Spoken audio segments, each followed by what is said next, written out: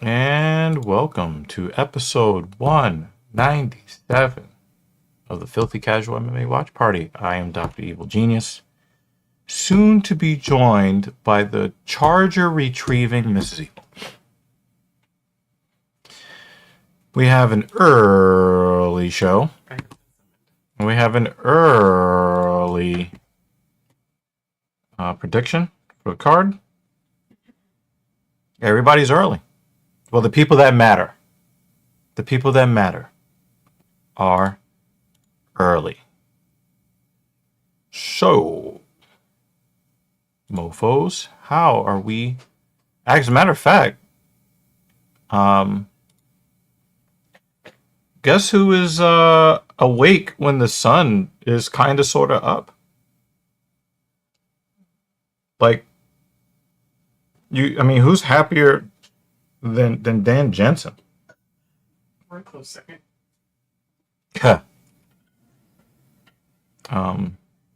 Think any water or anything before I sit?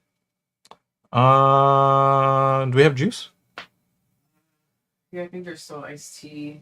There's the strawberry lemonade thing. Yeah, that sounds good. And and the small bottle of water. That would be dope. Yeah, it's a rarity, sir. But we are happy that you're here. We are happy to be here as we're setting stuff up. So it's a nice Saturday, I guess.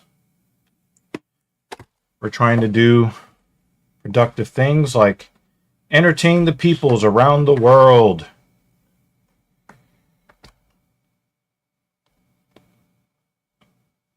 So,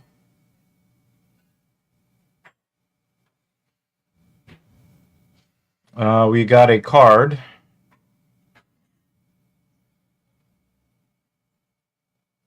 And I guess we will see if we will get the kind of fights that we are hoping to get today. In the UK, where the fight is being held, we have somebody that failed to make weight. But, a half a pound over. We're not going to kill her for it. That would be Ravenna Oliveira.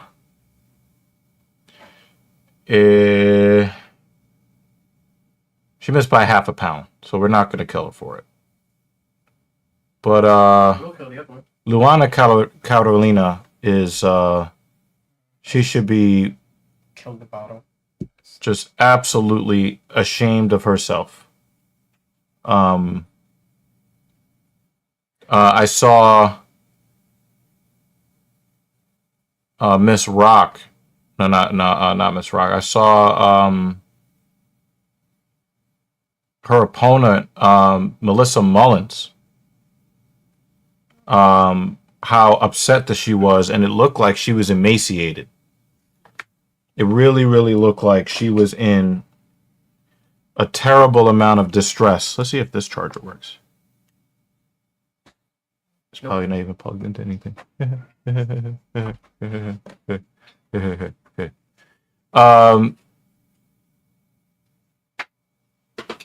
Melissa Mullins was super upset and had every right to be.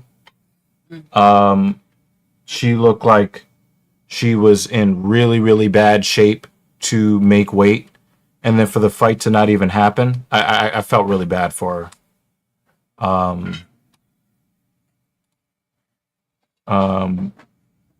Yeah.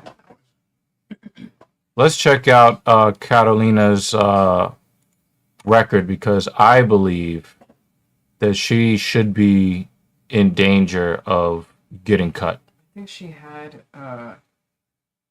issues before. I don't think this is an isolated incident. Yep. Multiple weight cut misses. Look at this. Well, it's at least one.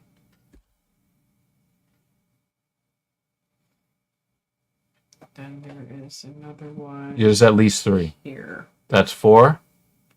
5. 4 and 3 and 4. So this was scrapped. So 2 out of her last 3 fights have been canceled because she's not a professional. So she won a fight where she missed weight. She's when she does win legitimately, it seems like it's just decisions. There's catch weight down there. Because she missed weight. So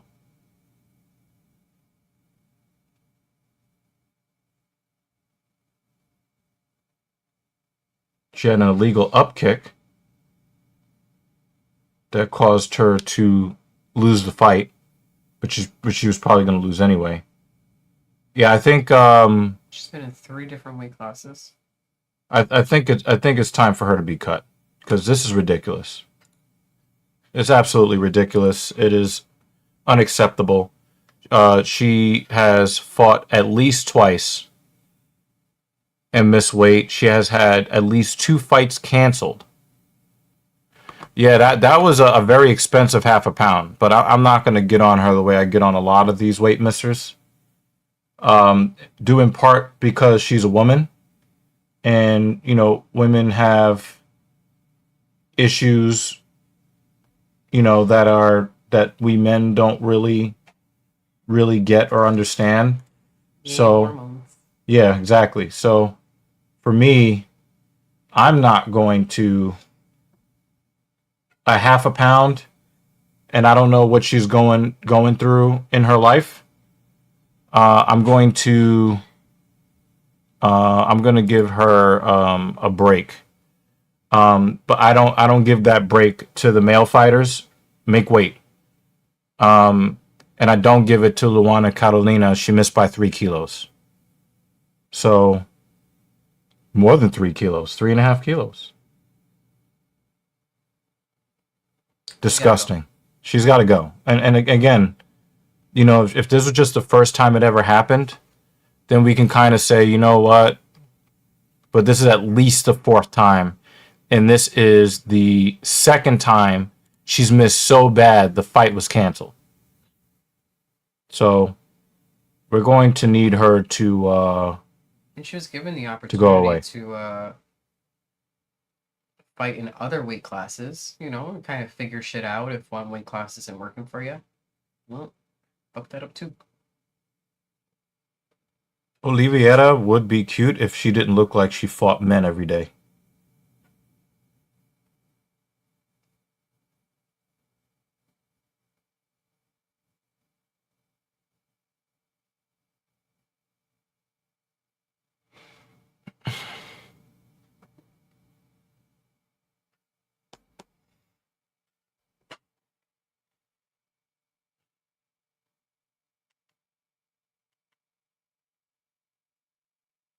I'm gonna go put on the earbuds, I guess, at some point. Okay.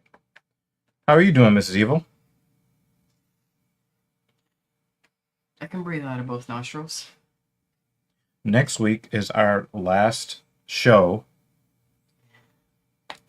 Next week is our last show before our 20th anniversary. Yeah. That's crazy. Holy crap, guys. We're old. We're old people now.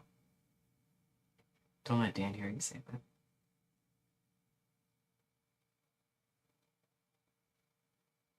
I mean, our relationship is older than Dan's relationship. What's going to be our 100th episode? You mean 200th? 200th episode. My brain don't work. Oh, guys, you should probably know. I'm packing again with a fresh tub of Trader Joe's English toffee. 97, 98, 99. April 11th. That will be our 200th episode.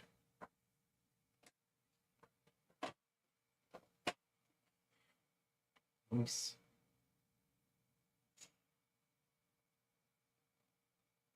A 7 p.m. start time, April 18th.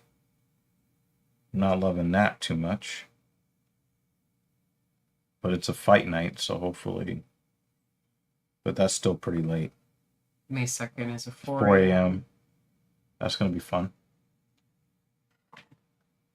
There's a 4 p.m. May 30th in Macau. And 8. Oh, yeah, we're not watching that one anyway. And the rest are normal. Yeah. I will see about May 2nd. I may opt out of that one.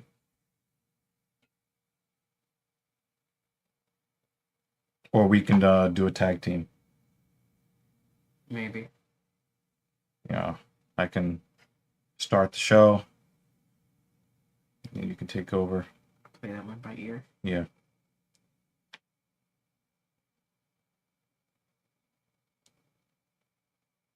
Yeah, we talked about it without you, Vex. Where you been? We haven't been gone that long, but still. Yeah, that's going to be an off day for us. We're going to enjoy that Saturday doing... Something else. Probably binge watching something. Or going for a drive. Yeah, it's going to be June, which means that around that time it should be upper 60s.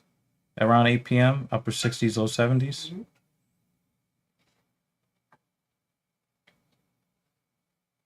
I should have gotten maintenance done on the blue car.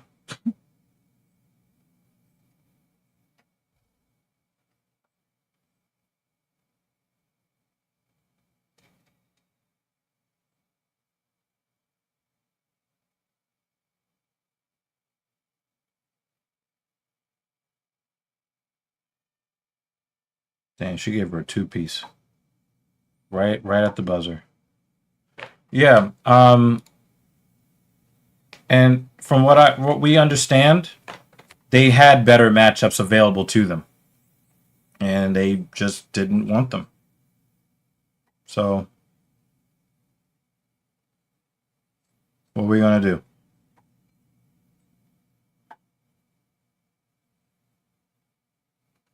Have you guys seen that Nate Diaz is fighting for another MMA promotion coming up soon?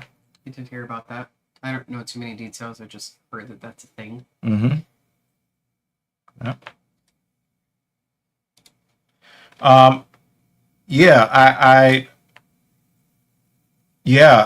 could not agree with you more, Vex. That's the only really compelling fight on the card, and it's really not even that, because it's just Justin Gaethje has terrible striking defense, and he's taken so much damage in his career. How many times did he almost get knocked out by Pimblett? Yeah. Right. It is going to take maybe 10% of the total strikes landed to have Gaethje looking up at the lights, or face down again, snoring. She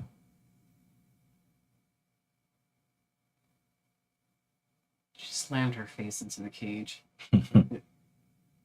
So yeah, I don't think I've ever agreed with you more than this. Like, this is exactly how I feel about that matchup. We could make it an ice cream day. Per usual is not a member anymore. Maybe again one day. Uh-oh. We got David, though. Oliviera is in trouble.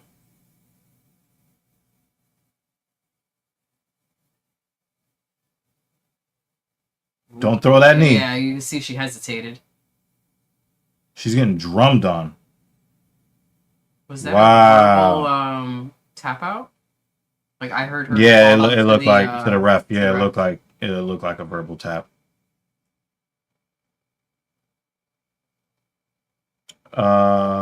Vex is going to the gym. Hopefully, you can still hang around or pop back into the stream. But we'll be here for a few hours. Yeah. No more than a few. She looks like Sha'Carri Richardson. Mm. Maybe Sha'Carri Richardson belongs. Yeah, but she doesn't like to follow rules, so. Oh, she got a toe on the cheek. Oh, Oh, and then she got her head boxed. yeah. And then the knees. She was getting drummed on. Well, the prettier one usually loses. And, She stepped into the punch to her face. Yep.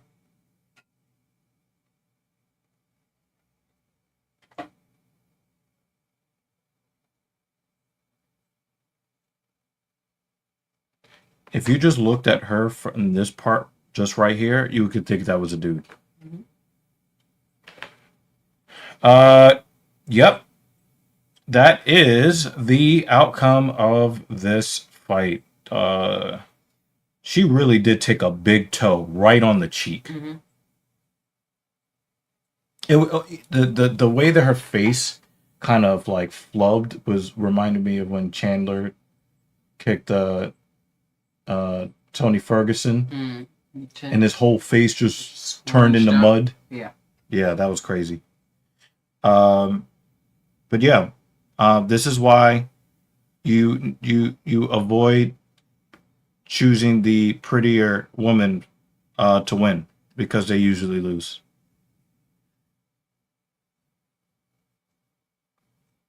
And I'm not saying that like Chanel Dyer is ugly. It's just that her opponent was more attractive. Yeah.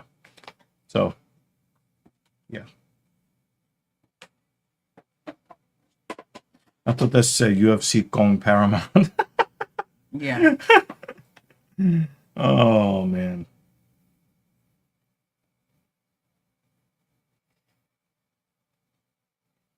Um.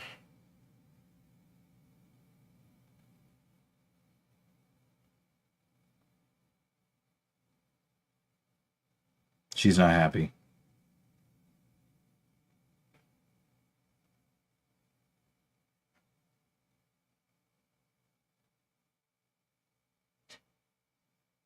She was like, "You want to talk to me?" No.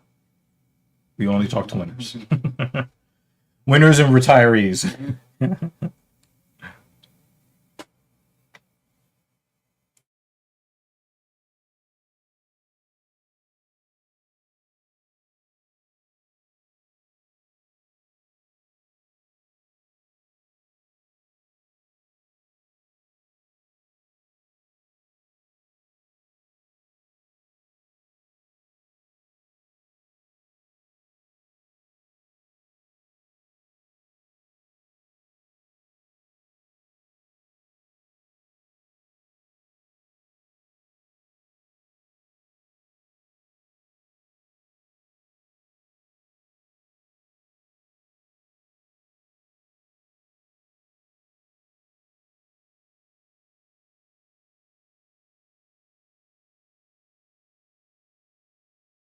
That was a nice debut.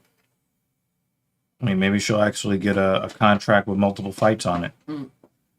I mean, she throws. Like she actually wanted to fight. Yeah, she. I mean, both of them actually looked pretty good, but she definitely looks like. But again, like I can't. Like sometimes we see a new fighter come to the UFC, and we're like, "Uh oh, that guy!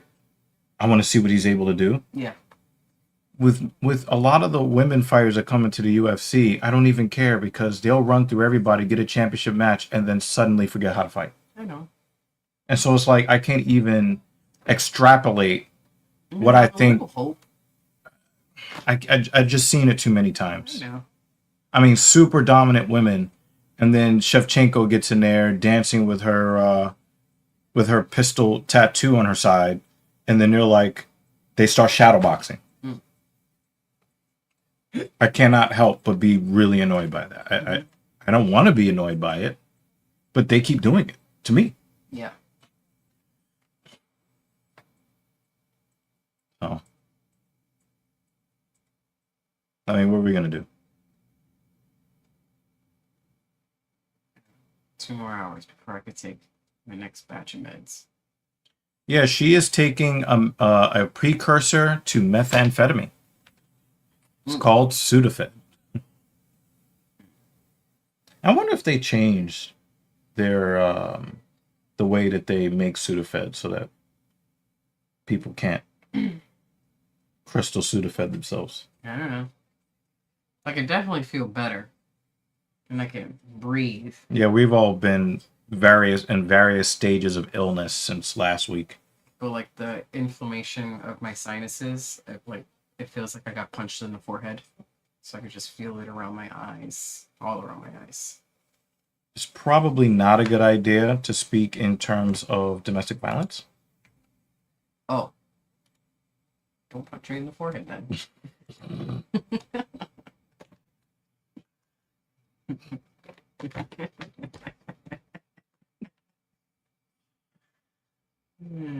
This is why we don't have any subscribers.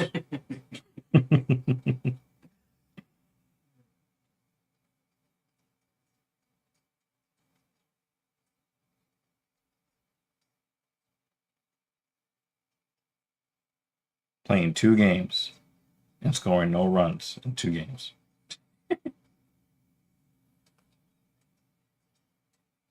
Only one of the games is televised. Mm.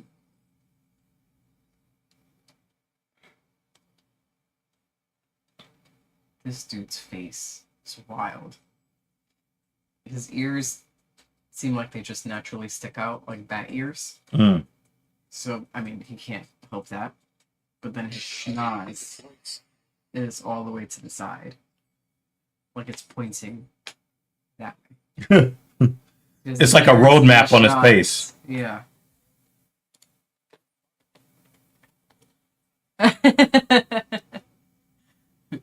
Blink twice if you need help. My eyes do burn a bit. I mean, I mean, we talk about incrimination. I'm fine. That sounds incriminating too. We all know not to believe a woman when she says she's fine. I mean, guys, It's all good. if I end up needing bail, just know that like I actually deserve the bail because she doesn't not know how to not incriminate me with. I loves you.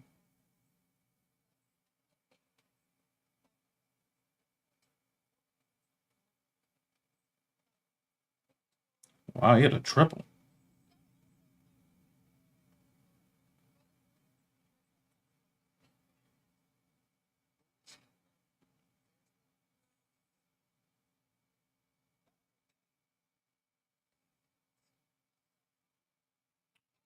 All right. They actually let her say, "What the fuck?" in the commercial. That was good.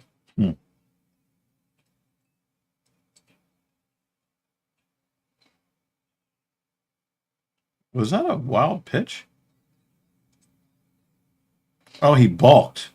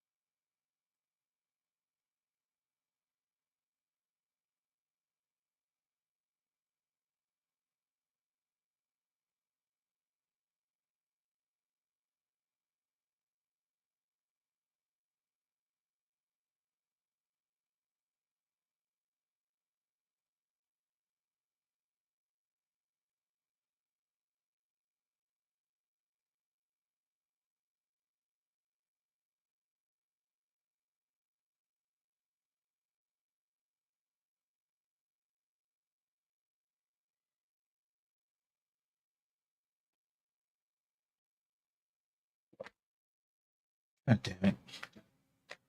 Had it like set up perfectly.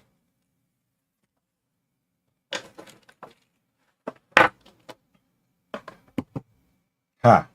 Yetch. I'm waiting for the phone to go, fuck you.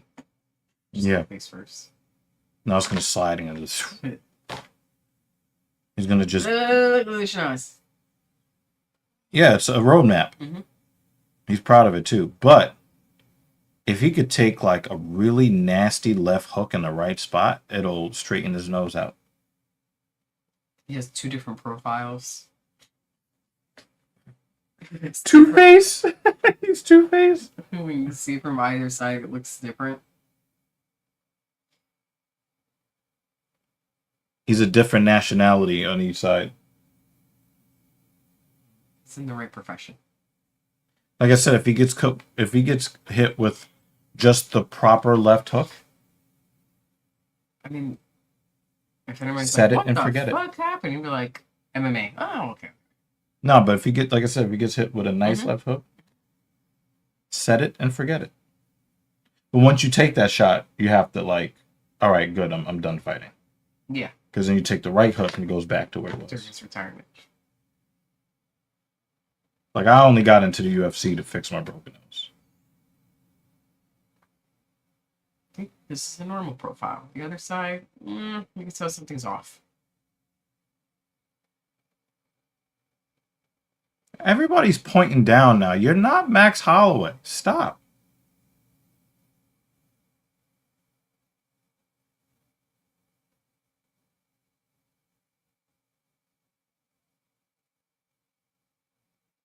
What's with all the English? What with all the English fighters not rocking the UK or I don't understand why there's so much of that. Is it like a political statement that they're making? Michael Page. Mm-hmm. Oh, I'm not this. I'm a citizen of the world or some shit like that. It's like, okay, guy. He fights today.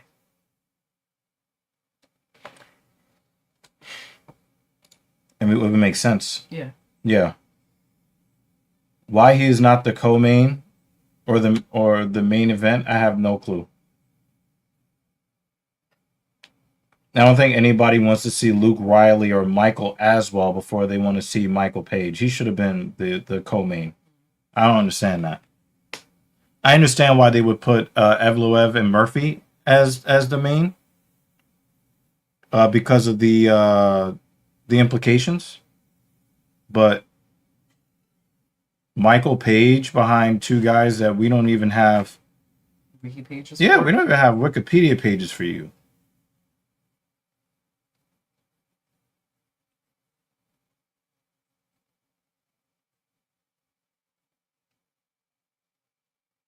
You got Nathaniel Wood fighting on the prelims. That doesn't make any sense.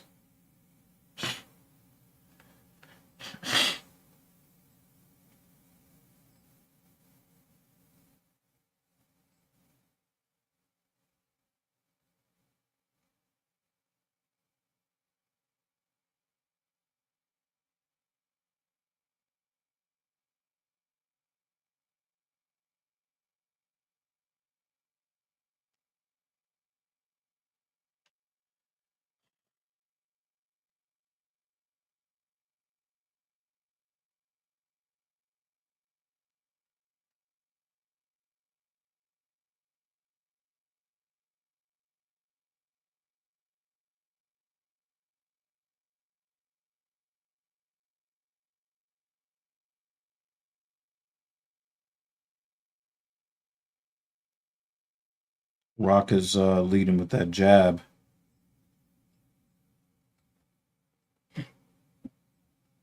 Oh, that was a nice high kick. Ooh. Oh, the overhand right. Al Sawadi. He's like, time out, time out. That overhand right is pretty Rock was fucking like, hold on a dangerous. second. Yeah.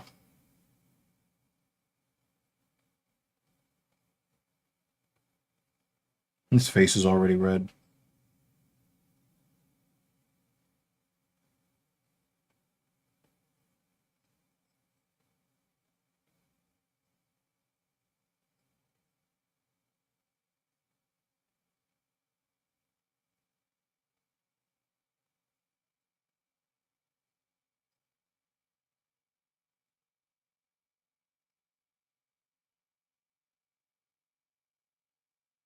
Ooh.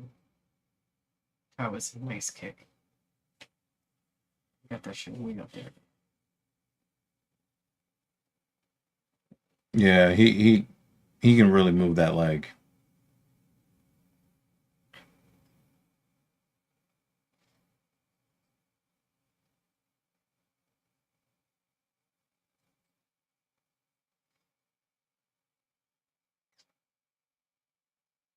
Oh, inside calf kick there.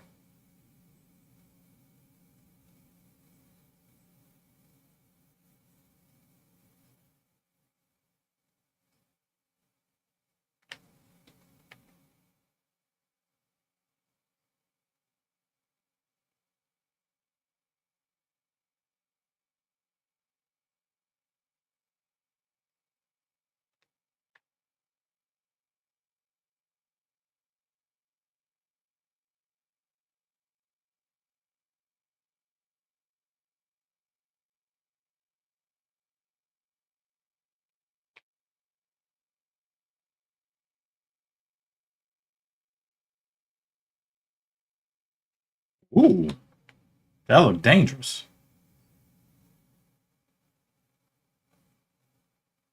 I mean, when you really break down that kick, it goes up and then forward. Mm-hmm. Like he's stepping in at the same time. Mm-hmm. That's a powerful ass kick. It's almost like a high push kick Mm-hmm. or teep kick.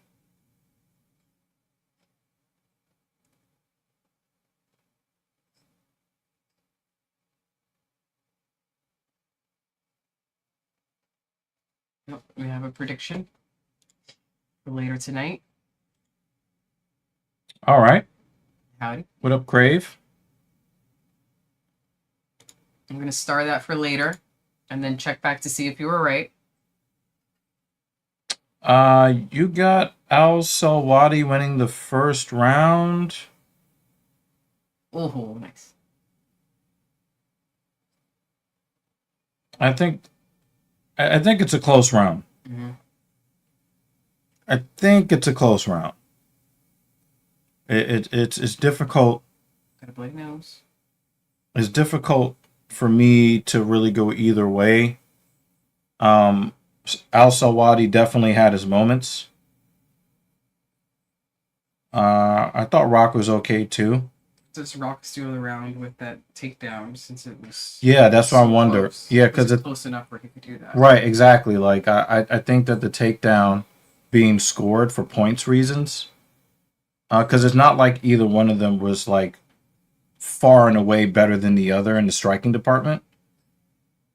But even if you give it to Al Sawadi, um, landing that Look at takedown and ending up, Man, push. yeah, That's disrespect. That's almost like a Sparta kick. yeah. That's a beautiful fucking kick, and he did it twice. Yeah. So we'll see. We'll see at the end if you were correct. Dude has made me a fan just from that kick. I want to see that again. Remember, Chandler hit Ferguson with a kick very similar to that, except that his kick went more up. Yeah, it was into more his like chin. a soccer kick. Yeah. That's its own Yeah. thing and beautiful for its own reason. But this was just fucking power. Rock doesn't really seem to be making the best use of his range. Looks like everybody agrees with you. Yeah, everybody agrees with you. But I wonder with the judges, getting that takedown and ending the round on top. Just don't be surprised if the judges don't agree with you. But a lot of people seem to agree with you.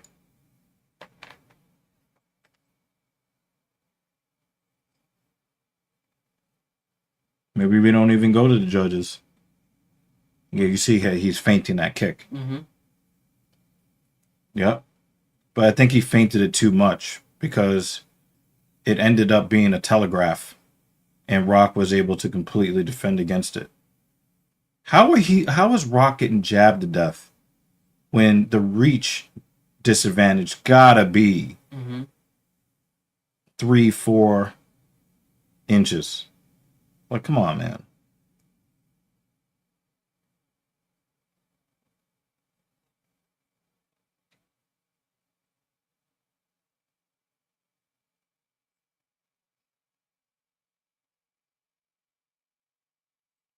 Trying to get that trip off the wizard. Oh, hey.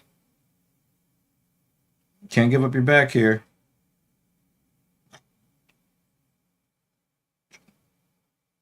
Yeah, he needed. Yeah, he finally got that underhook.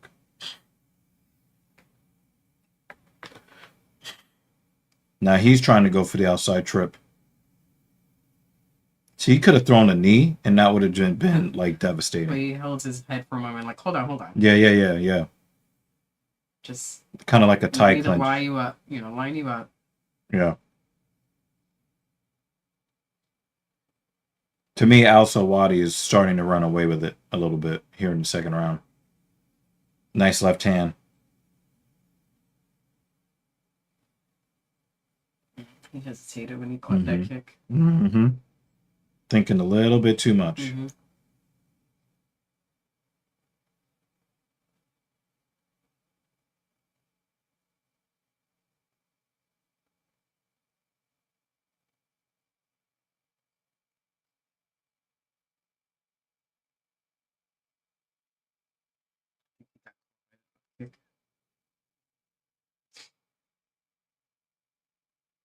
How is he able to get inside on Rock so easily? Look, he got his snot box busted. He's got that overhand right hook thing going that apparently Rock is not seeing at all.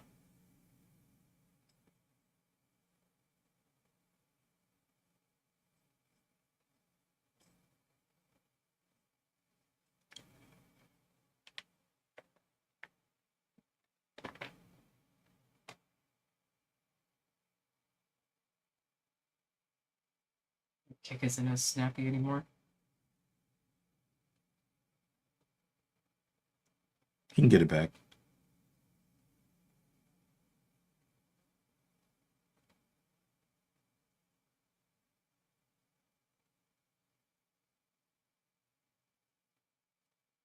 Even with the stance Rock is using, I don't understand how he's getting caught the way he's getting caught. Oh, nice.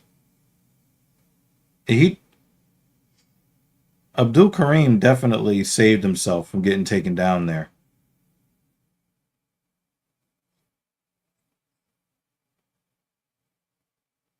You also keep kicking that leg there. Mm-hmm. You could tell that it's compromised. Yeah. I think he's already knocked him down once by kicking the leg. But you know what? Like stumbled him. But you know what it is? I think that the fact that they're in opposite fighting stances, I think complicates it for him. Mm.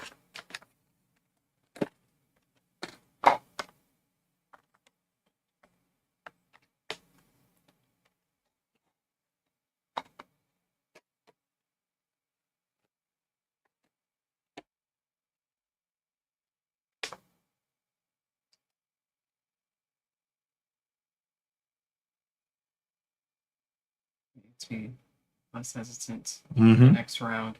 Whoop his ass. Not because I don't like Rock, but because he did so well the first round. I want him to keep going.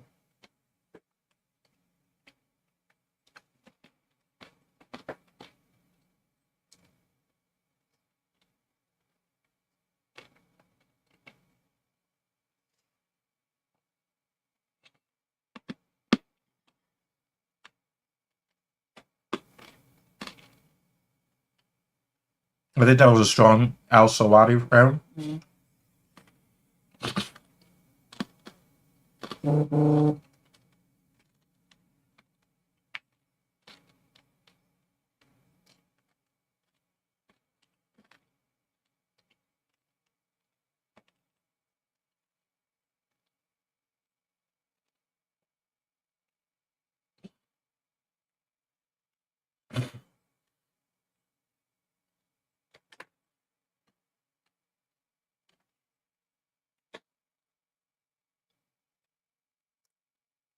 He said no glove touch. I don't mind that. Third round. Wait, what? You gave the first round to Al Sawadi.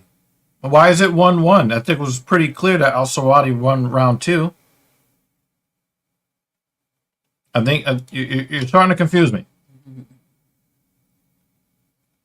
To me, it was more obvious in the second round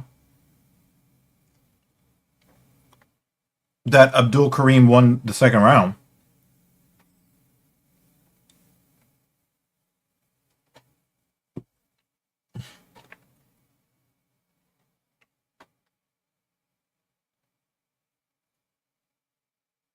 No, no.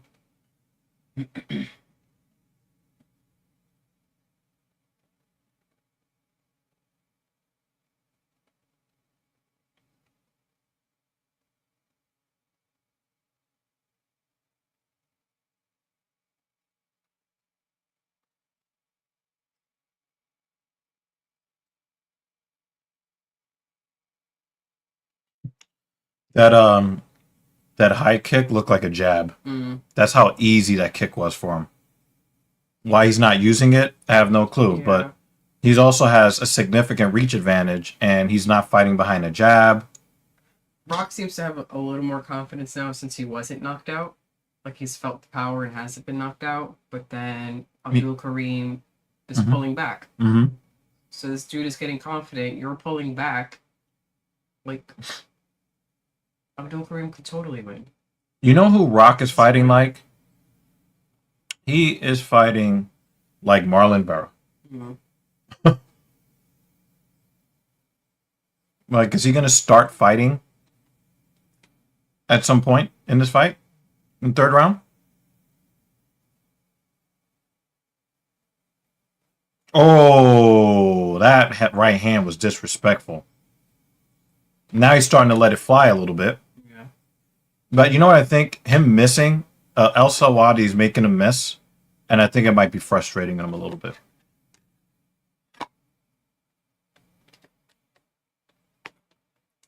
I just wish Al-Sawadi was less hesitant. More of what was in the first round. More confidence in what he was doing. Because he's way more, I think he's more powerful and more creative than Rock. Yeah, I do get that, but he still has to respect the tools that are coming at him because he is at a physical disadvantage in a striking. I would think that he would be at an advantage if he was a little bit more of a grappler, but especially with the way that Rock is fighting. Yeah, but each time he hesitates, he gives Rock more Openings, confidence. but Rock is not even taking advantage of anything like this, you know.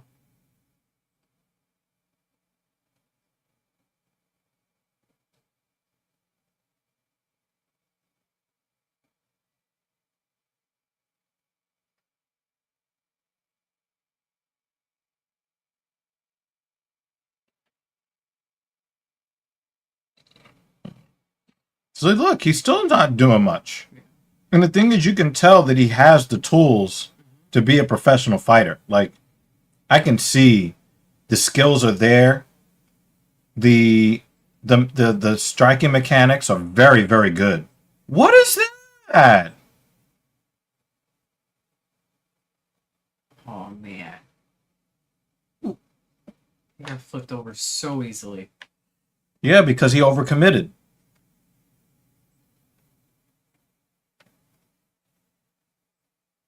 I don't think Dan Jensen likes his fighting style all that much.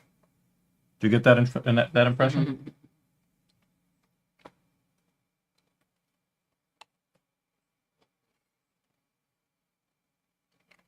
Poopy.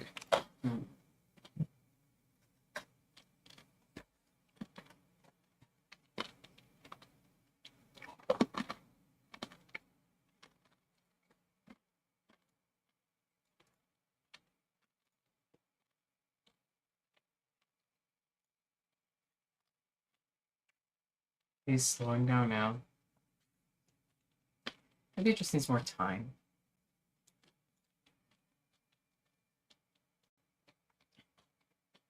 This is his second fight with the UFC.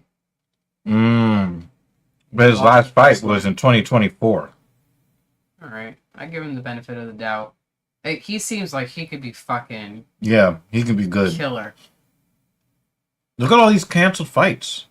Good God Almighty.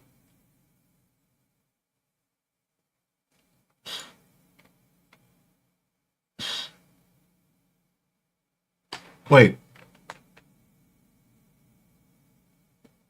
It doesn't say why. Just Oh, this is Al Sawadi. I wanted to see Rock.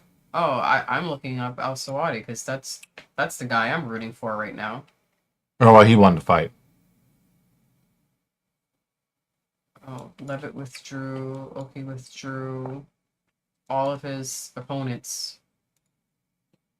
He was supposed to fight Kutateladze, and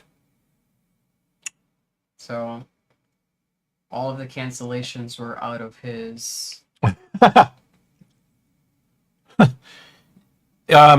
well, after the bell is when they should start fighting. Um, Dan.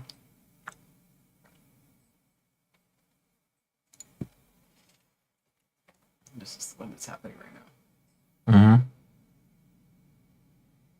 Was this Rock's UFC debut though? This one? I think so. Because yes, click on that. Oh. Because if it is, then I could tell why he was so hesitant. Oh, he had a UFC loss in 2025 by decision. So both of them, this is their second UFC fight, and they're both coming in with a loss. Mm.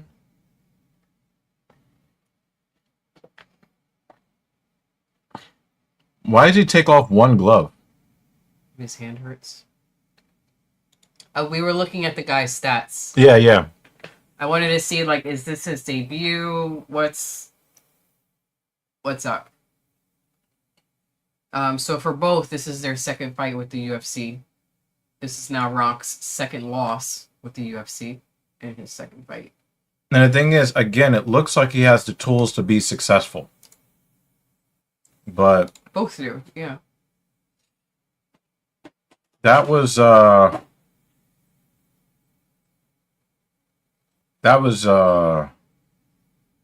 underwhelming. It kind of feels like he felt a little bit of the power from Abdul Karim, and just the game plan went out the window. That's what it looked like to me. We have Travis in the building. What's up, Travis?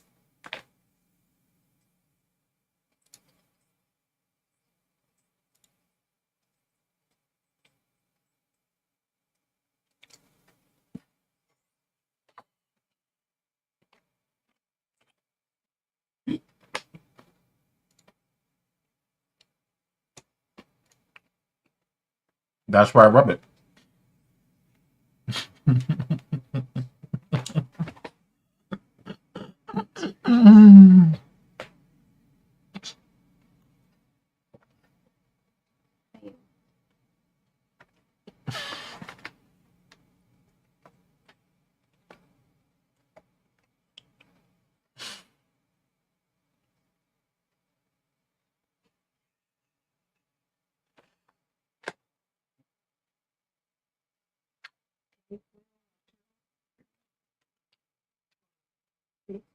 I'll come out and do the tape. You can just start the weapon. Thank you.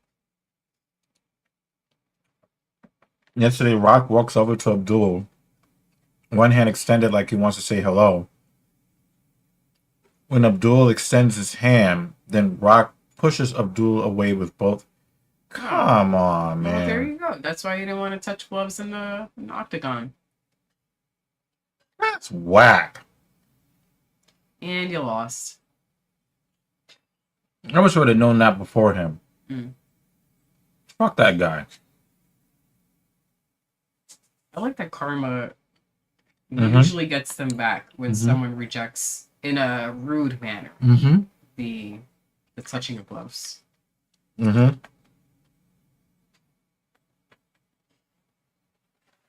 Thanks for the insight on that, Dan, because I had no idea that happened.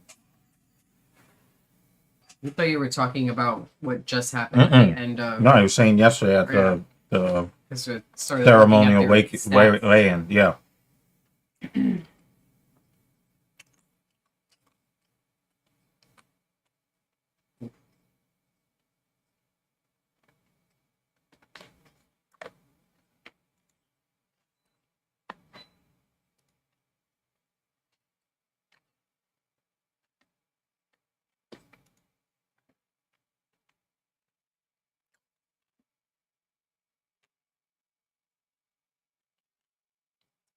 He just had surgery on a bone in his hand, so. Mm-mm.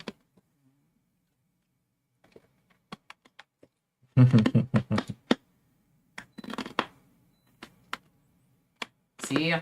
Make sure you get yourself some of this.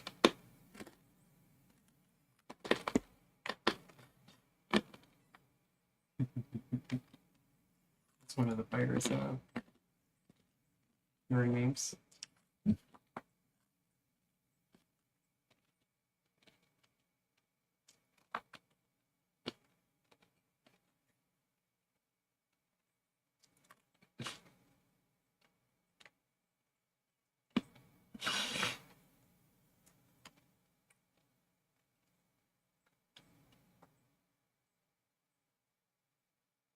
One 800-HURT now. That looks like a parody, doesn't it? Yeah. I also really hate this commercial because there's a variant of the commercial where she's like, yeah, I'm a woman, so I have to work extra hard. I'm like, fuck out of here. Like the way she tried to sell her. Do you know the law, bitch? You act like you're the first female lawyer in the history of the world. Fuck out of here.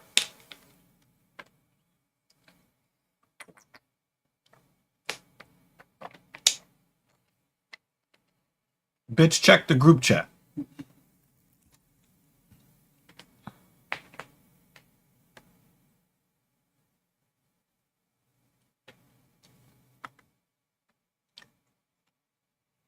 Kratos. Is it going to be Randy Orton?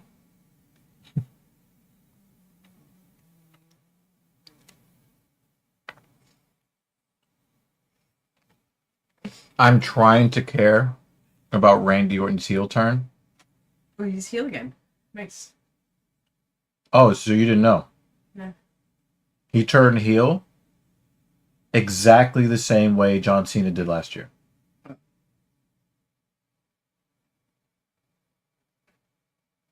Like, it's really bad. Mm.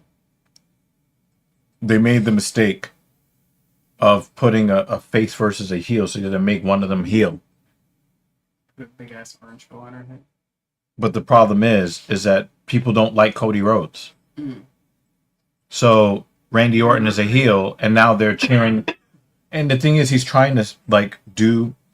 So Matt Cardona, aka Zack Ryder. Right.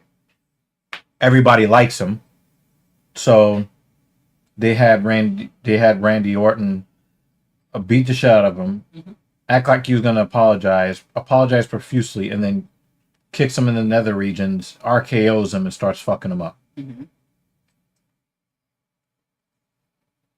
So I just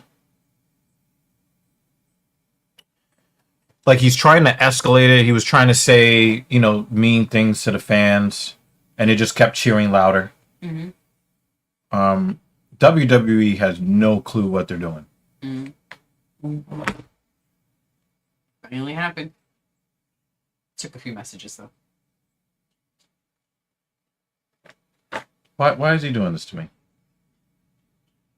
I don't know what he's doing now. Knocking down He your just phone? he just knocked down my phone. Right. Yeah, like Everything's his fault. You should let him know. It goes one more thing on the list of things that are your fault. Knocking over my phone.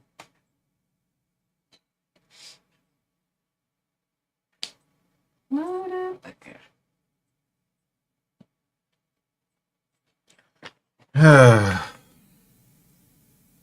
He's coming here tomorrow. I don't know.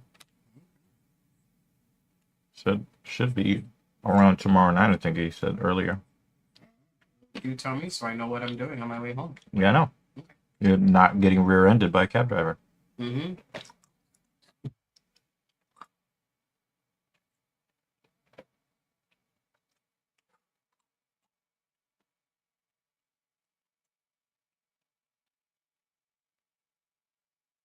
Shit, let me do my tea real quick. Hold on.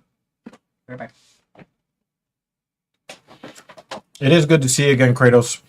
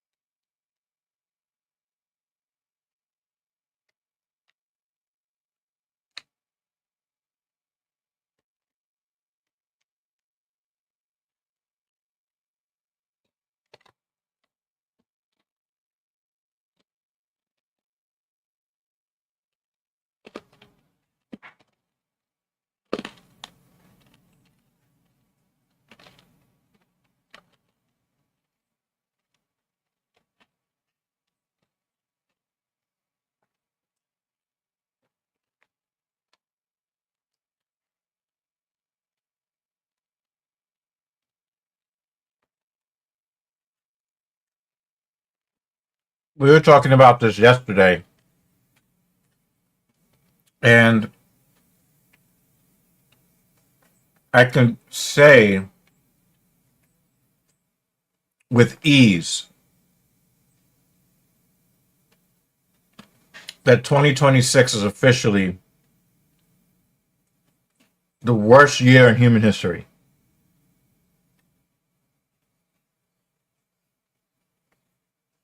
It's not just all the stuff that's happened. It's we now live in a world that doesn't have Chuck Norris. And that's just unacceptable.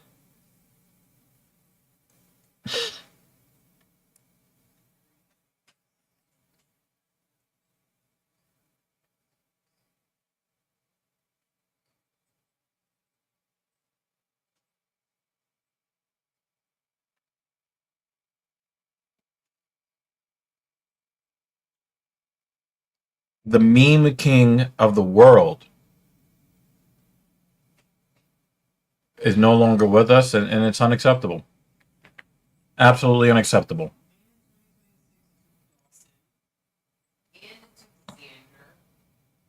Oh, a lot of Mrs. Evil's favorite shows. He's hitting them in the back of the head. I mean, 2026 is Trash. a millennial nightmare. Yeah. Yeah.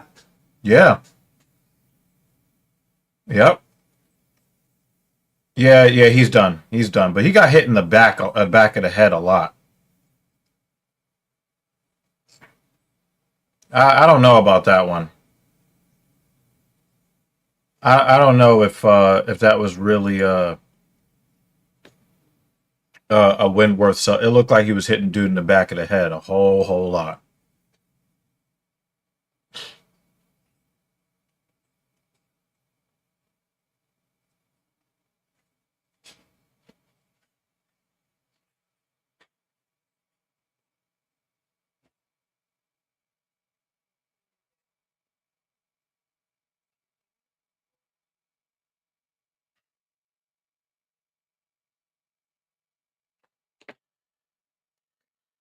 Look, and bang, back of the head, back of the head, back of the head.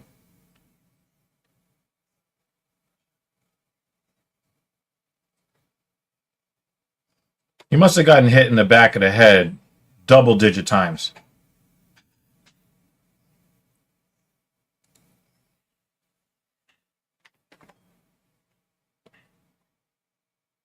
Maybe Mark Goddard didn't do anything because he didn't want to get hit in the back of the head.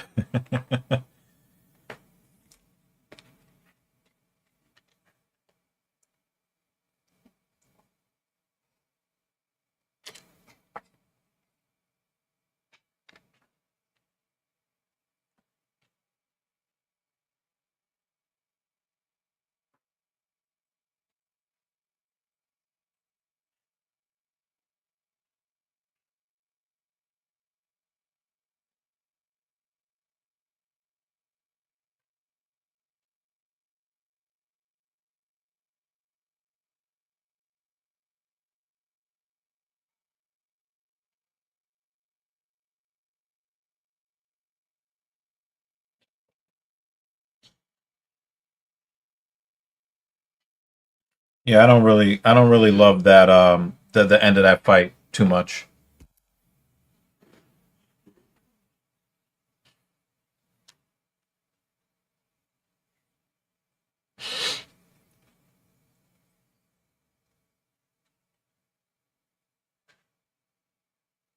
Yeah. Uh, I was not impressed. That's one of those few times you see a first round stoppage and you're just like, eh. You know how many more first round stoppages we would have if dudes were able to just punch people in the back of the head? Oh, I think he's talking religious nonsense because Dan is even more annoyed right now. I can see by that old caps. Stop texting me, motherfucker!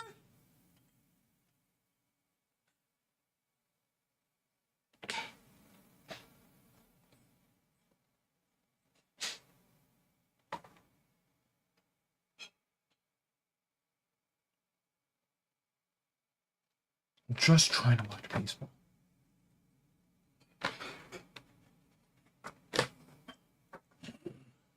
And let's start beating him in the back of the head. God wanted him to do that, Dan. It was God's will. Punch him in the back of the head. It was Goddard's will, because he allowed it to happen.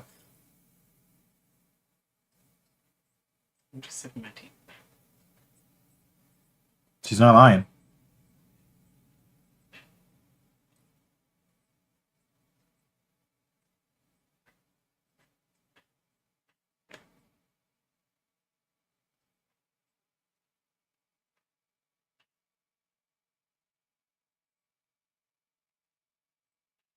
You know, I watched all of those security camera of all those people stealing from people in the neighborhood. And I think about all the times that we've seen, like, people have, like, deliveries left outside their door and nobody touches it.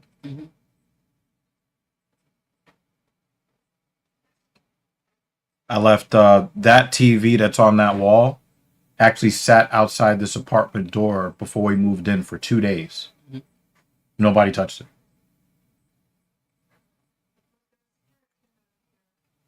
Motherfuckers were stealing from people with security cameras. Not on this floor, no. Not in the hallways. There is a.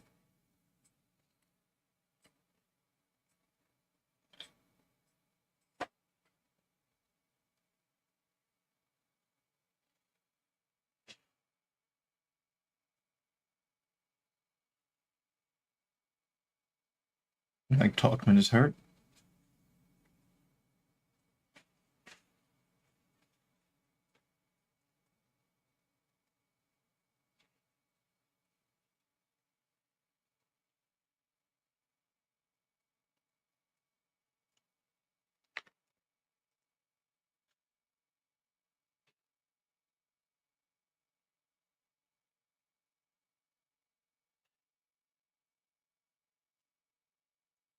I think Juan Soto is suffering from like an emotional letdown.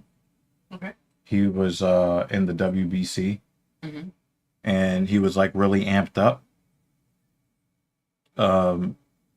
He's not getting any hits in the preseason, but he was hitting multiple home runs in the WBC.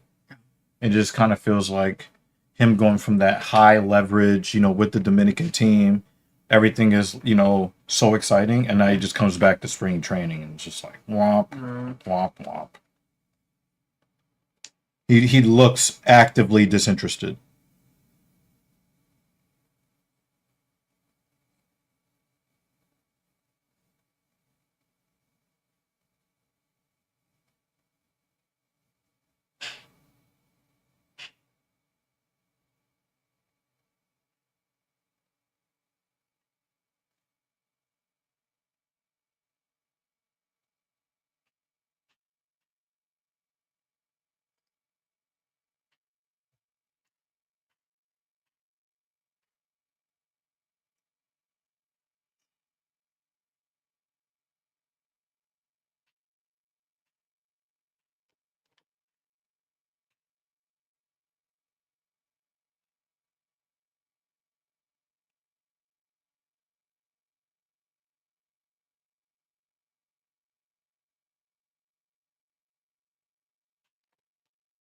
What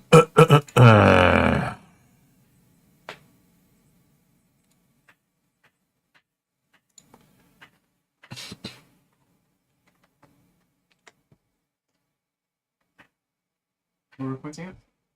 Oh, you didn't see the oh, just sneaks through. Hopefully they show that shot again.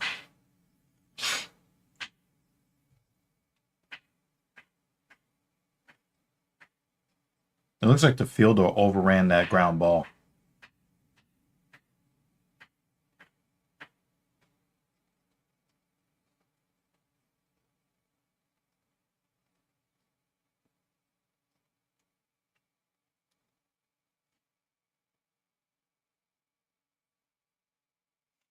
Should have seen the shirts they were wearing. Oh, okay. Yeah. Right, I caught a glimpse of it.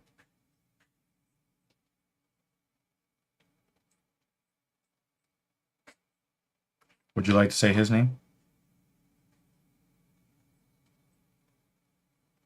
Um, Yes. Kondratavicius. Contratavicius. Montas. Tropoli.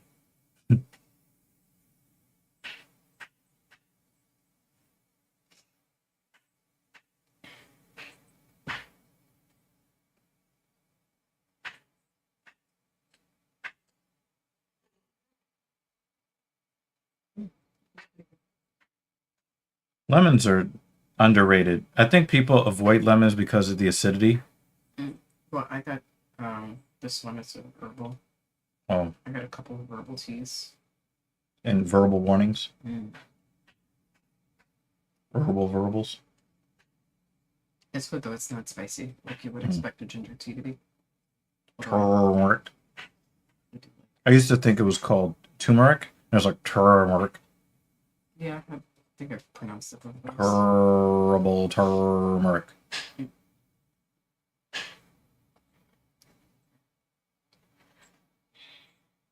I got those.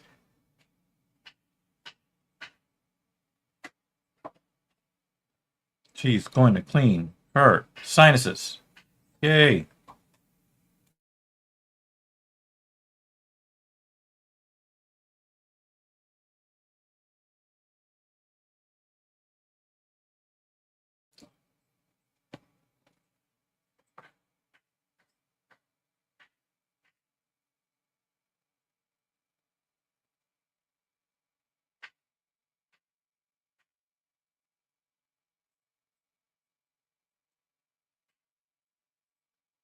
He looks like he has the if he dies face. Mm.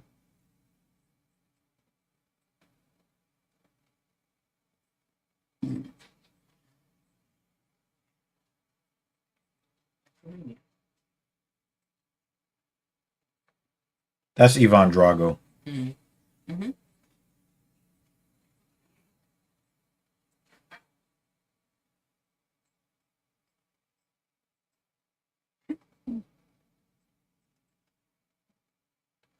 Come on, he looks just like Ivan Drago.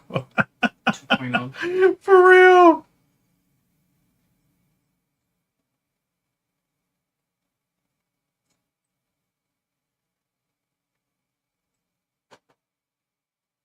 How happy do you think Sylvester Stallone is that he got to get Chuck Norris into one of the Expendables films? Mm-hmm. You could tell he was doing all he could do for the film, you know.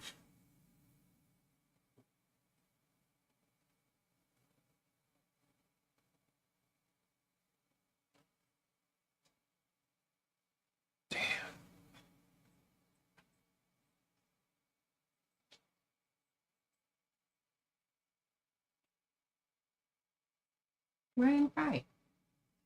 Oh shit, Ryan Fry is here.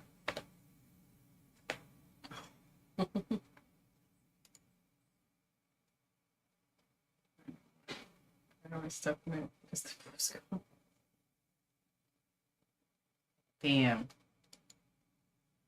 Did I you mean, we notice haven't me seen Ryan in a before or while. after you got home? You know, I'm a little bit offended because we haven't seen Ryan in a while. He steps in shit. He's like, oh shit, TSP. Let me go over there. Whatever works. Welcome back, sir.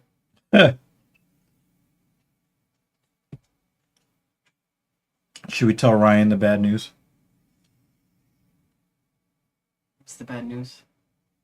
Oh. Usually asleep. Oh. Ah. Got it.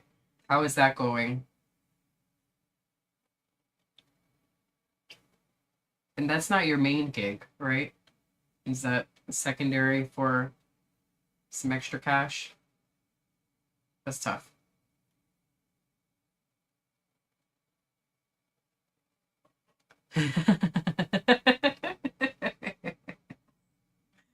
You know what I find hilarious about our crew? I don't know what any of you sound like. But after reading your comments for a while, I just sort of create a voice. I create a voice in my head, so I imagine you guys saying these things. So I did. I read this in your voice or the voice I have created in my mind. What you sound like. Boy, bad news. On April 1st, my ring is in the bathroom. No, it's in the kitchen. 20 years too late. Yep. Actually, I read this one in Shrek's voice.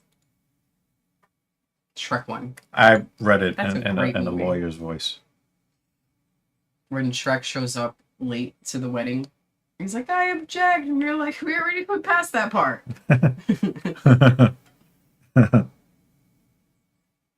Yeah, it'll be... Rolled it over. Year 20 for us. Yep, 20th anniversary coming up. April 1st.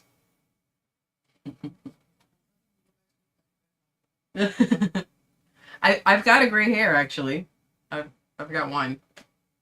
She's shining. She's trying to like poke out more and more each week. Like you don't need to join the party right now. Just stay there. However, your gray hairs, you're always welcome. She cannot wait until she can collect the life insurance money. Like, what the fuck?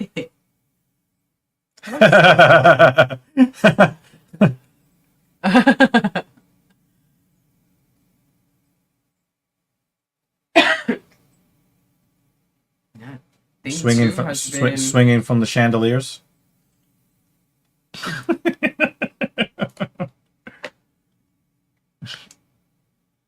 It's going to be 14 years in July. Yep.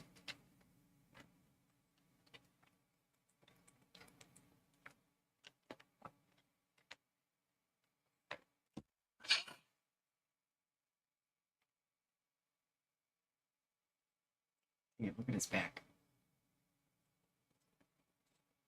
That's Ivan Drago.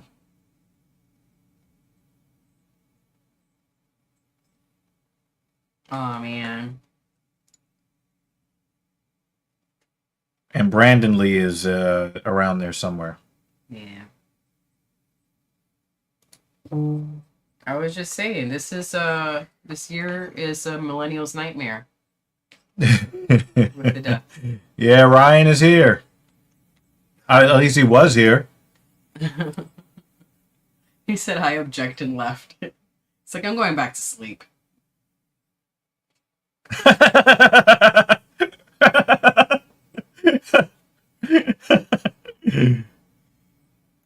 I feel weird every time we say it. I think he just unsubscribed. I unfriend you. Yeah. That's not how this works. That's not how any of this works.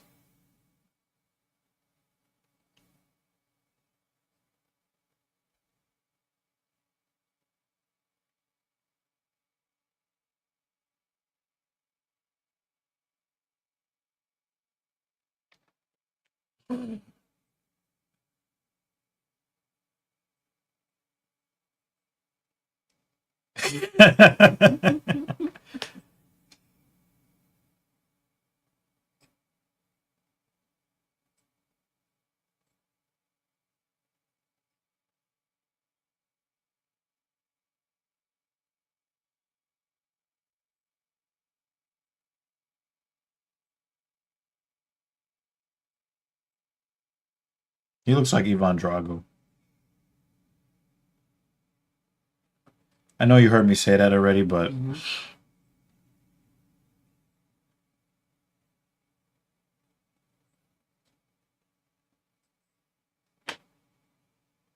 he really does look like Dolph Lundgren. He looks more like Dolph Lundgren than Dolph Lundgren. I must break you.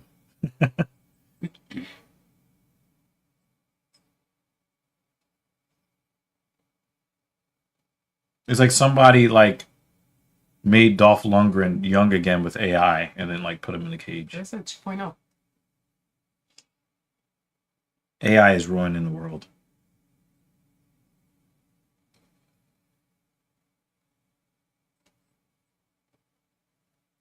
Nice.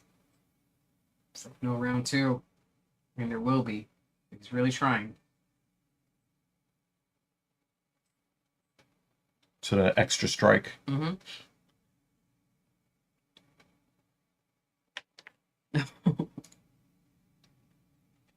That is dark, racist. Like,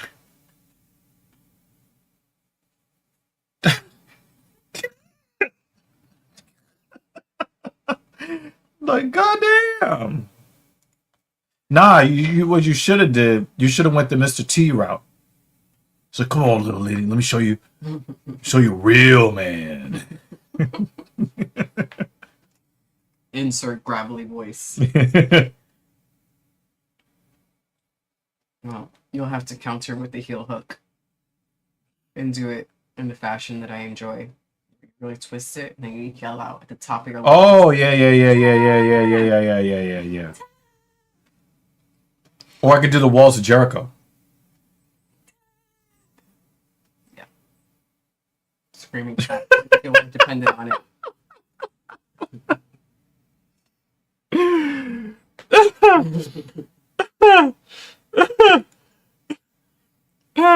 I pity all the fools that watch this podcast. Most are here. Oh. Damn. He's crying blood. Mm-hmm. So.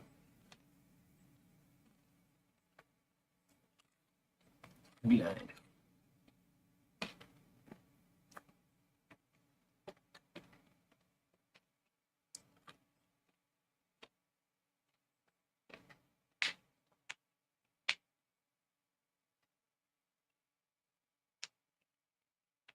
Nobody actually wants to say his name, so they just say his first name. Mm-hmm.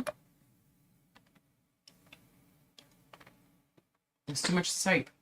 But then he types it at the end. And I don't know how to do that accent on the keyboard. I know there's a way, but by the time I Copy. figure it out... And paste. Listen, I'm just going to type that shit real quick. Alright? Let's call him Mantis Vicious. Okay. Fatality. Did you ever play Mortal Kombat, Dan? I can't wait until the next movie comes out. Hurry up before those actors that are supposed to be in the film start dying too. No, shh. Don't say that out You know, loud. the Shang Tsung's guy died from the other Mortal Kombat films last year. Millennial nightmare.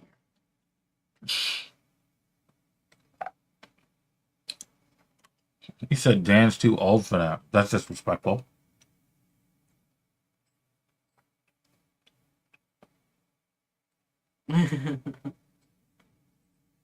What do you mean too old?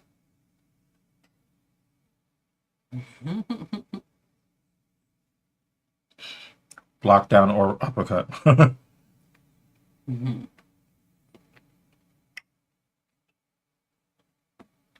Oh. Well, you know what we need in the next Mortal Kombat game? What? Whenever somebody gets hit in another region, they should just have Victor Henry flash onto the... You know how... Yeah. The dude that would say Toasty? Yeah. Right? It was all dick and balls. Yes! I was about to say that. And you stole my thunder. That's what 20 years does for you. Well, you were doing this 20 years ago. It's how I knew we were meant to be.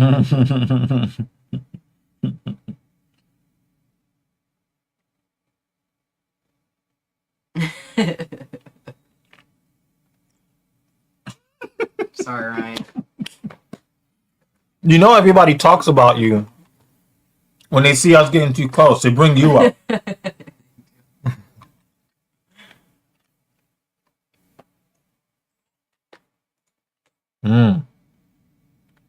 Is that why you're a fucking degenerate? Kratos? Come on, you played Mortal Kombat in the fucking arcade. Mm-hmm. Come on, man. They didn't do arcade. Mortal they had- Kombat came out in what, 1992? 1993? Y'all didn't do the quarter thing to hold your spot?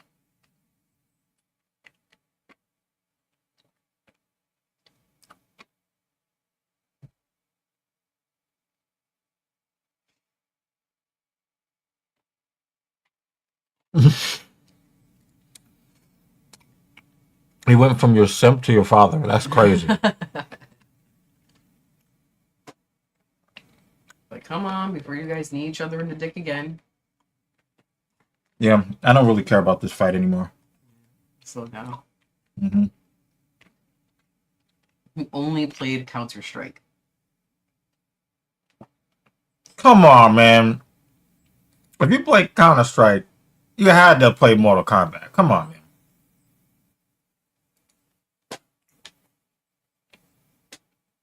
The first, well, technically the first person shooter I played was GoldenEye 007. Same. But like the real first, you're a bitch, yo. You should have to donate when you put comments up like this. I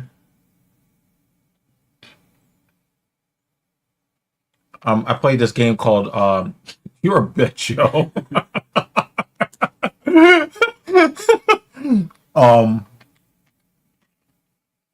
There was a game called Soldiers of Fortune that I played. And that was like the first, it was on PC. And it was like the first person shooter that I got like, I was like, oh my God.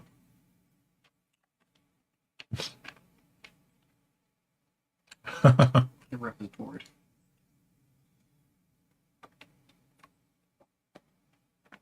Yeah. We're all degenerates together. Do you know what the ref just said? If he dies, he dies. It's those two and Mario Kart.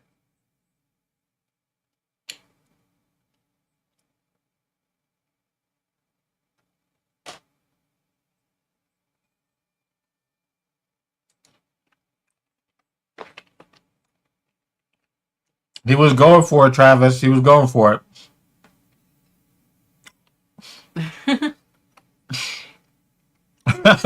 Travis mad.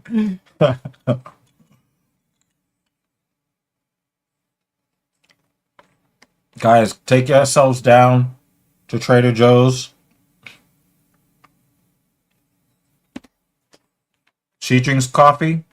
I eat toffee.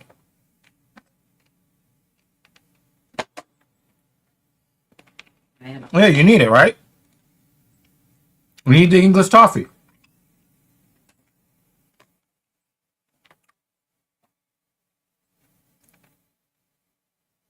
If I didn't know any better, I would have said that looked like he would punch him in the back of the head, too.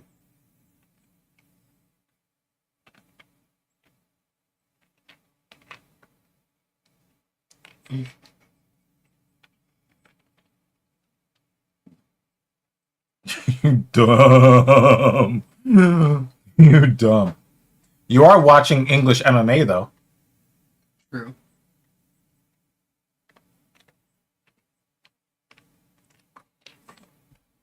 We actually went there for our, what, 18th anniversary? 18. And we had a really nice dinner in London. Found a spot a few blocks away from the. We thought the food was going to be really bad. And we're like, the food's not bad It's here. decent. The fast food places that I thought was going to be higher quality in the UK than the United States, nah, it was trash. I think 2 and I did do fish and chips, and it was okay, but I probably didn't choose the right spot for fish and chips. I just ate it to say that I ate fish and chips in London.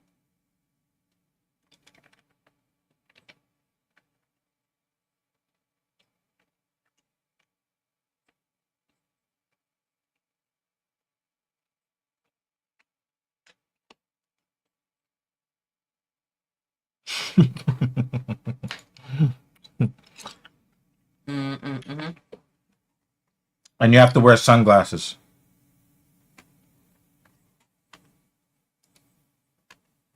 I mean, there is a dude who can do that.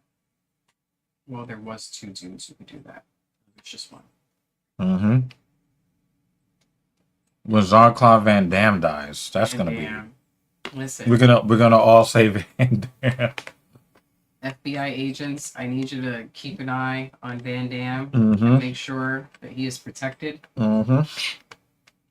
The millennial heart can't take that. Most people don't like broccoli.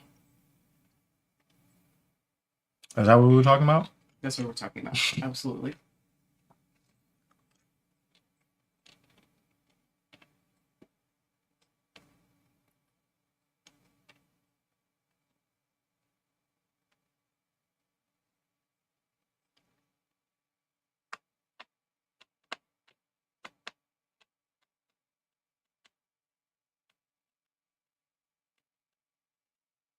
You guys are both just so fucking exhausted. Alright, let me just nap on you for a minute. They're not as tired as I am of watching this fight.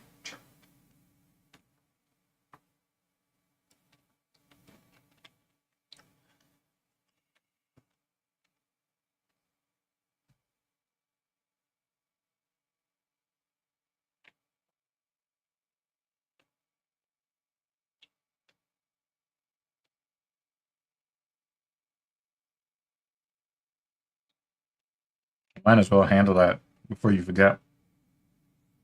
What was I supposed to do again? Oh, thank you.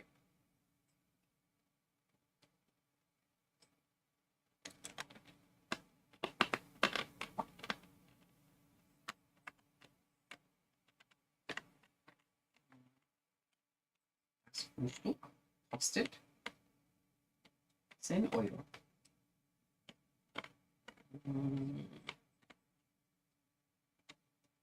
Es gibt einen Ausflug nach Bonn. Ja. Es gibt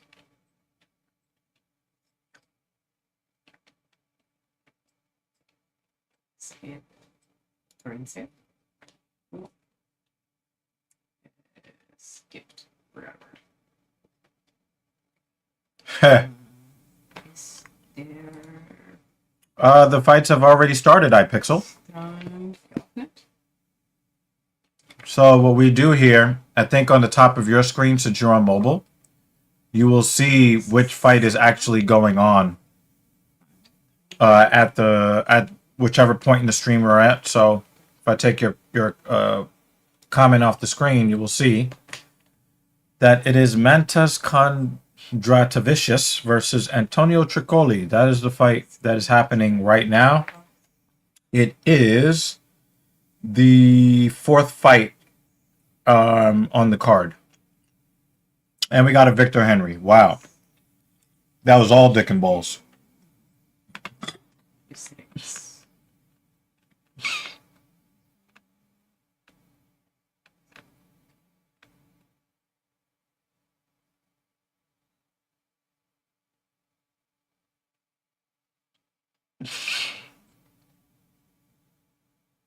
Everybody's pointing at the fucking floor. Stop.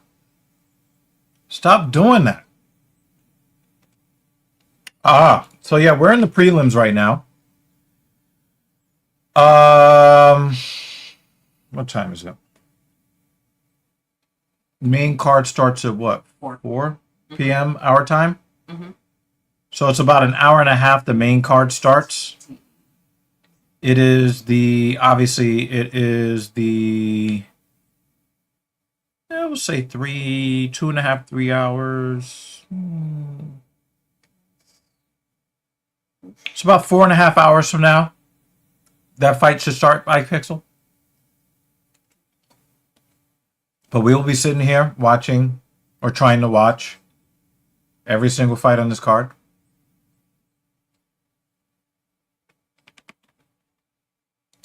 Yeah, for real. Like, everybody's doing that shit now. Like, come on, man. And then when they do it, one or both of them run away from each other. Yeah, we cover the whole event on this channel. Every weekend. Rise or shine. Wait. Rain or shine. That's what I meant to say. That's okay. We cover all the fights, man. If she's not feeling good, I stay here solo. If I'm not feeling good, she takes over the captain's chair. I'm the captain now. Well, we don't know what country you're in, but did we put the link to Paramount Plus in the description? Mm-hmm. So UFC is no longer on ESPN, ESPN Plus. The UFC in the United States doesn't do pay-per-views anymore. It's all on Paramount Plus. So it's like getting a Netflix subscription, and then you get to watch all of the events. No more pay-per-view. How much money are we saving every year on that? Almost $1,000? 80 times 12. 13. There are That's some right. months that are 2. Yeah, that's true. 13, so possibly 14. To Yeah. that math. Yep. Pretty close to $1,000 a month. A year. Feels like $1,000 a month, though. It doesn't feel like anybody won this fight. Nah, we lost. So yeah, you can come hang out with us while we're watching it. Like I said, I don't know what country. What country are you hailing from, iPixel? Does he do? Do you think this guy does visual, like digital art, 3D art? I wonder if he does. Oh, you're in Saudi Arabia. I don't know what they're doing for Saudi. I do know that Paramount Plus does want the rights to the UFC worldwide. So I do think they are going to expand their $7.7 billion deal.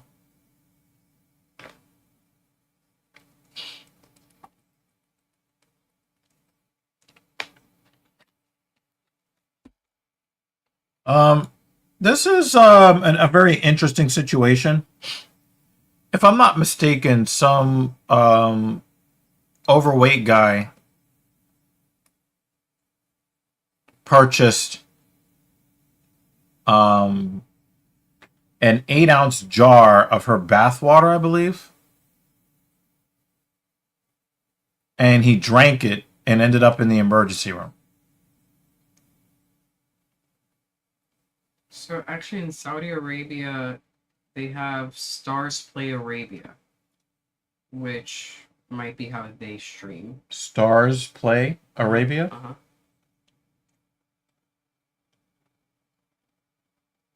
Also possibly UFC Arabia app. That's what Google says. UFC Arabia. Yeah. So they may not be on Paramount Plus. So here's the deal, right?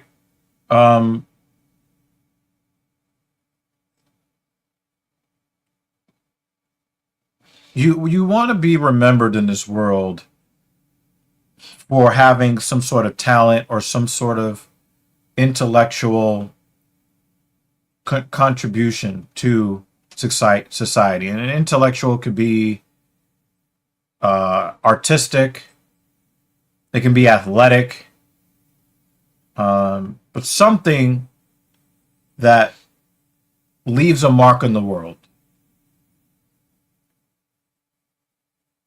If you are a man or a woman, and the only thing that you have to offer is what you look like, you are going to spoil more like milk. You are not going to turn into fine wine. It's just not how it works. So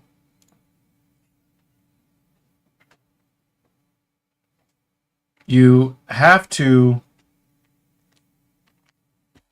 understand that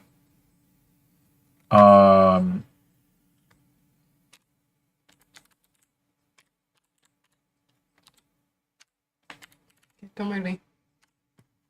you have to understand that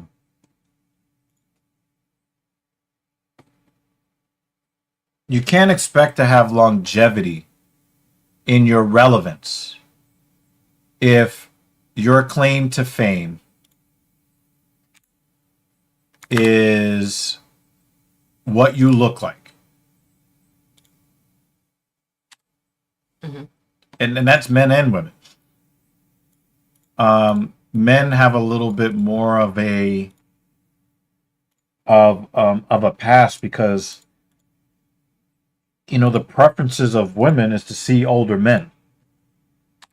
But take for example George Clooney. George Clooney is considered to still be the apple of many women's eyes, even to this day.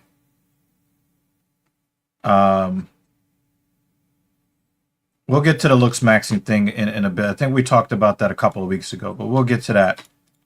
AI HAL 9000. We'll get to that in a second. I had a UFC Fight Pass links. But I do remember that, Kratos. But here's the thing, right?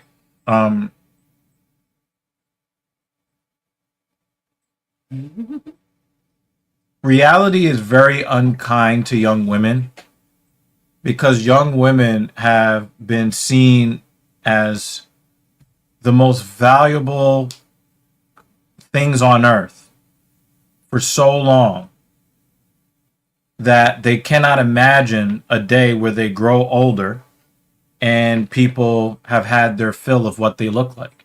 Here's another reason why I tell guys, yeah, it's nice to have a good looking wife or girlfriend, but it's really more important how she treats you. Because after a while, like if you buy a $20 million Rembrandt painting and you hang it on the wall and you're proud of this Rembrandt, after 2 months, it blends into the background. You're not even actively aware of it anymore because we don't really hold on to a lot of the positive feelings that we have anyway. The positive experiences, our memories let them go and cloud over them because we're more concerned with self-preservation, so we have to focus more on the negative things to keep us alive. So if you get with a woman that's really attractive, it's like, all right, good, thumbs up. But if that's all that she has to offer, then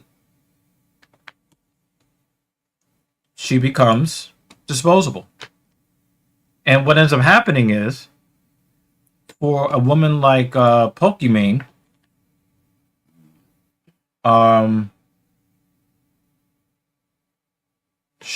she had the height of her popularity because she was able to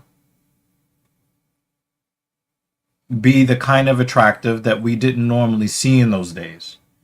And I think what she is suffering through is the fact that A, she never had anything to offer to begin with. B, all the girls are doing their makeup exactly like her. So now there's a whole bunch of Pokimane clones, which makes her not unique anymore. And 3, she's getting older. And it doesn't matter how well she does her makeup. You can start to see the age on her face. She is no longer the it thing. Scarlett Johansson is no longer the it thing. We had, what was the sexy chick in the mask? Cameron Diaz. She was the it thing for a while. Jennifer Lopez used to be the it thing for a while.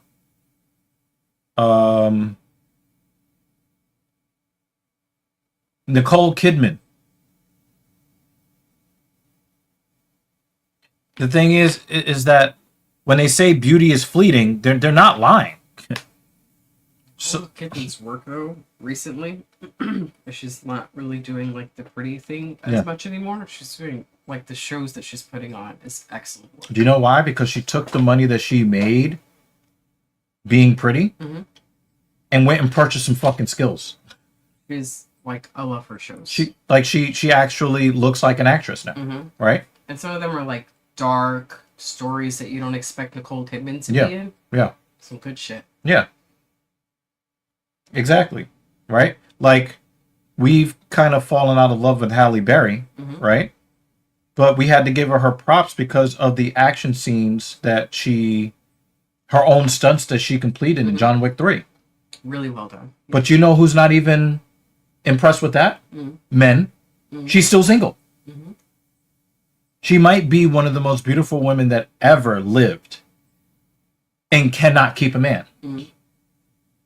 Jennifer Lopez cannot keep a man because your looks only take you but so far with men. And you know, I just talked to a young woman a couple days ago saying this. I was basically telling her, yo, it doesn't matter how fat your ass is. It really matters how much piece. So she's like, I hope it's a close second. No, it's not. It's not. It's way down the list. And that's one of the things that women generally get wrong about men. They think that we prioritize the secondary sexual traits above everything else. They're not even your primary you're not even your primary sex traits.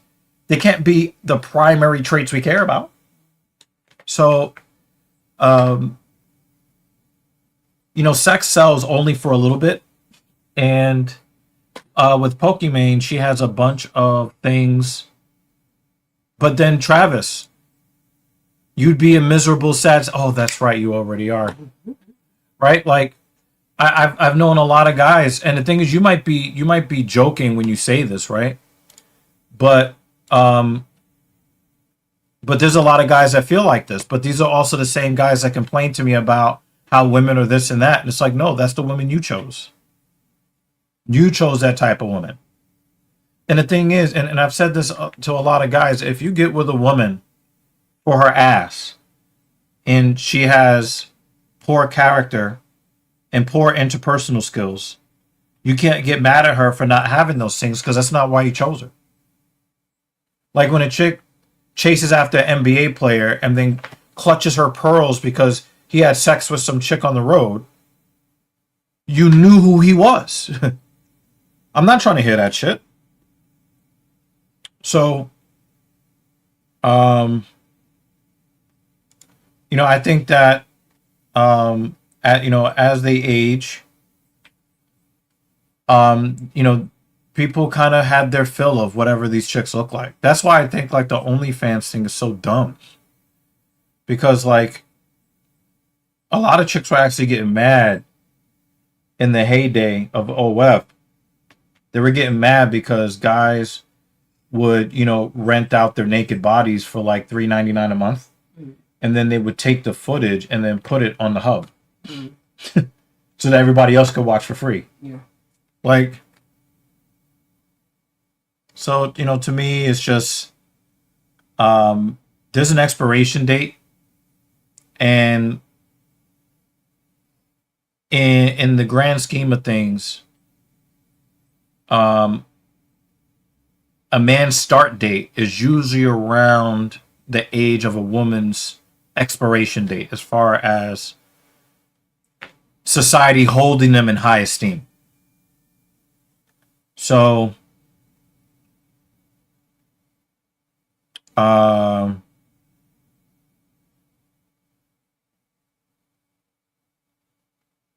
never paid attention to Pokimane. I never cared. When she was calling people broke for not buying her $28 cookies, we were eating crumble. We didn't give a fuck about what she's doing. You know, we had some other e-girls whining and complaining because they weren't getting enough donations. I don't give a fuck.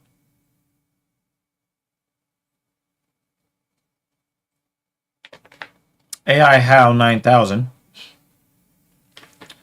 talks about looks maxing. Looks maxing is immature. I'm going to half agree with that.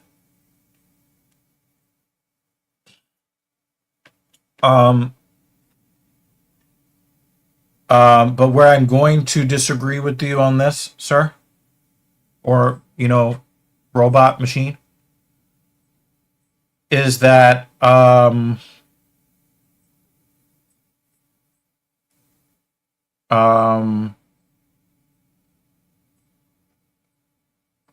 looks maxing is a response. Guys never really cared about how they looked in the past. But we have to understand that part of the issue is that men in the first world, he said, I'm a man, sir. Half man, half amazing.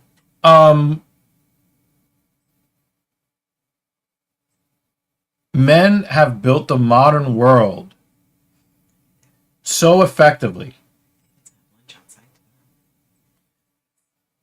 that we helped women with their delusion that they don't need men. They believe that they can earn their own money. And even that's only partially true. Because the only time a woman can really, honestly, and truly earn her own money is if she partook in the world's oldest profession. But in the modern world, an independent woman is dependent on an economic and infrastructure system built by men. So there is no such thing as an independent woman. Right? Like, he said headphones, sis, put them on. He said this conversation is not for you. That's all right. This is just another Saturday. Yeah. It is... Also, this fight is so boring, so this is why, Yeah, we allow people to talk about whatever they want to during the MMA watch party. And then if somebody gets knocked out, we'll be like, oh, shit! Yeah, then our attention is back to that. But for now... Yeah, this is not really that compelling. Nope. We're halfway through the second round, and Franco has landed 10 strikes total. Whatever. We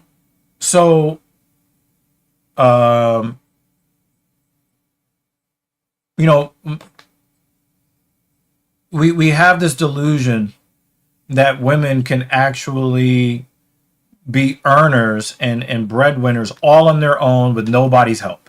So they have this in their mind that they can make mating choices the same way men traditionally do, because as much as a lot of these women hate men, what they really have is penis envy, because every single time they get an opportunity to take on a male behavior that is not positive, they jump all over that and call it empowerment. So they're like, they really want to be the worst of what men can be. And that's that's how they view us men. So they make mating choices based upon less utilitarian stuff and more on stuff that gives rise to things like looks maxing. So if you were a young man in the world and you are trying to get the attention of even an overweight, unattractive girl, a lot of, if you look on the stats on dating apps, women believe that 85% of men are below average in appearance, which mathematically is impossible. That's impossible. But that's just the way it works. So if they start making choices based on looks and they already think that most men are unattractive, then guys start to have this unnatural pressure to try to maximize their appearance so that they can have access. I mean, if you're a young man that is going through puberty or just passed through puberty and your sex drive is high, your free testosterone levels are the highest that they ever will be, the time that you want sex the most, you have the least access to it. So they understand that they have to work really, really hard to even get a whiff of the pussy. You didn't see looks maxing until the bar just kept raising on male physical appearance. So it's not like, guys came up with this stuff and drove the dating economy in that direction. The so-called independent modern woman started putting more importance on male physical appearance, and then people thought that was the wave. In order to get the girl, you got to go do that thing. Where I'm from, a lot of guys got into criminal behavior, got into gang-related stuff and drugs and stuff like that because they thought that that's what the girls wanted.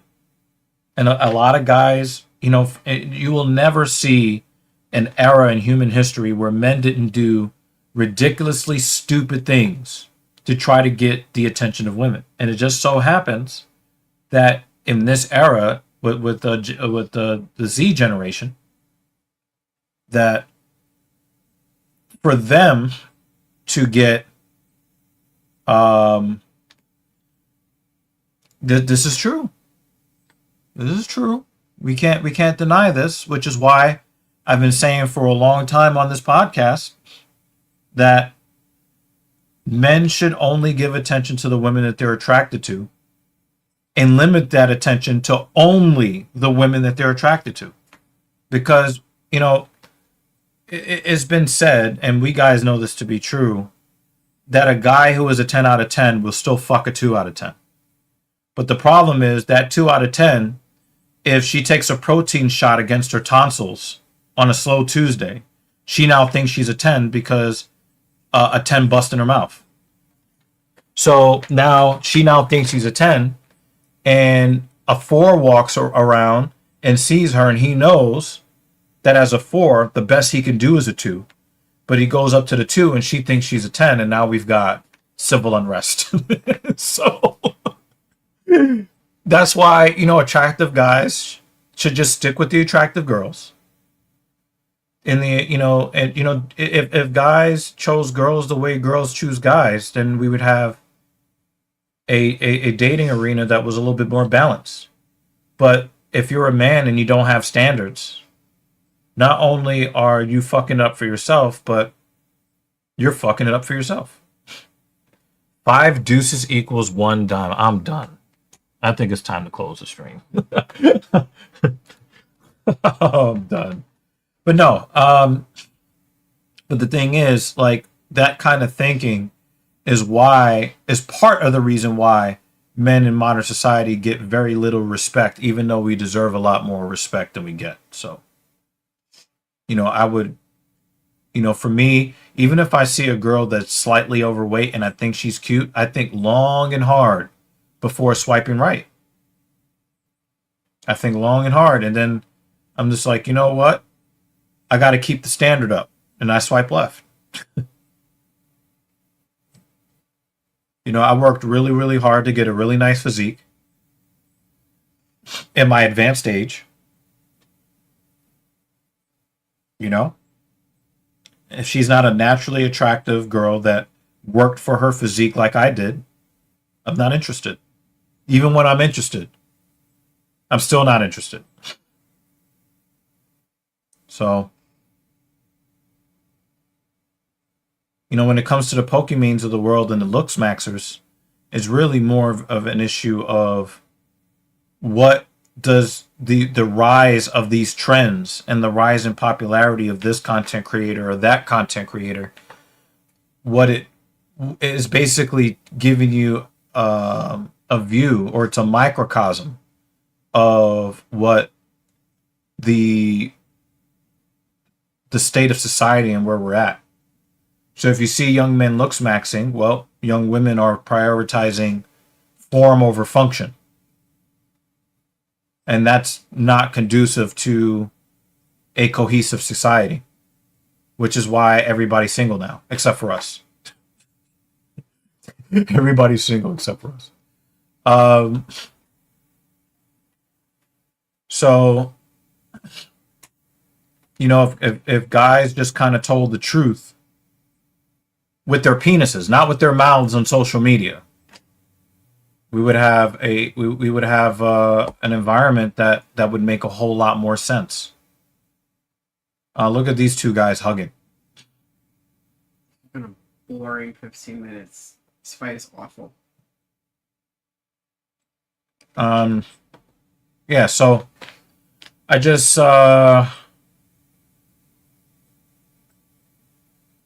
everybody thought that Scarlett Johansson was going to be the sex pot forever.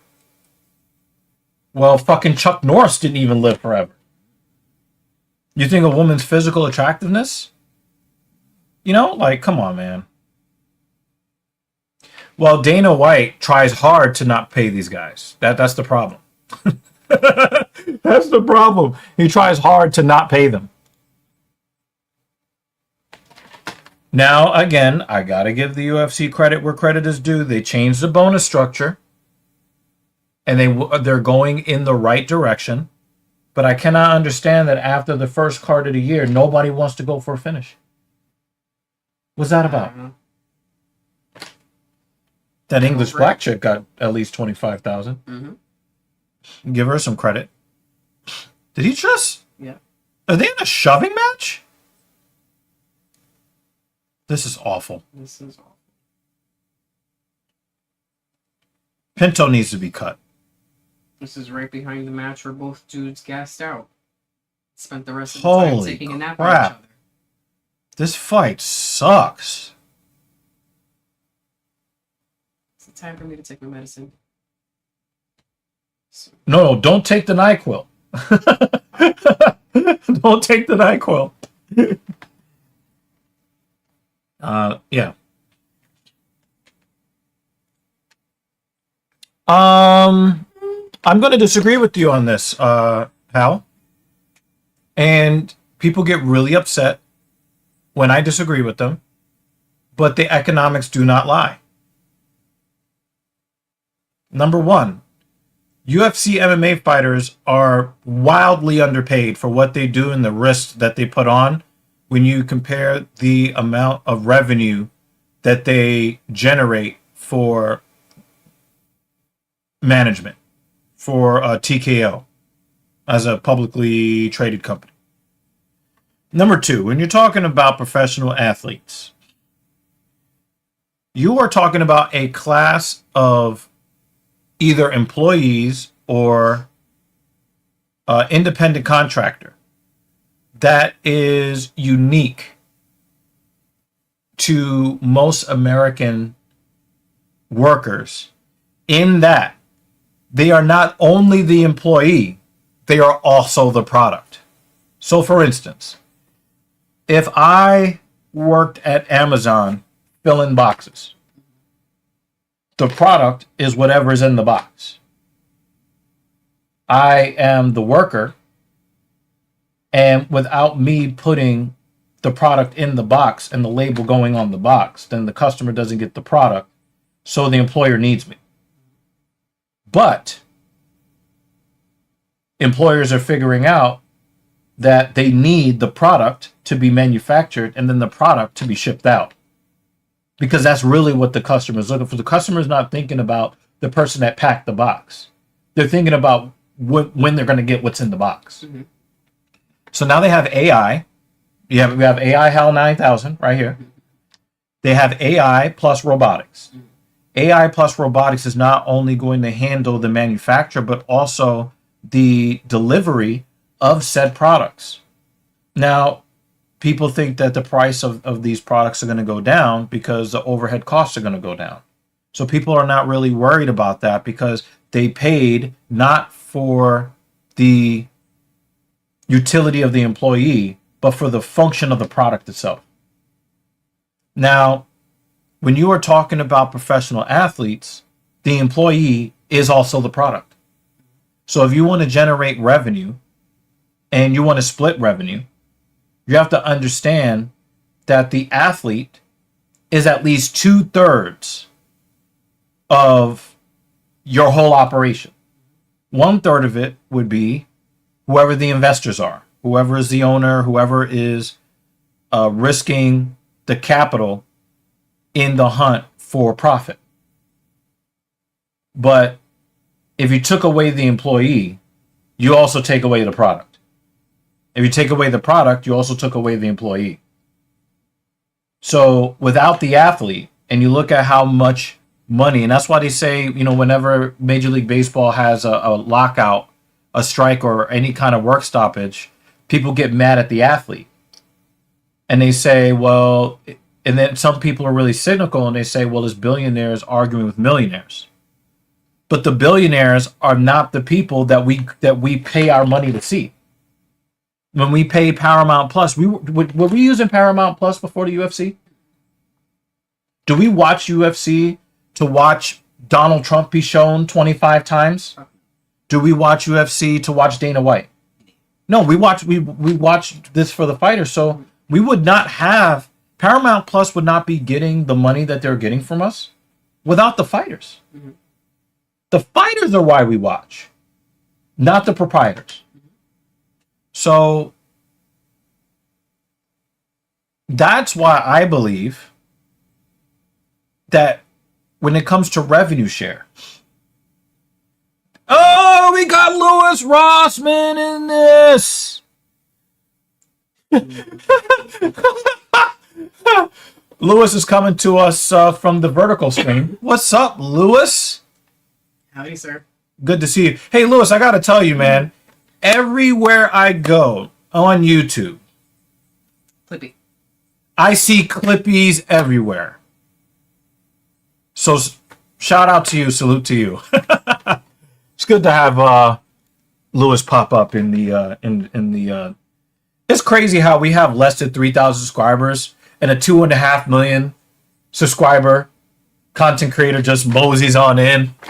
I don't know. I always think that's cool, but but when the employee is also the product, I think that a 50-50 revenue split is only the start of fairness. Now, you can make the case that tickets cost too much, that concessions cost too much. You can make the case that the advertisers are paying a redonkulous amount of money. But the thing is, people, the advertising budgets of corporations are what they are for a reason. Because when they get their logos onto sports jerseys, patches, walls, banners, when they get their products placed into movies, I mean, Denzel Washington gets $20 million to memorize some lines and let the stunt double do all the hard work, and the stunt double gets paid almost nothing, right? But the reason why the stunt double doesn't get paid like that is because we didn't pay to see the stunt double. We paid to see Denzel Washington. So when you think about them being overpaid, it is true that they're overpaid when you compare them to a school teacher, a firefighter, a police officer. But when you talk about the fact that they get paid as much as they do, what you are really seeing is the embodiment of what society actually values. If we valued our teachers, they would be the millionaires. If we valued them as a society. But we have decided as the end users, as the customers, that we are willing to pay a premium for entertainment over education, over municipal needs, which is why fucking potholes are eating the tires on my Mercedes-Benz. See me driving yesterday. You were like, oh shit. Yeah. Right? If road paving generated the kind of revenue that the New York Yankees did, there would never ever be a pothole. Ever. But when you're a person that complains about overpaid crybabies, what you're really doing is you are indicting the character of the society, of modern society, as we are living in it. Because they're only able to get that amount of money because somebody negotiated a contract for it. And they're only able to negotiate that contract because some sort of corporate entity was willing to pay them that amount of money. And somebody was willing to pay them amount of money because they expect to make even more money than they're paying out to the athlete.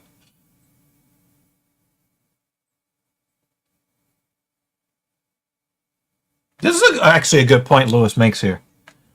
You only need like 200 total basketball players, but you need 200,000 teachers in school. It's TV versus reality. Famous top YouTube teachers make crazy money, Veritasium and so on. Yeah. I mean, we just watched, what was it? Redneck Science? Yeah.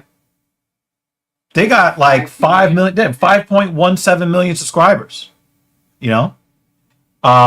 That is true. This is actually a true thing. Your local basketball players make a lot less than teachers. I didn't really think of it like that. But it's the same thing in boxing, right? Floyd Mayweather wasted over $1 billion. He wasted $1.1 billion. So now he's got to get back in the ring. But he's only able to do that because there's only one Floyd Mayweather. So that actually makes a shit ton of sense. I never actually looked at it from that perspective. When you talk about professional basketball, you're talking about the top 0.0001% that are competing for a pool of about 200 jobs to be watched among at least 300 million people. There's actually a lot more than that now because we have the Chinese market. That's another thing. Sports is globalized. I mean, if you look at how much money soccer players, and we look at it as like soccer players just kick a fucking ball around. Mm-hmm. You know how much we love hockey compared to soccer. Mm-hmm. Like, hockey players don't make nearly as much as soccer players do, and it's a way better sport. But globally, soccer is. People are not willing to pay for hockey entertainment the way that they're willing to pay soccer entertainment. And hockey entertainment is a way better version of soccer. And I don't give a fuck what you say. Hit the dislike button. Hockey is an infinitely better version of soccer. Hockey is what soccer wishes it was. And if you believe otherwise, I sincerely hope that you bust a huge nut when you go fuck yourself. Same thing on YouTube. If you think of the top 200 teachers on YouTube, they are particular subjects. Yes, specificity. They have 8 to 20 million subscribers, tons of sponsorships, and make fuck tons of money. There are really good basketball players on Marcy in the park, but who pays them? Nobody. Hockey is soccer. That is the comment to the stream. That's crazy. It is not even true. It's not even true. That's so fucked. But to this point, that's the comment to the stream. Because that was savage. That was savage for no reason. But AI Hal 9000, that is my position when it comes to professional athletes. When you compare them and their value to society to our municipal employees, I'm not going to argue with you there. But when you look at how much they are compensated as a percentage of the revenue that they generate, we're talking about near slave rate wages from a relativistic standpoint. So I understand you're probably you're a 43-year-old hardworking man out there who is probably doing something way more useful than your average athlete or your exceptional athlete. However, our economy, supply and demand, right? There's a very low supply of the athletes that are in extreme high demand. I mean, we saw Juan Soto get a 15-year, $805 million contract. Everybody says it's a $765 million deal. But if you think Juan Soto's not going to opt out after year 5, and if you think the Mets are not going to follow up by negating the opt-out and adding the extra $4 million a season for the last 10 seasons, I got a bridge to sell you. There is no reason for Juan Soto to opt out of that contract. There's no reason for him not to. If he does it, he goes from $51 million a year to $55 million a year.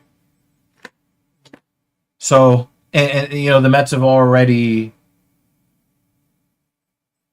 sunk the $765 million to make sure he can't go anywhere else for $40 million. That's going to feel like a bargain. Mm.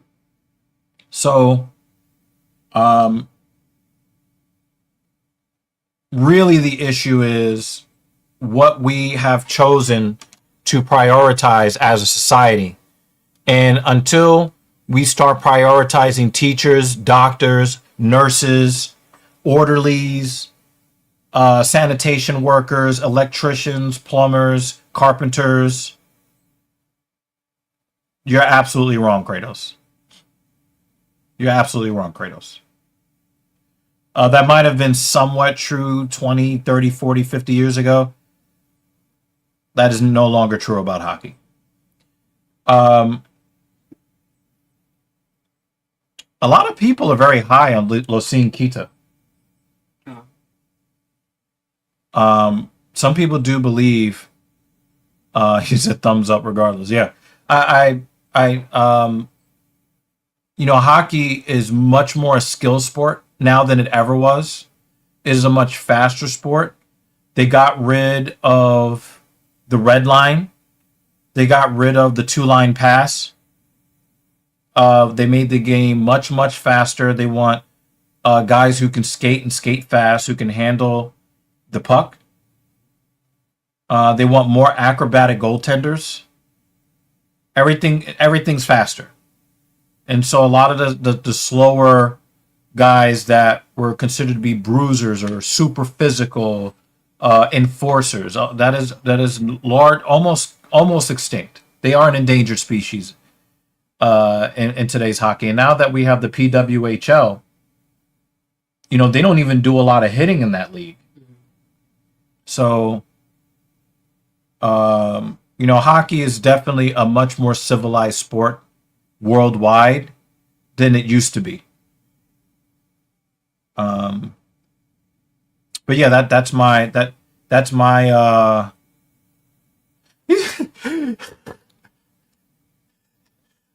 she goes to hockey games for the fights and the chants and the chants. She likes the chants. I like when the gloves are suddenly thrown up in the air, and I'm like, they're throwing the gloves.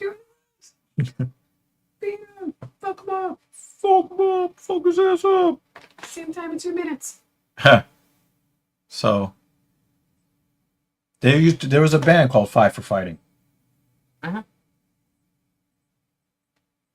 That was a hockey inspired name. Cool. So what about Five Finger Death Punch?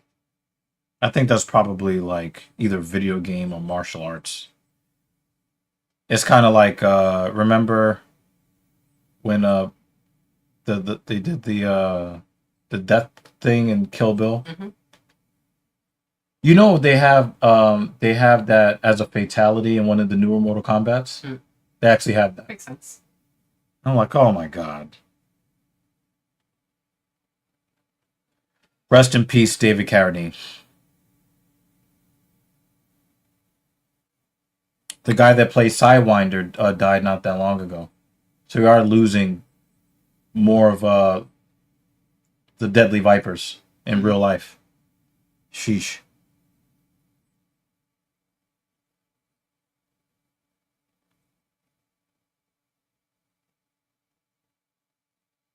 And I know, people get really annoyed at, professional baseball players. They say, you're playing a kid's game. I want you to go out there on the field and see that 102 mile an hour come towards you and see if you really feel like you're playing a kid's game. Mm-hmm. That's crazy. Huh. That's crazy.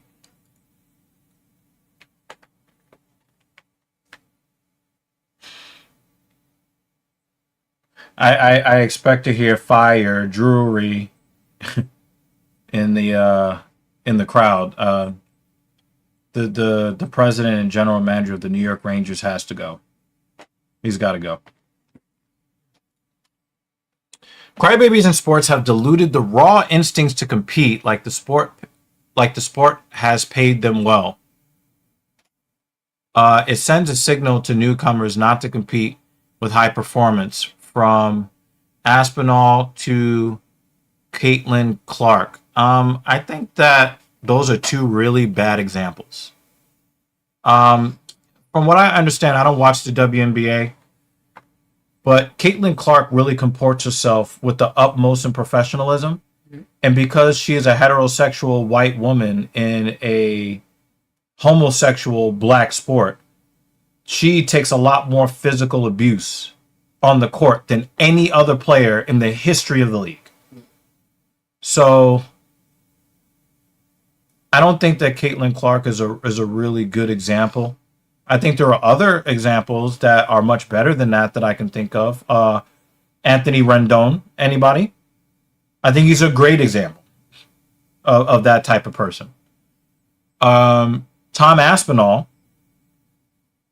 is a really super tough guy, and he does things the right way. I have no problem with the way that Tom Aspinall has fought in the UFC. He only has one loss in the UFC, and that's from having some sort of structural deficiency in one of his knees, and it locked up against Curtis Blades. Mm-hmm. Curtis Blades won a fight without ever landing a strike. And he was looking around like, I don't know. He couldn't even celebrate that shit, right? And then, he had his eyes gouged out by Cyril Gane. Mm-hmm. So I do agree with the point that you've made overall. I don't agree with the examples that you've used in this situation.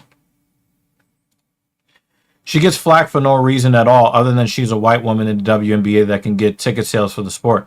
But it's not just that she's a white woman in the NBA, but she is an unabashed heterosexual white woman in the WNBA that is not trying to have sex with everybody as if it's some sort of virtue.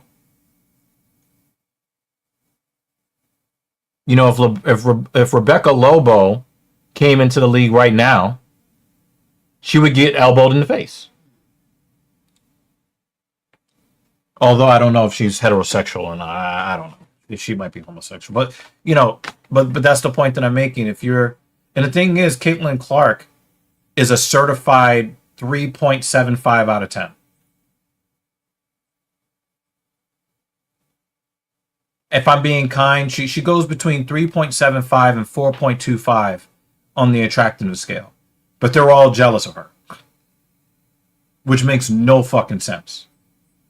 And when you look at the impact that she has on the quality of play, she is the Steph Curry of that league. Did a lot of guys get mad at Steph Curry and try to injure him because he's light-skinned and, everybody's captivated by how small he is and how light-skinned he is? No, they gave him his fucking props. But the women complaining about not getting paid are the ones that are also trying to injure the woman that is getting them paid. It doesn't make no fucking sense.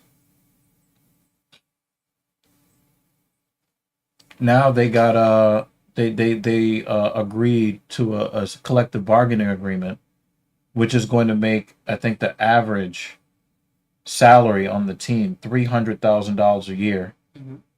And when the max salary used to be $125,000 a year. Mm-hmm. They've never turned a profit. Where are they getting this money from? When I asked Paul about this, I sent the text to Captain Paul about it, and I was like, where are they going to get this money? He said the NBA, and he's not wrong. Mm-hmm. He's not wrong. Oh my God, I'll let you live on this. But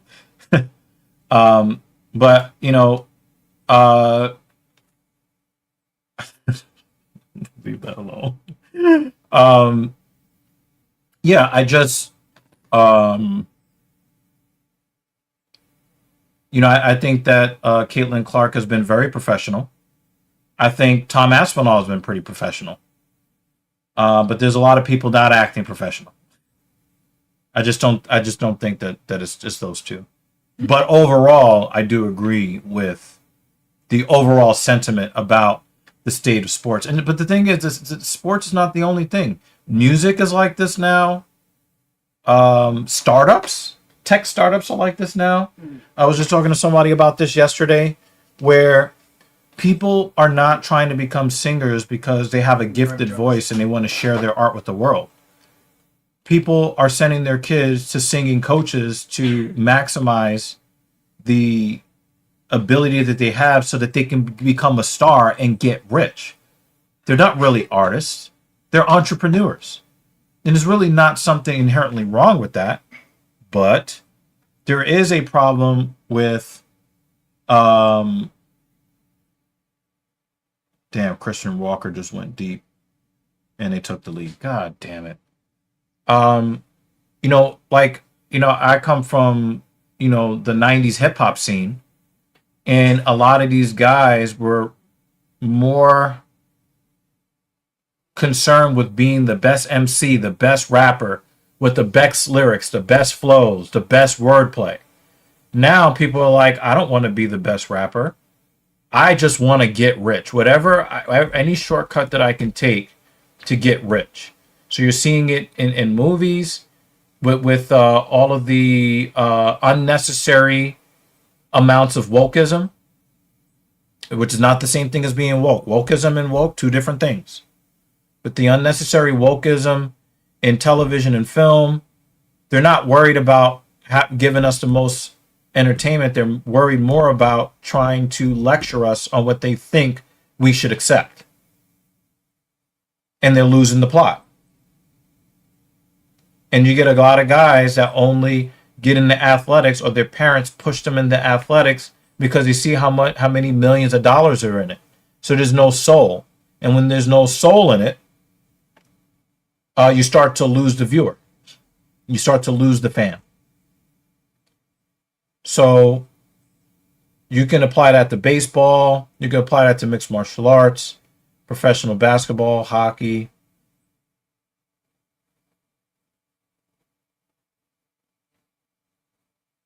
You get these guys who, in the tech sphere, they care more about the prestige of getting seed money from Y Combinator more than they care about producing a useful product or service to society and asking for fair compensation from it and becoming rich that way. That's just the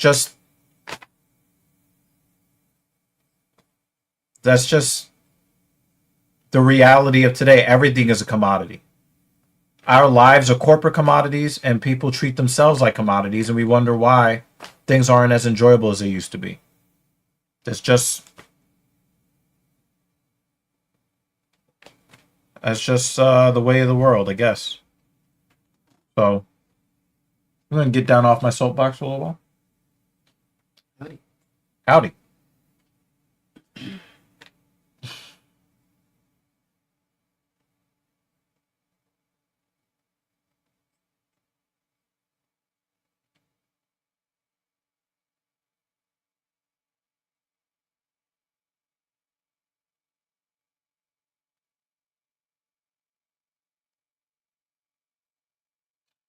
Damn.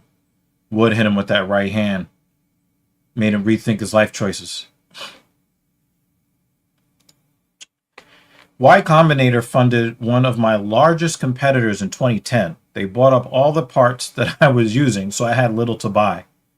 They never did a component level repair. They never made a profit. Wow. The owner is worth over $20 million. It sold several years after starting, because that's really what he was after.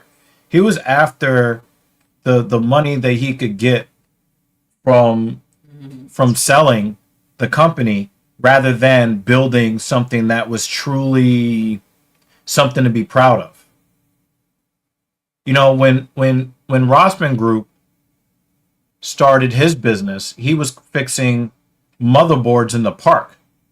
Like, he really could have had somebody's motherboard open and then having a pigeon shit on it. Mm-hmm. We're talking about the absolute pinnacle of sterile environments to fix computers. That's how he started out. Because he wanted to do something that was going to be useful.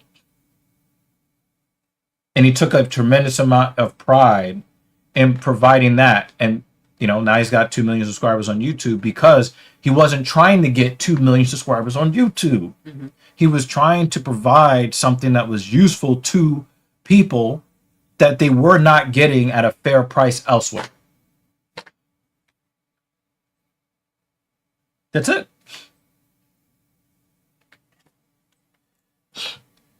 Oh, yeah. Yeah, yeah. Yeah, the UK doesn't do very well with freedom of speech. Who do you think wins, Lerone Murphy versus Movsar Evloev? You have any thoughts? I actually don't. I just want an entertaining fight. Yeah, because we haven't been getting that lately. In the fight between Max Holloway and Du Bronx Oliveira, we lost. Um, so here's the deal. I think Movsar is a good fighter, but I haven't seen anything from him that is particularly special. And there's just something about Lerone Murphy where he doesn't know how to lose fights. Mm-hmm. And so it makes it very hard now for me to pick against him because I never really thought that Lerone Murphy was that good. But I do know that I have been more impressed with what Murphy has done in the cage than Movsar. Obviously, this is a number one contenders match. Either one of these guys should have already been awarded a title shot. Um, I don't really feel confident in this pick, but I'm going to go with Lerone Murphy. He's fighting at home. They're fighting at a decent time. Remember that we had some fights in the UK where the fighters did not perform all that well because they were fighting at like 2 o'clock in the morning their time. You know, we already talked about that, Kratos. You're late. That's what happens when you don't show up at the beginning of the stream. I'm not really interested in that MVP card. I think I would be more interested in that MVP card if MVP actually fought on the card. And I mean Michael Venom Page. And if they also had Montavious Montavious Porter. If they had those two guys associated with that brand, then I would tune in for the lulls. But it's basic. I'm going to say free because it's on Netflix and everybody has Netflix. I don't really care. I don't care. It's one of those, like, if I'm not doing anything, we'll be doing something. There you go. Oh, he hit him with a body shot. So here's the deal. I don't really like it when sparring footage or stories coming out of sparring get to the public because I think it's disrespectful for the person that is trying to help the other fighter prepare for a fight. Your job is to show a style, to show somebody, either a range issue that they might come up against an opponent, somebody that might be grappling heavy, something about a particular fighter, and you're calling somebody in and you're paying that person to help you prepare for the fight. And if they knock you down, then they go bragging about it. Your job is not to get to score a knockdown. Your job is to help sharpen the skills of the fighter who is in fight camp.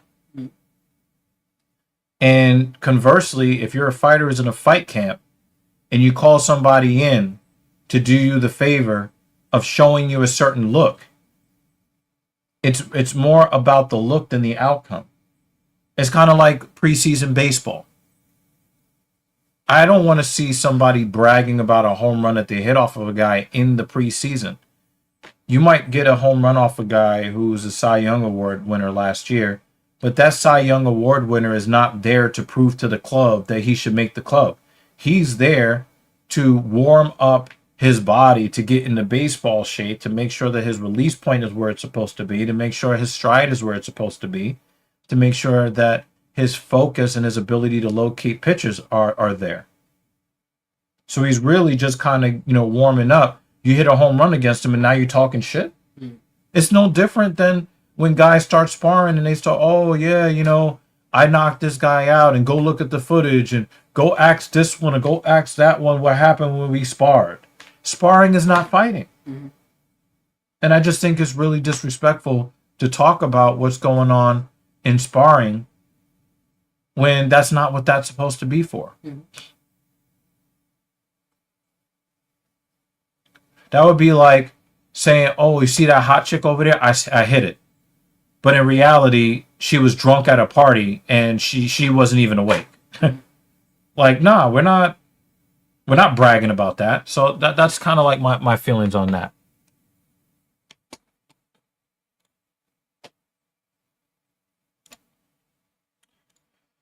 Kratos says Mania 42 theme song is officially confirmed by Triple H.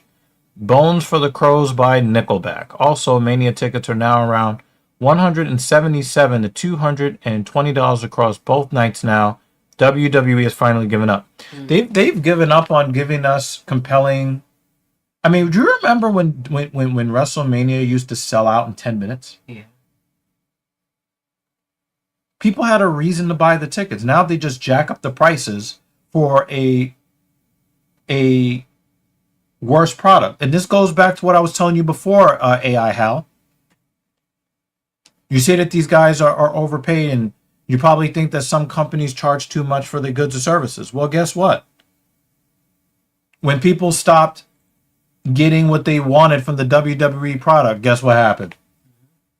Those WrestleMania tickets were no longer $1,770 to $2,220. They chopped that shit down by 90%. Does Wales have two different flags? I'm just curious. There's Wales and there's England?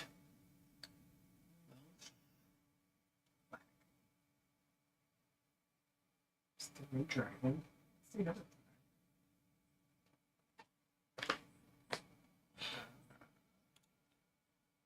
I disagree. I disagree in a way that's really cynical. We get less storylines and less wrestling. And here's the deal. We learned from the Attitude Era that the wrestling is secondary to the storyline. Oh, yeah, so just the red, sorry, is England specifically. The red part of the dragon flag. No. So this one, the red cross-looking flag that we saw earlier is England specifically. Then you have Wales. Right. So you have Scotland. Scotland, and then Northern Ireland, and then you have the United Kingdom flag. So it's England and Wales. Yes. Okay. And then Scotland and Ireland. Okay. We're trying to be educated. Yeah. So, St. George's Cross. So the problem is that nobody cares about the storylines. Nobody cares about the characters. They have not built the stars that they were supposed to build for a really long time. So that's how we ended up where we ended up. Like, there was a time, especially when John Cena turned heel last year. Didn't you try to watch? Yeah. We tried to watch. We actively tried to watch on Monday and Friday. In fact, when she would work on Monday night, she would sneak peeks at it and look at, different clips on her lunch break. Actually, I was watching the replay on Tuesdays. Yep. From Monday Night Raw. From Monday Night Raw. Yep. But now there's no reason. The thing is, I will actually have no sports to watch. And I'll still watch YouTube over Monday Night Raw. Because the storylines are just not compelling. They keep trying to push wrestlers. I mean, Cody Rhodes is terrible. I was telling people this more than 2 years ago, and now everybody agrees with me. MK3 Kratos can tell you. He can tell you. I was tired of Cody Rhodes as the champion before Cody Rhodes was the champion.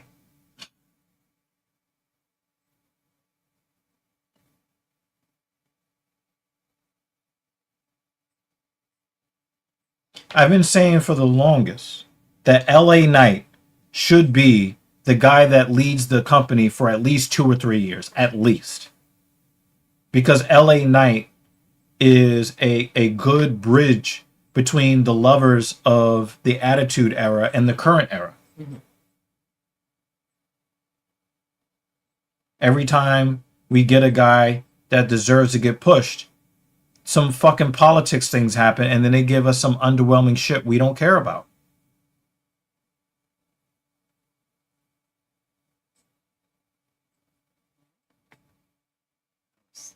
excellent takedown defense. And the thing is, I'm not the only one that feels this way, because when you look at it, Netflix is now grumbling about the lack of they're now grumbling about the lack of viewership, and they're wondering if if the $500 million a year they gave TKO for WWE rights for Monday Night Raw, they're now wondering if that was a poor investment.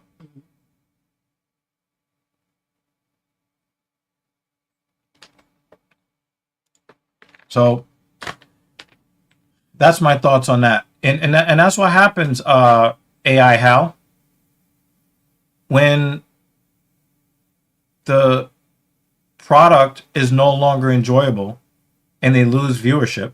I mean, part of the reason that they also lose viewership is that they're putting a corporate logo literally plastered all over everything.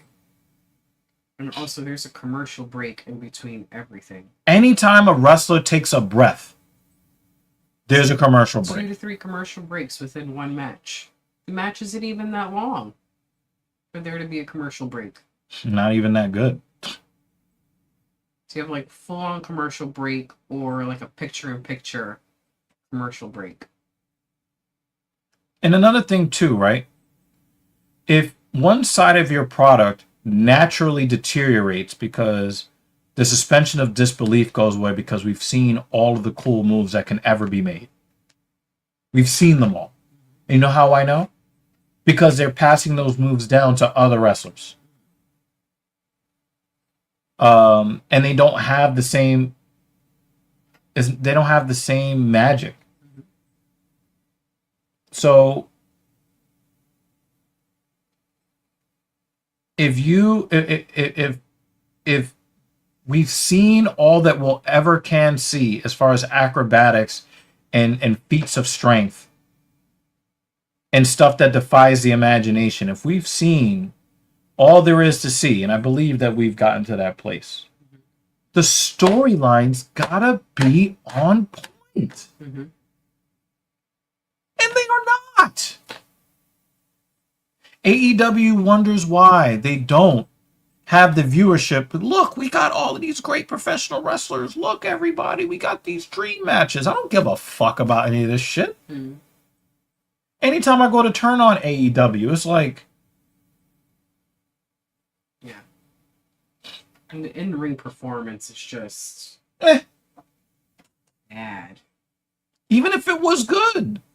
I don't care about the wrestler enough to invest in whether they're good or bad. You can hook me with a good, consistent in-ring performance. At least hook me in with that.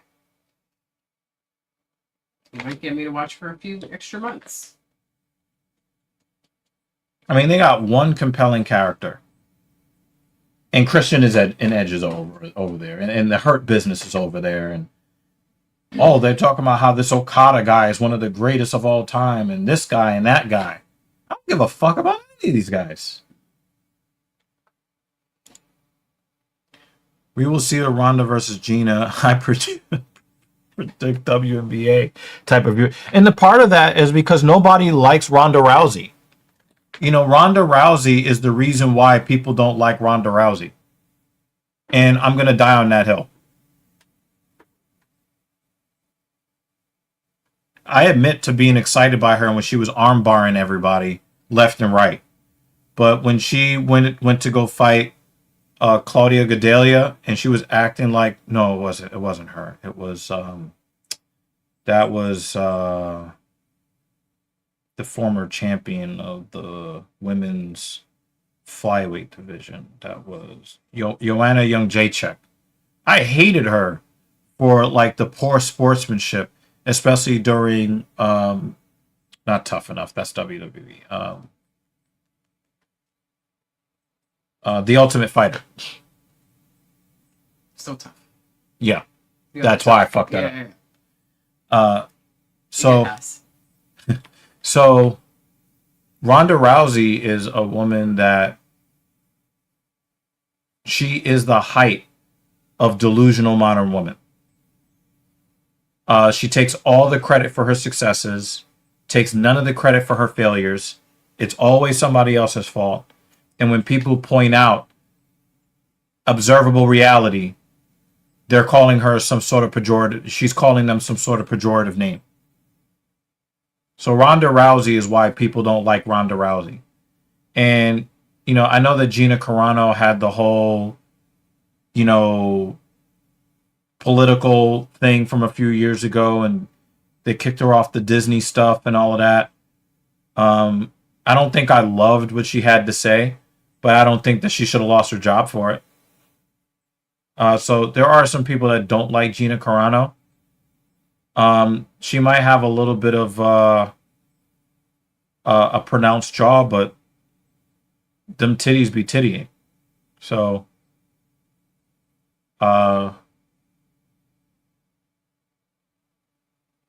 she has what it takes to make me mappa, to make my penis great again.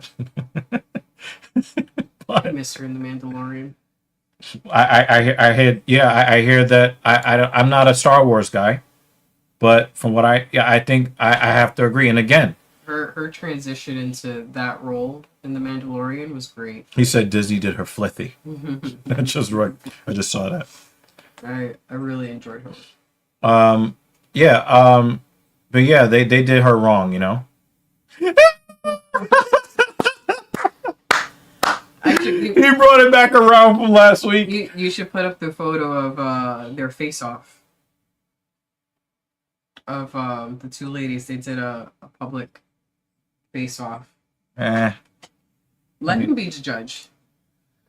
I mean, but the thing is, I think Gina Carano is surgically enhanced because her tits don't sit naturally, unfortunately. Mm-hmm. They're kind of high up by her fucking vocal cords. I said for Dan to make the judgments himself. I was just going to provide the photo, and that would be the answer to his question. That's why I said to put up that face-to-face, because of the way she was dressed. She came in looking really nice. But not UFC commentator nice. Huh? But like titties on display nice. Is that what you're saying? And legs. Oh, okay. For days. She came in very nice. She's a bit on the masculine side, but she understands the power that she has on being feminine. Mm-hmm. She's very feminine. And Ronda Rousey came in looking I think that mole on her face is also too big, too. Also, her mouth is too big. She also does a scowl that is like... Yeah, it's really annoying. Bad. Yeah, it's annoying. And I think that once Holly Holm kicks the head off your shoulders, you got to lose the scowl. It's over. Scowl doesn't work. She's still sporting the scowl. Yeah, and it's not endearing. I don't look at her as sexy. I don't look at her as intimidating. She's just annoying.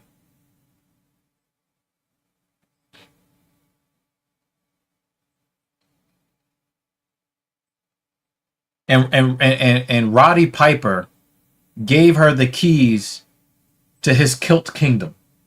And she wasted it. That's a nice key-ish. Look at it. Look at it. Dan, look at it. Oh, his face is open! Look at it, Dan! His face is open! Dan, look at it! He's got another mouth! He's got a mouth on his face! He's got a mouth! Yo, they could put like 3 Q-tips in there! It talks! It talks! Look at it! Oh! You gotta put like the whole. I don't know. I think they might stop the fight for that because his face is open. You want to see his open face? I'm looking at it.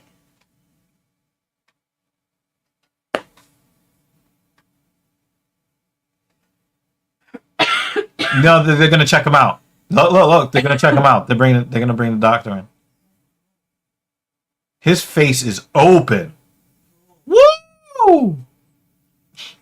Oh my god, every time he blinks, it sparkles.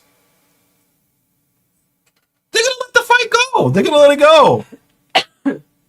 He said an extra vag on his face. And then Kratos says his face is on the run. Tony Storm is going to be out, ironically, for the next 9 months of AEW programming. I don't care. Yeah, this is round 3. This is round 3. You're like, we don't see bone. It's okay. We're just seeing all the striated muscle from the in his face.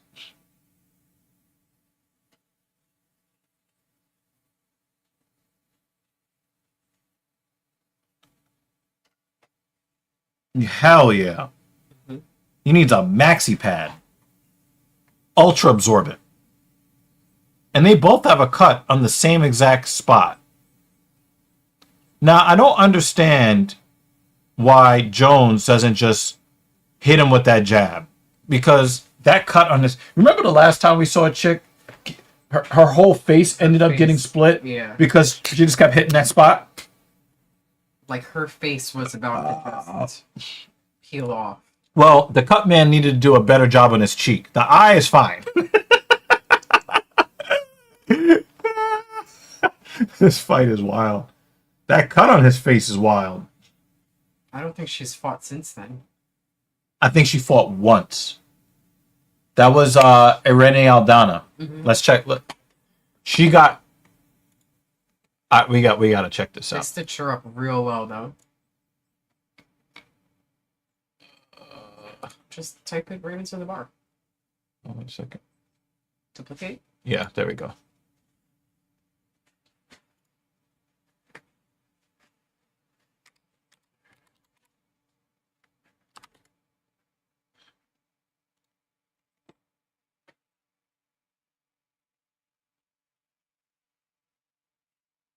That was Norma. That was Norma Dumont, right? Norma Dumont did that to her. September 14th, 2024. Oh my God. She hasn't fought since then. Oh my God. Yes, she has not fought since then.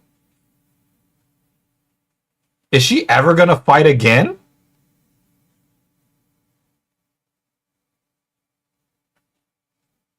I mean, she really did look like she was in a horror film. I'm surprised that her Wikipedia page doesn't talk about how somebody put a massive birth, Norma Dumont put a massive birth canal on her face. Like, that was like a facial cesarean section. Good God Almighty. Woo! On social media. And I think I've seen a picture of her, and you can see the faint scar that goes down the middle of her face. Well, at least after a few months after the fight. Yeah. Are you able to see if she? I'm trying to get a good close up without. I think it's still there. You could see the scar on her eyebrow. Because it looks like she has like a permanently furrowed brow now. She might have also suffered nerve damage. Yeah, you can see it. She's got no titties at all. But yeah, you can actually see it. Can you pause it? Can you pause it when her face pops up? Come on. Show your forehead, biatch. Right there, right there. They did a good job, though. They did an excellent job. But But actually, her eye looks offset. I don't know if it was already like that. One eye looks lower than the other now. Well, everybody has that. Everybody has that. But I wouldn't be surprised because that cut went to that side. You could actually see that little lightning bolt right here. Mm-hmm. That was right along. Yeah, it's still faint. Yeah. They did a good job putting her face back together. They really did. Good God. This is kind of gay. I'm sorry, Dan. I just Look at this comment. Like, hey yo. There's something not quite right. oh, here was a better photo of the scar. Yeah, look, it'll go all the way down. Yeah. Oh my God. So that's where the split in the eye, that's a permanent eyebrow split. Mm-hmm. But her whole, oh my God. But she's lucky. Mm-hmm. She's lucky. She got a really good plastic surgeon. Woo!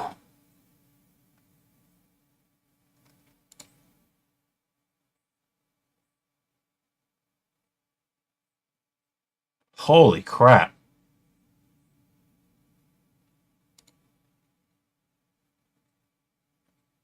Wouldn't that just make her titties hang lower? All right, you want to see a gruesome one that she posted with the stitches in it? Oh, yeah, I remember. Yeah, I remember that. Yeah. So it did go down and across the nose. Yeah. Oh, wait, shit. It's a video. She's showing. Oh, she's showing the before and after.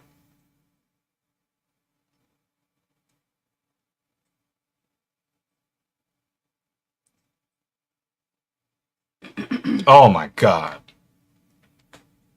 You start calling her Leatherface.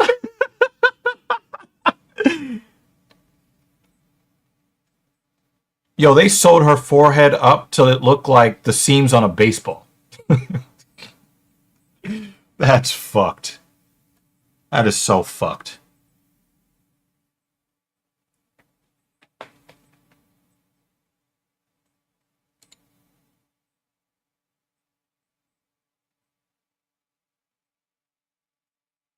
I'm so confused.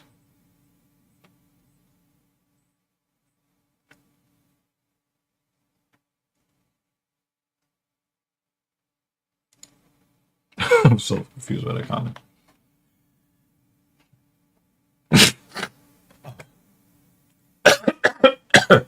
I think the Mets are gonna lose this game. Oh, I'm messing this up. Don't mess it up.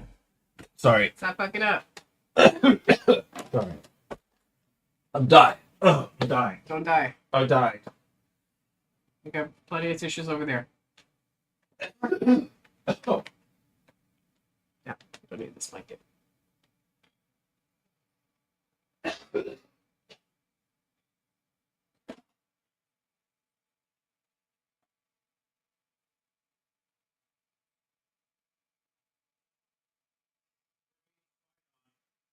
Okay.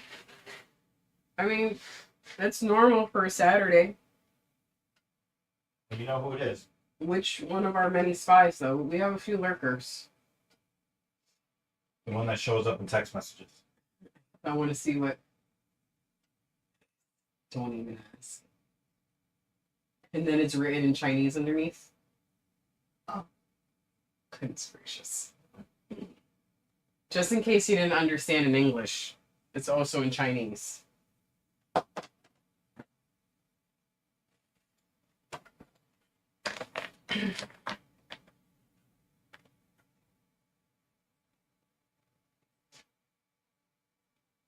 I almost choked to death, y'all. Don't die. We gotta make it to 20.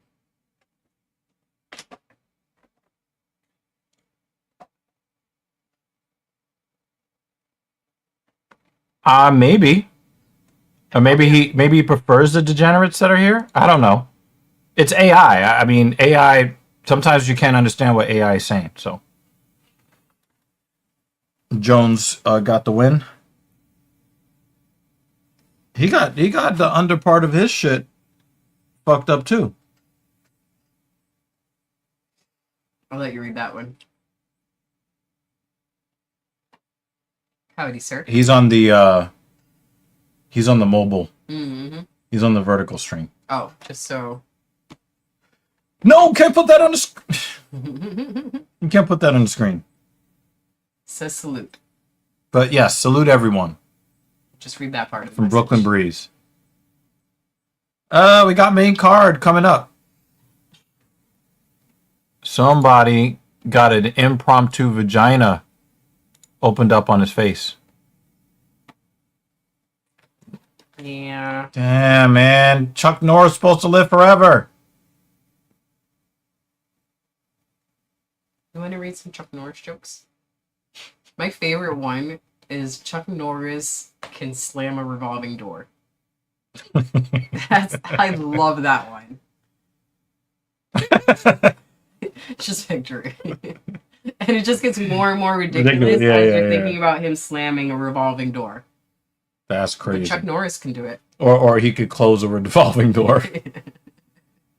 He can open a revolving door. Yeah, there's multiple That worked well there.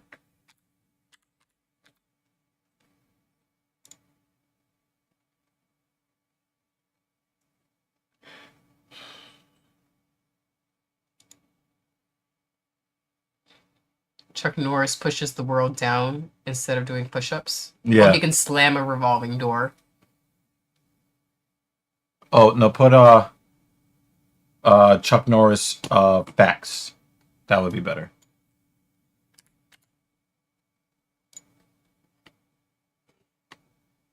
I think this was the... When Chuck Norris arrived at the gates of heaven, St. Peter showed his ID to Chuck Norris. Chuck Norris threw a grenade and killed 50 people, then it exploded. The top 100. All right, for everyone's enjoyment, while we wait for the next fight.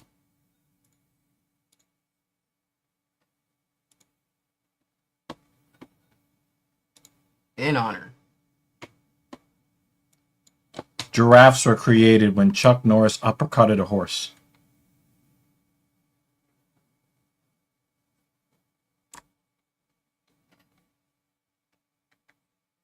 I like that they have a pineapple for the grenade. This masseuse has Chuckles Norris hands. He meant to say Chuck Norris's hands.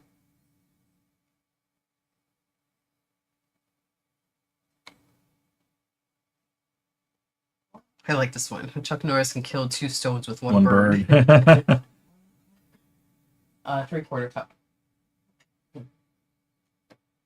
Chuck Norris can hear sign language. I like this one. Death once had a near Chuck Norris experience.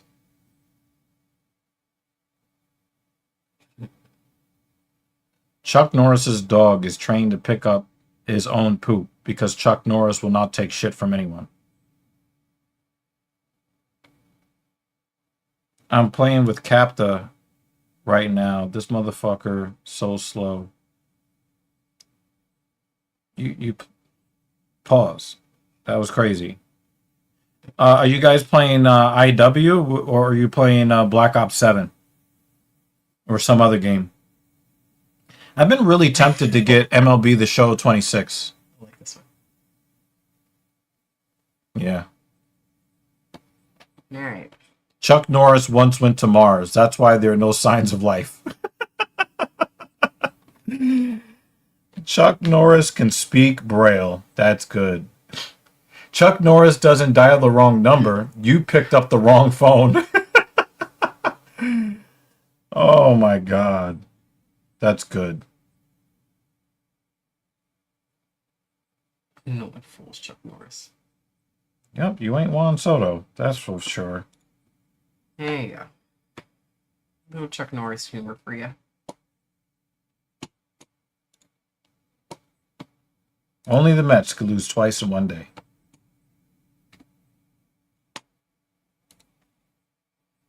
Or twice in one afternoon.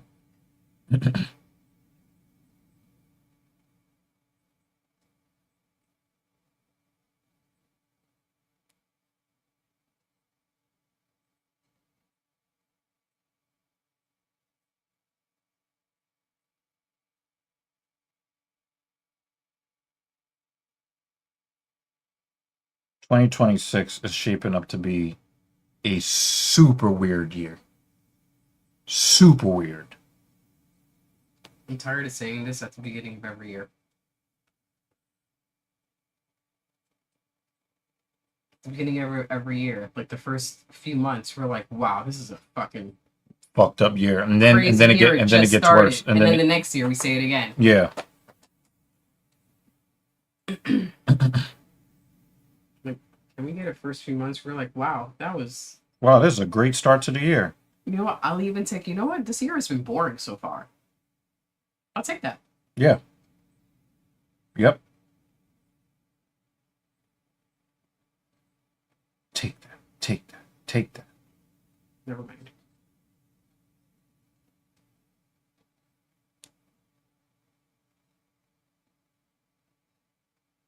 Hi, you. You need help? Ooh, we're getting an Incredibles 3. Yes.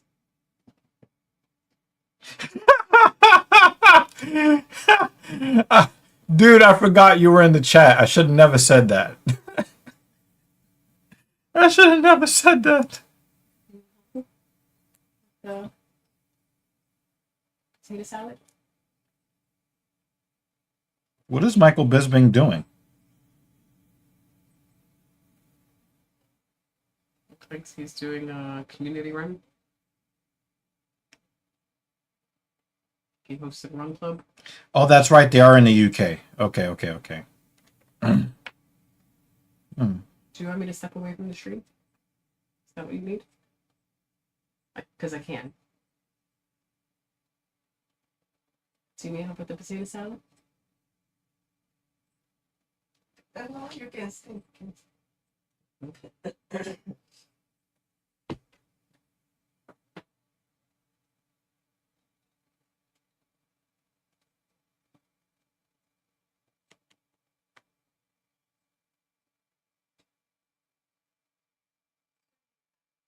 You do need help?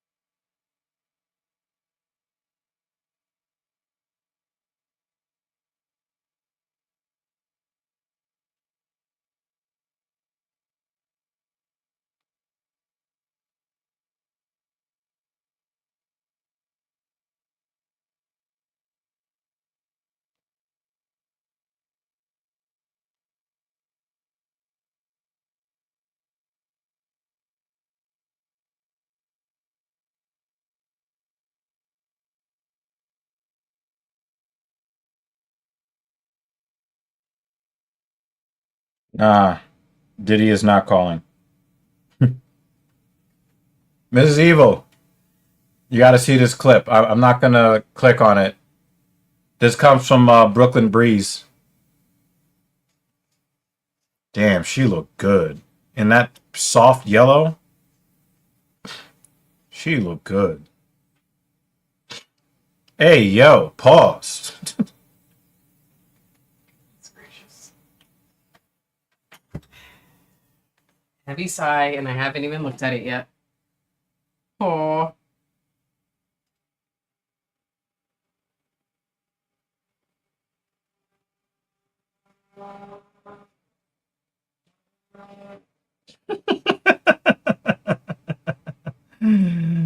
That was good. That was a good one. That was good. Look how good she looks in that pale orange. Mm-hmm. It's like a lemon creamsicle or... Yeah, more lemony than orangey. Oh, yeah. man. She looked good. It's amazing how sexy and classy they have the ladies. Okay. I needed that anymore. Yo, you looks like you're wearing 50 Cent's bulletproof vest. I did watch that film early in the week, Get Rich or Die Trying. And I do want to scoop out at least one of my eyeballs with a spoon.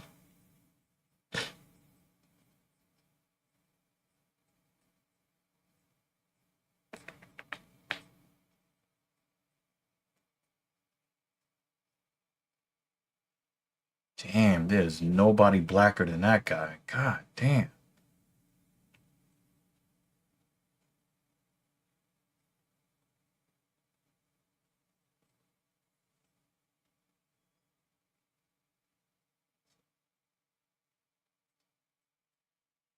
Curtis Campbell is the Pink Panther. First of all, he's pink as fuck.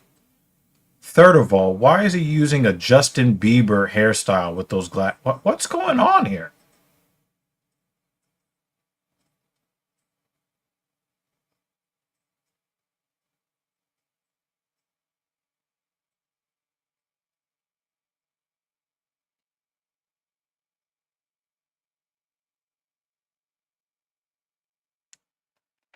Anybody want to talk about anything you guys want to talk about, with the exception of Diddy? Okay? Any subject you guys want to talk about during the stream, except for Diddy. Don't mean bring up R. Kelly either.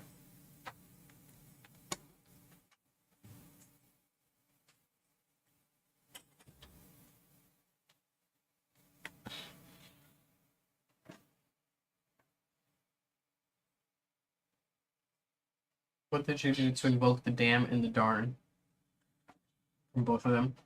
I said we could talk about anything on the stream, but nothing about Diddy, and don't try to be slick and mention R. Kelly. Chuck actually died 4 years ago, but the Grim Reaper can't get up the courage to tell him.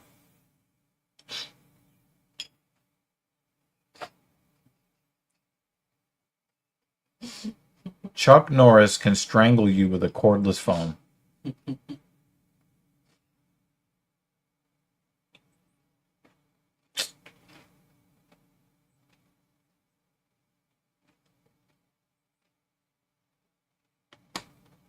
Heavy sigh. The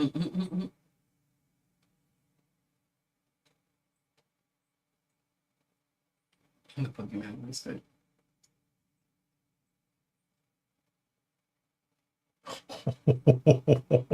Chuck Norris's daughter lost her virginity. He got it back.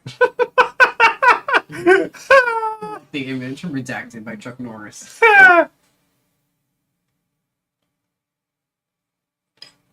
Hey, yo.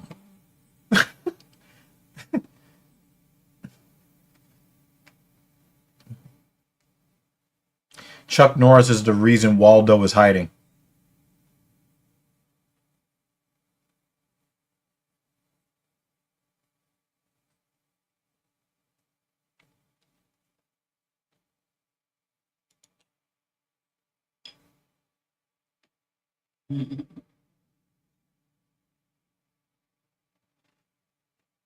Chuck Norris can kill your imaginary friends. I'm finished.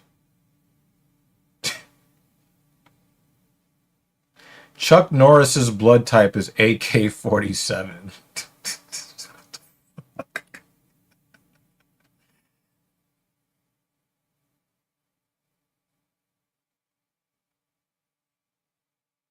Oh, shit. When Chuck Norris gives you the finger, he's telling you how many seconds you have left to live.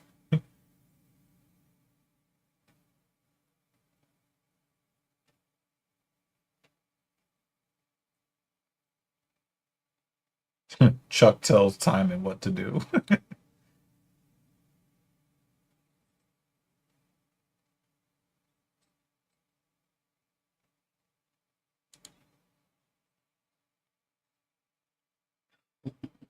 Chuck Norris can speak French and Russian. Chuck Norris sleeps with a pillow under his gun.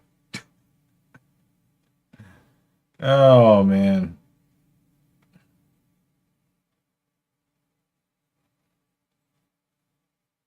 Chuck Norris knows Victoria's Secret.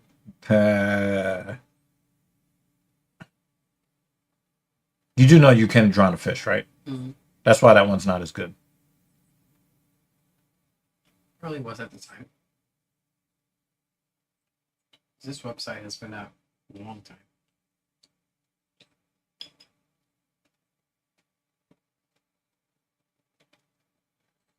Chuck Norris puts the laughter in manslaughter. I didn't even I didn't even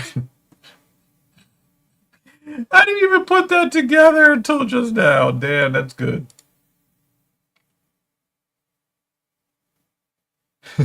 The real reason Hitler killed himself is because he found out Chuck Norris.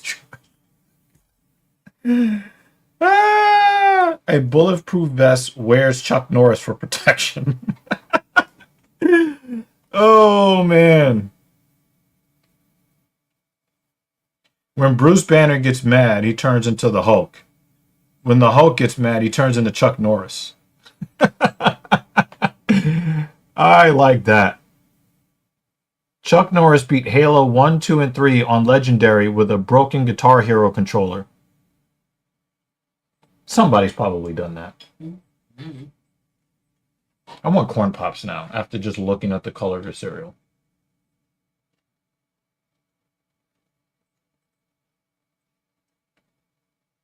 Chuck Norris can divide by 0.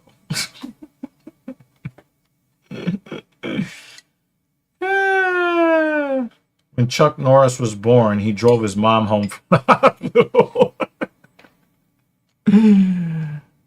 Chuck Norris lost his virginity before his dad did. That's wild business. Chuck Norris doesn't have good aim. His bullets just know better than to miss. JL is here. What up, JL? Hey, Jay. Chuck Norris will never have a heart attack. Even a heart isn't foolish enough to attack Chuck Norris. Oh, man. Chuck Norris can unscramble an egg.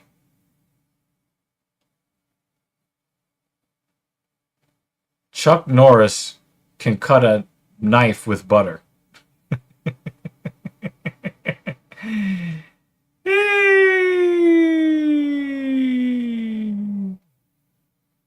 Dude, most of these fights are already over.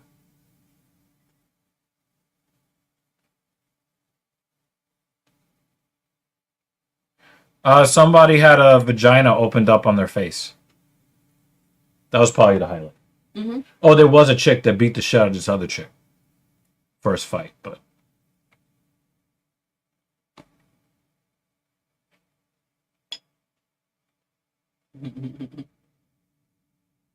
Chuck refers to himself in the fourth person.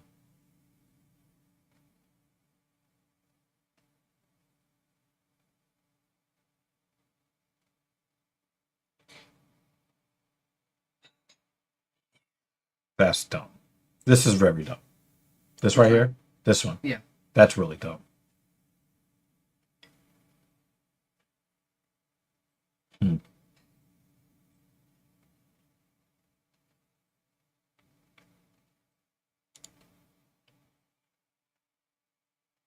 Mistakes learned from Chuck Norris.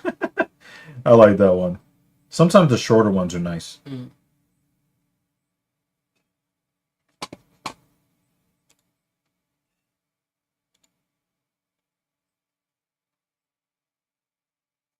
What's up with the fucking pink shorts? Oh, Pink Panther, that's why.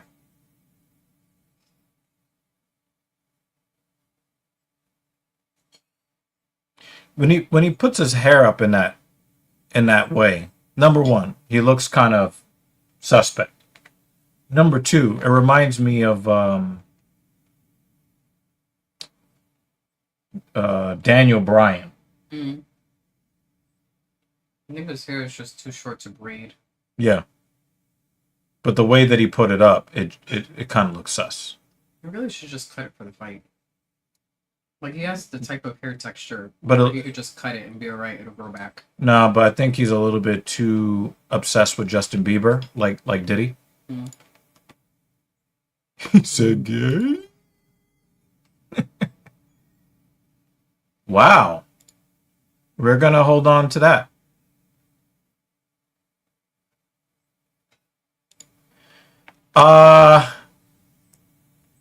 Shabazian is still very well respected. If you put his scalp, Hey! Sorry, I jumped ahead. if he gets that scalp, it is still a nice feather in the cap for Brendan Allen.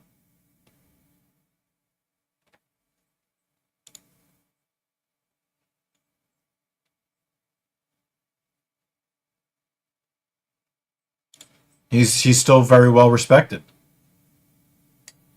And GM3 always beats good fighters and then loses to like mediocre fighters. What? What are you talking? What are you talking about? We were talking about that earlier. Yeah, we were talking about this earlier, but you showed up late, so yeah. Nice job at doing a 5K. And the fact that MVP is not at the top of a card when the two guys in the co-main don't even have Wikipedia pages. Makes no sense.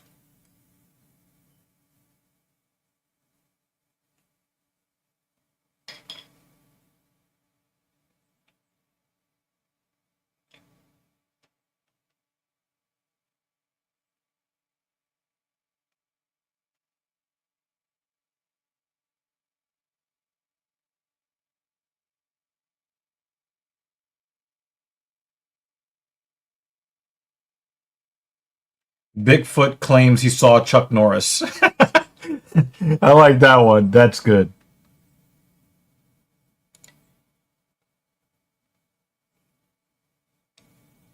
Chuck Norris can hit you so hard, your blood will bleed.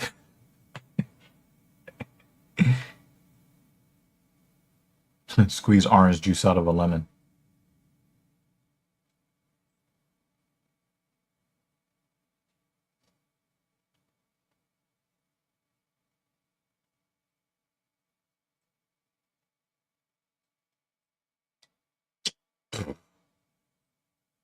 That's like fourth wall, eighth wall breaking.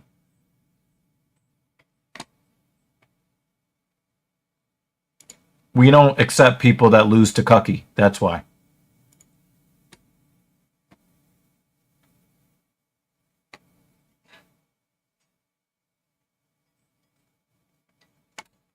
Did Pinto win? Well, his nickname is the Pink Panther. That's why. Pinto defeated Felipe Franco by unanimous decision in a fight that no one gave a single fuck about. Only 2 fights were finishes. The reason newborn babies cry is because they know they have just entered a world with Chuck Norris.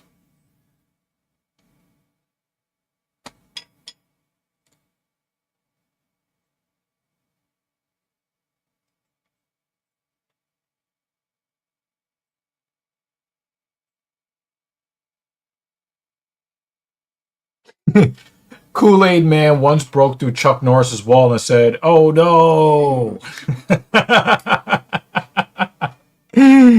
That's good. It takes Chuck Norris 20 minutes to watch 60 minutes.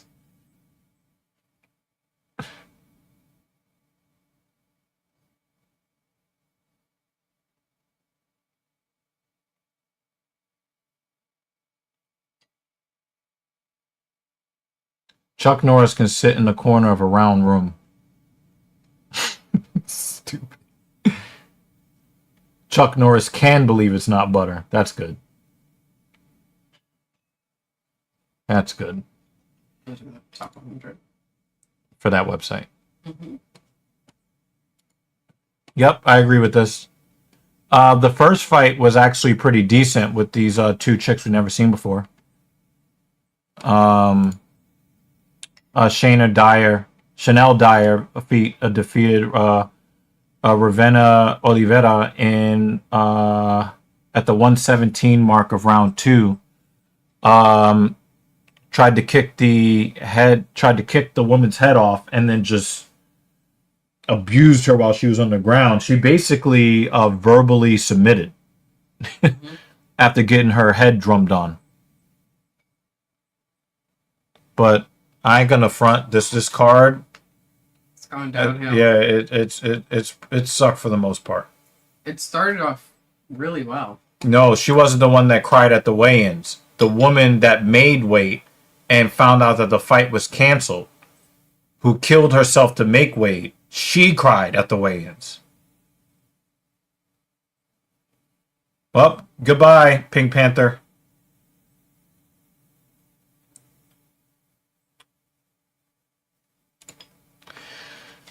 Goodbye.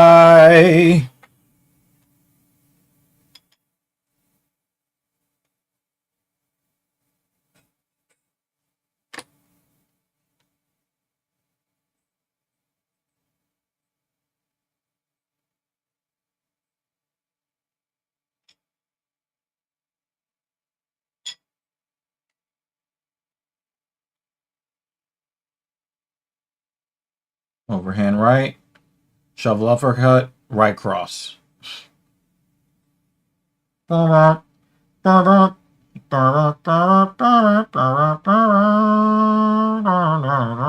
also knocked his hair down.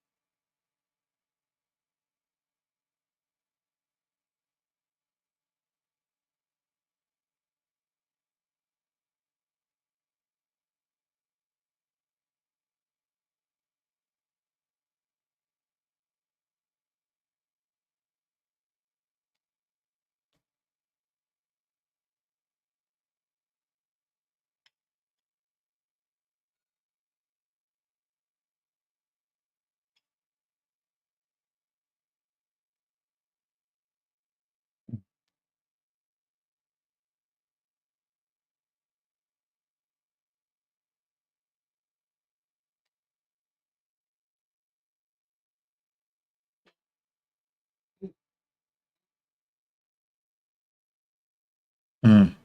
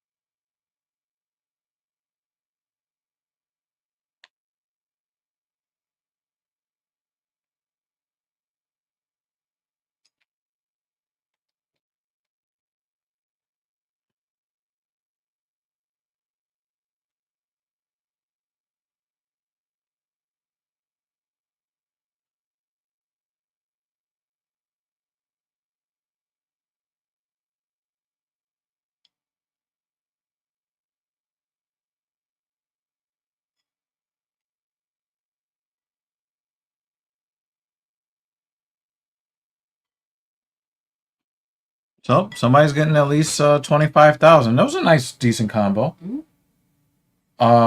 Overhand right hook, left shovel uppercut to right cross. Not bad. That was not bad.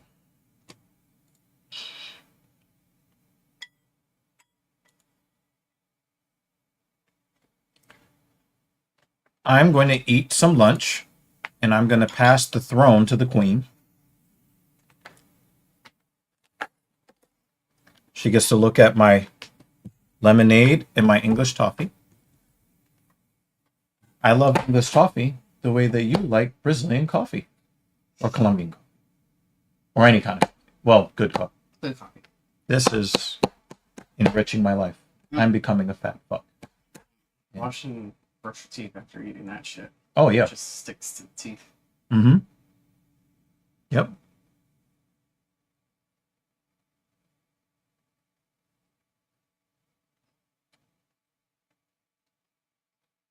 It's part of the reason why I don't eat much of it, because it sticks to my teeth too much. When you're talking about Michael Page,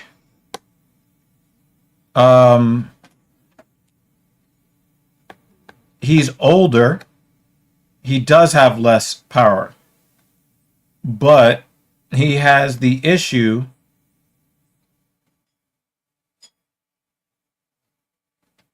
Toilet humor, Dan. That's toilet humor. Um,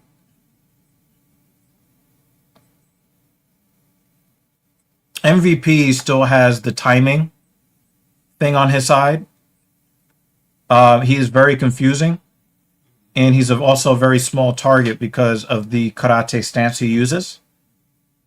So he still presents a lot of trouble, and he would have been more trouble for Cucky if he actually fought. He didn't even try to fight him.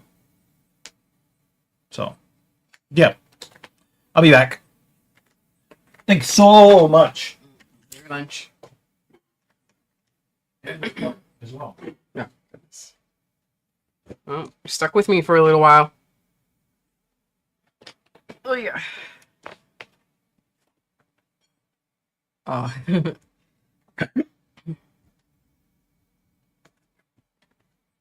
Squat.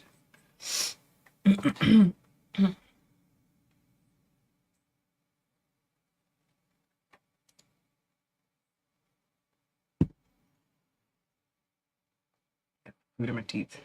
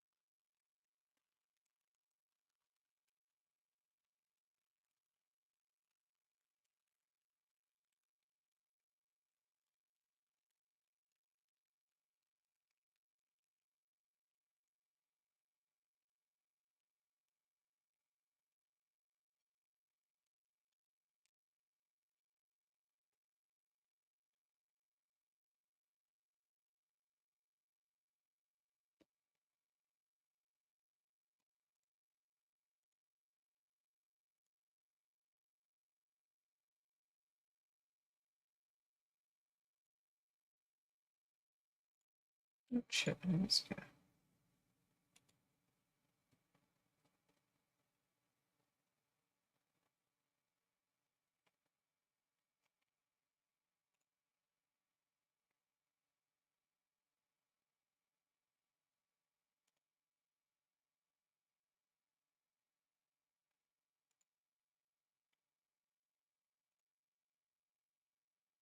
Jay, tell me about your run. Said you did your first 5K. Shit was tough. Was this an event you were doing, or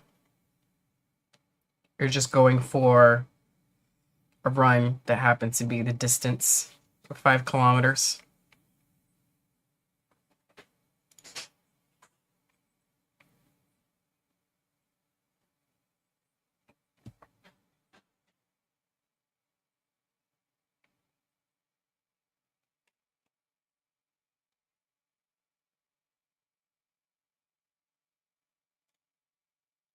Lower back was aching. Did you just run the entire thing? Were you trying to be speedy with it? Were you trying to be easy with the run? Were you just moving? Did the back start aching during the run? After the run? Probably had poor posture during the run.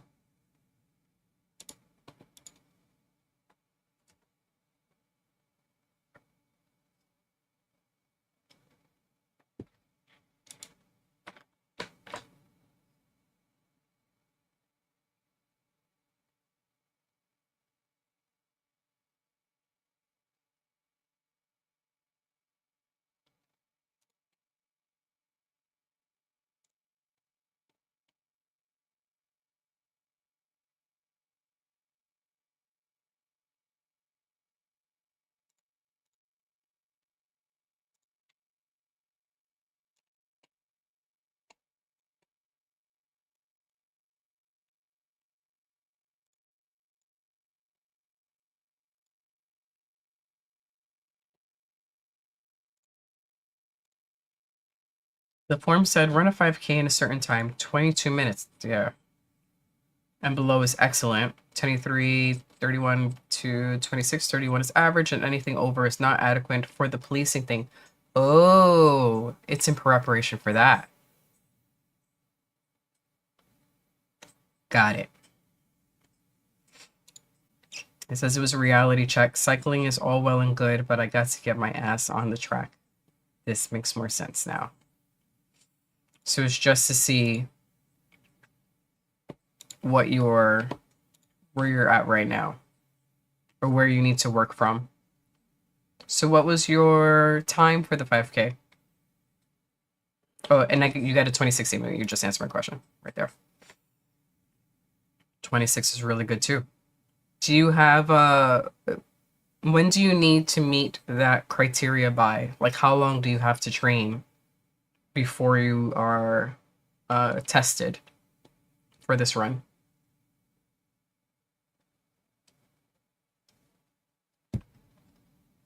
DEG had a client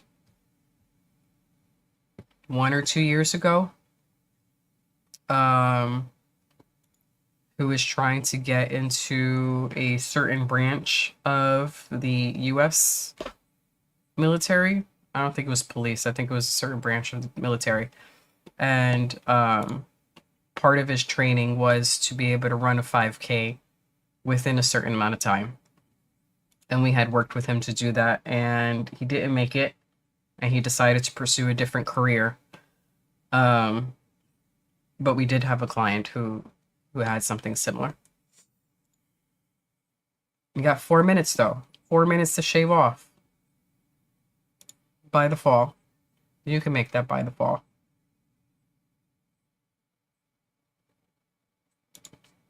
Jay goes, Jesus, man, those firefighters running in full gear, hats off to them. Excuse me. The most I can run with is like a running vest. And if it's too hot outside, I don't even want the running vest on because I don't even want it touching my skin. It's just going to start chafing. But 26 to start off, that's really good. And if you're still doing your strength training now, as you're working up to get better and get to your 22 minutes, that's going to help a lot, especially with posture and form as you're running. One is going to help the other. Uh-huh. Yeah. Yeah. There are, since you're going to be training during the summer, and if you don't mind getting into a bit of a TMI conversation, there are stickers that you can purchase to put on to make sure the nips don't chafe. I have seen running videos where folks have bloody nipples. That is a thing. But that helps a lot, the stickers. There's also a product called, there are many products, but I think one of the best ones, two of the best ones actually, it's a weird name, but it's called Squirrel's Nut Butter. I know that sounds bizarre, but that shit works really well. Both men and women use it, and you could apply that shit wherever you think you will experience chafing, and I think it's made of all natural ingredients, so it's not going to irritate your skin. And if it gets on your clothes, that's okay. I'm the type, if I apply the wrong lotion on my skin, I'm suddenly going to break out. But I have used that product in marathon training with no problem. And if you're familiar with KT tape, the tape you see the athletes use, you could actually put gentle KT tape there. But KT tape also has an anti-chafe stick. I have also tried that out, and I used that during my marathon training and during the marathon also. Aquaphor. Excuse me, sorry. There are a lot of different products to help with that. I know your pain. Yeah. Showers afterward are painful.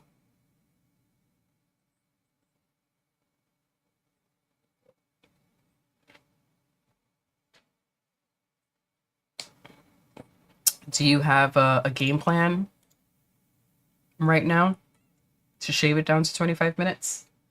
Plan of attack? My throat is killing me.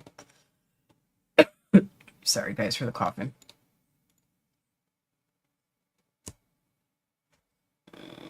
I need somebody to pass me a cough drop.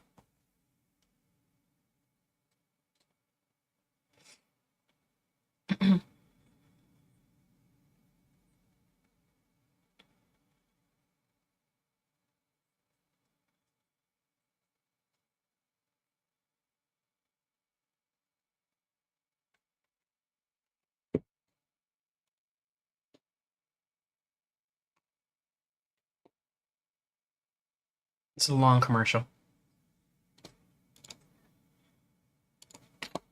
I am going to star this as an assumption that this is your pick for the next fight. AI how?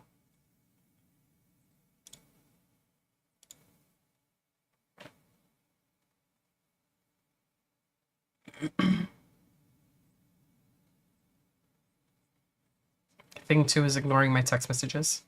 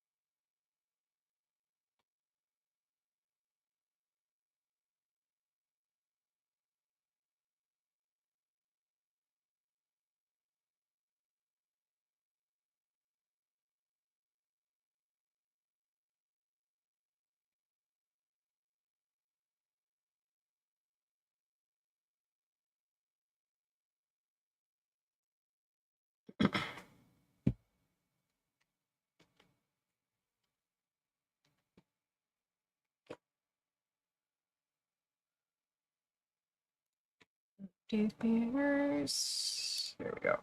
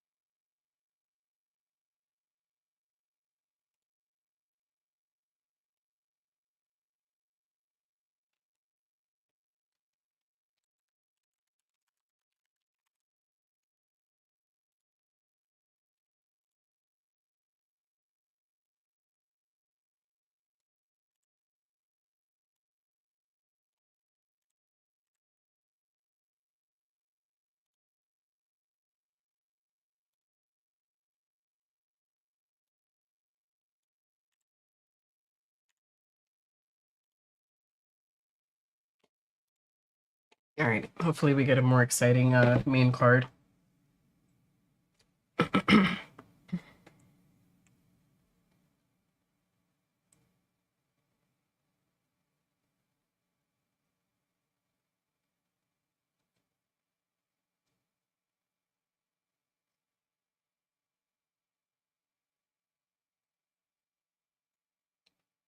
Immediate sniffing. Gathering of the legs during the sniff.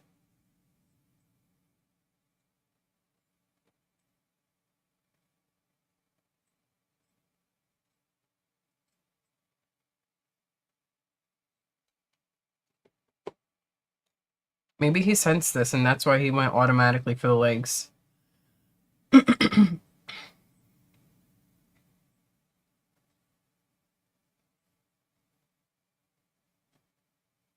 He's using up a lot of energy for this.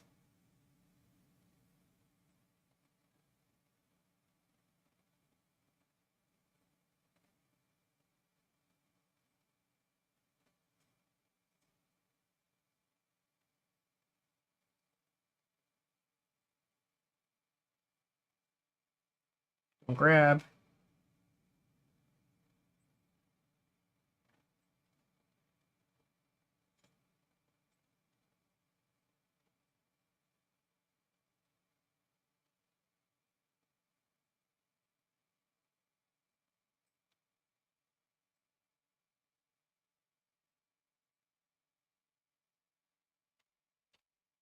Mm-mm.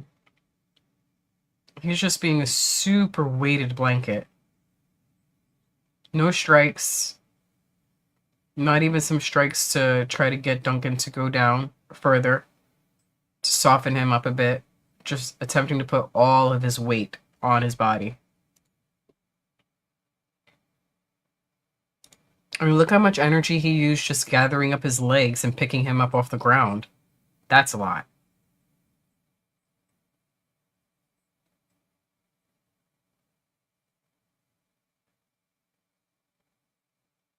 There could have been some strikes to the ribs, some knees to the legs, to the glutes. Nothing.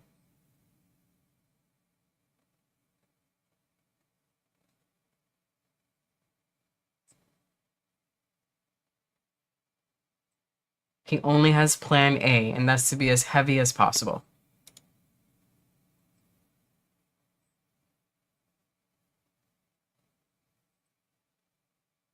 Don't grapple with him, Duncan. Good, good.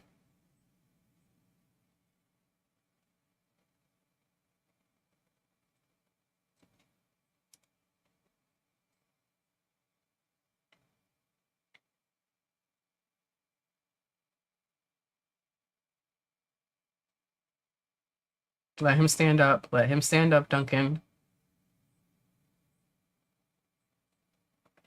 Imagine he starts doing like the booty drag of what's his face, who really didn't want to strike at all.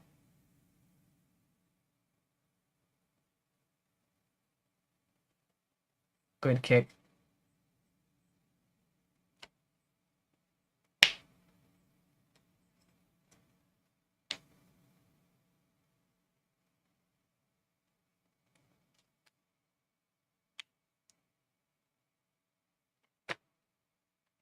I think he's gonna go for a lazy takedown attempt again.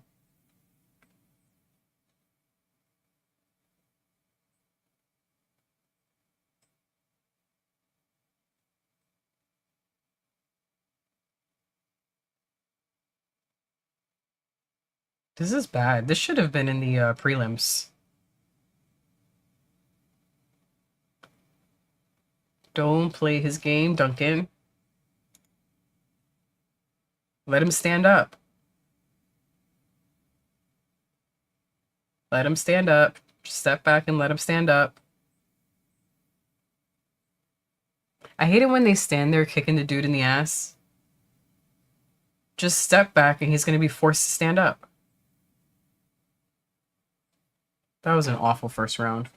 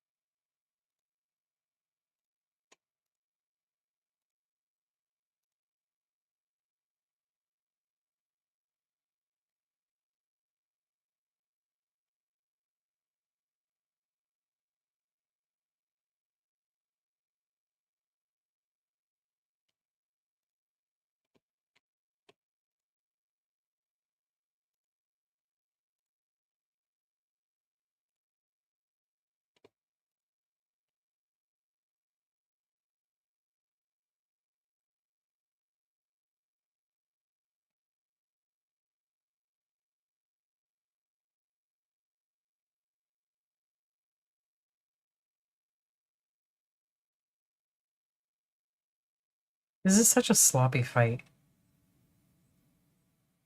He's like, yes, please kick me. Because then we don't have to stand back up.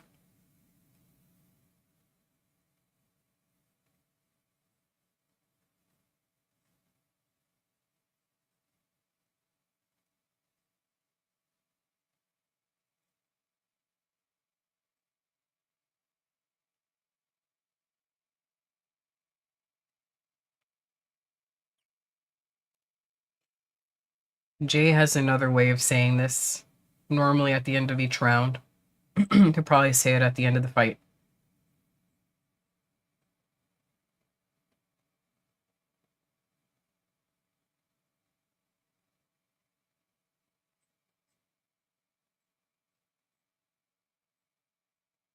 Duncan isn't doing that well either. He's gonna end up poking Dolitza in the eye because he keeps reaching with his fingers.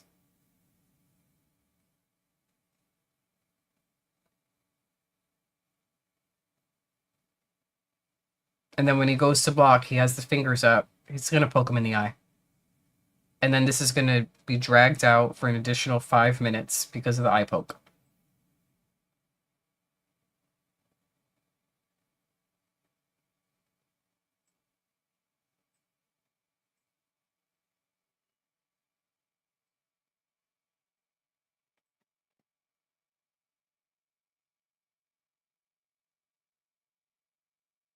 Mm-hmm. Mm-hmm.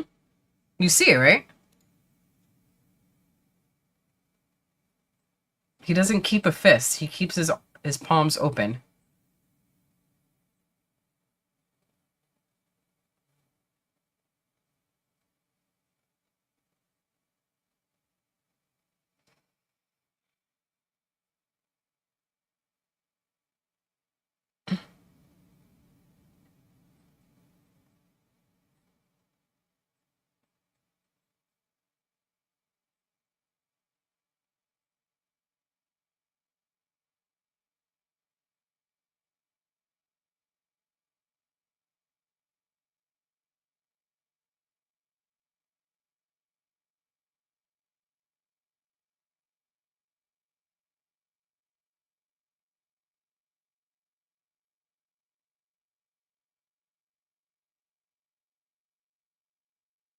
Dolitza just wants to lay on people.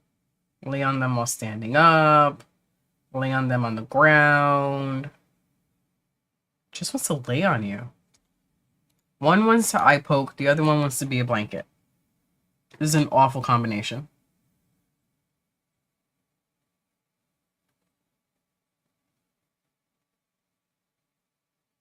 Look at the strikes. Dolitza only has 7 total. Oh my god.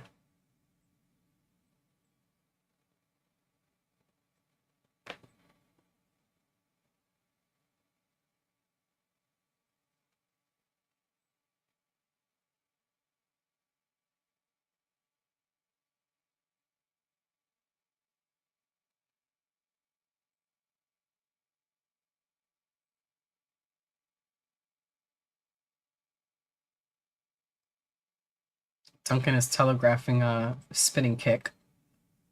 It's coming. It's coming.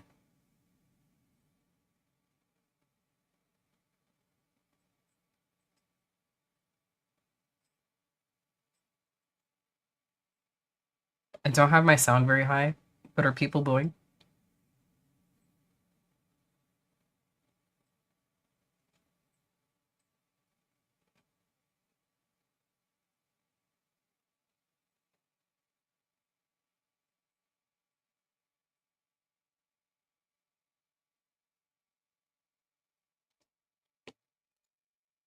Did you see the strike count when they put it up on the screen of how many strikes each fight? You know, they break it down how many strikes each fighter has based on the area, head, body, legs. And Dolitza only had a total of 7 strikes. This is an excellent question. How? Who is below him?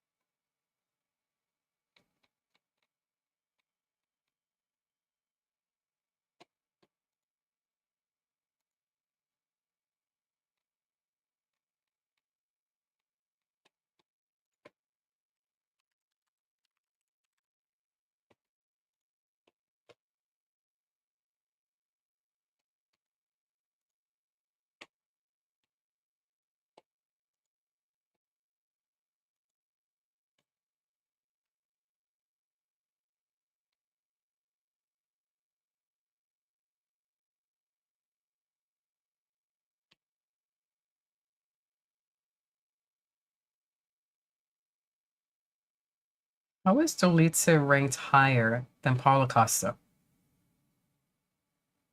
That that doesn't seem right.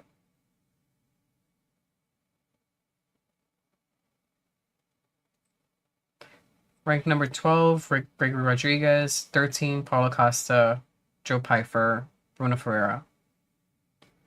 How is Roman over these guys? Whitaker has dropped a lot. That's unfortunate. Dropped to 9. I know why, but it still sucks to see it on paper. I mean, I think that there are plenty of other people who are willing to fight. I say let this guy go and make space for someone else who would be wanting to fight.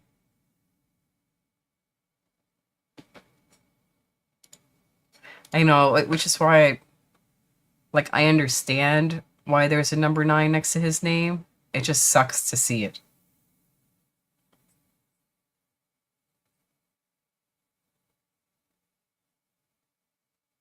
But do we think that this guy is better than Paulo Costa? No.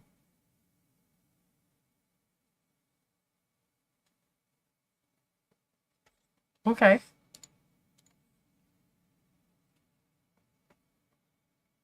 I wouldn't mind seeing that. Oh, come on.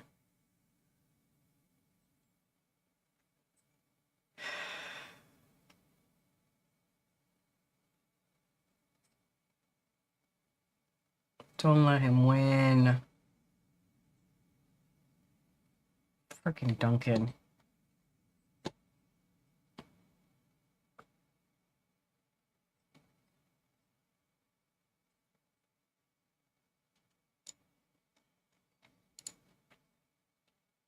Oh my god, this is awful.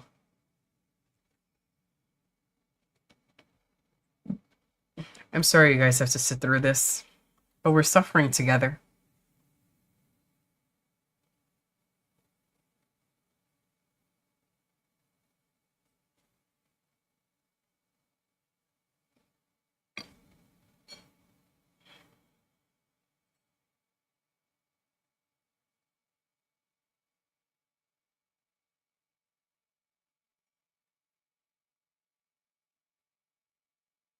You can't let this dude win.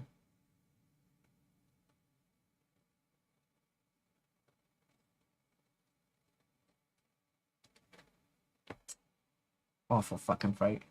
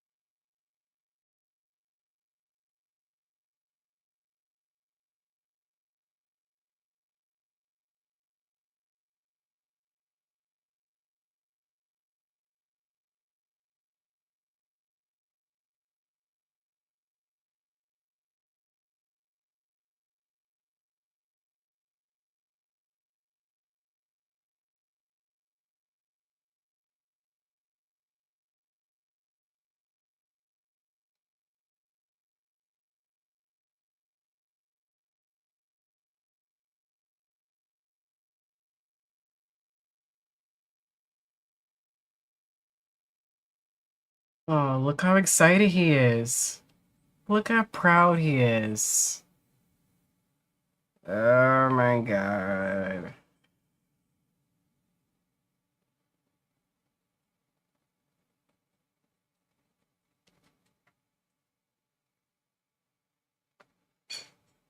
Neither of them do.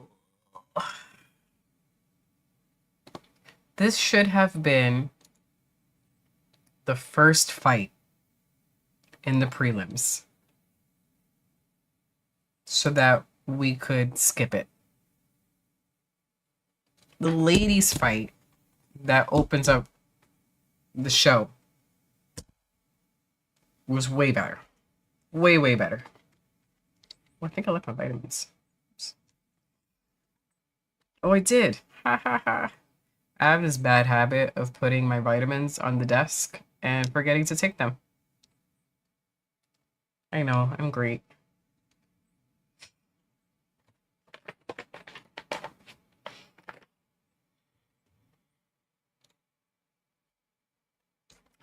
That's why I was saying Duncan should have left the dude alone while he was just lying on the ground, waiting to be kicked because the ref would be forced to stand them up.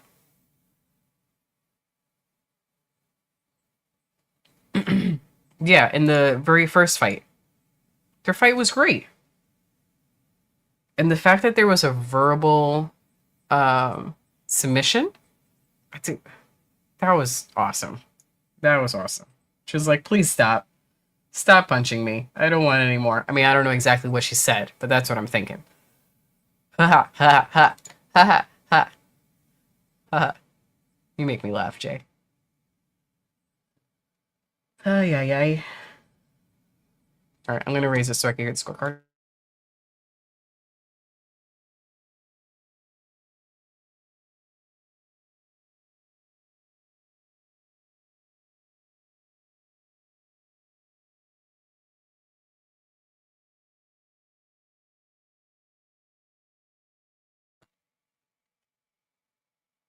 Hello? Hi. Benicio. I'm doing my stream right now. Everybody say hi, Grandma. Hi, Grandma. My grandma's calling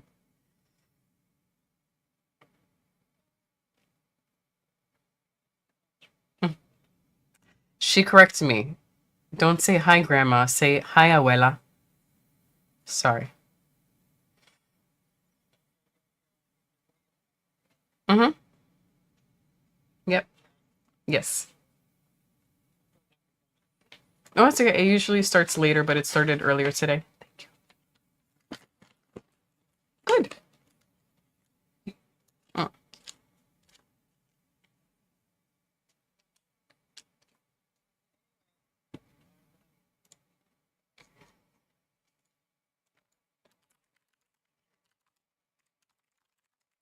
Mm. They fit? Mm.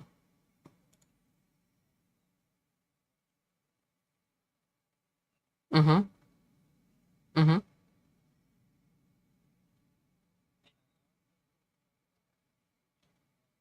Mm-hmm. Yeah, they're waterproof. Mm-hmm. Welcome. You're welcome. Mm-hmm. Mm.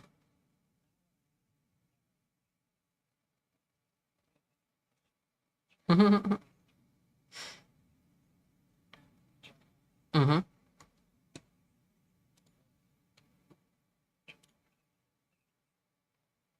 It's okay.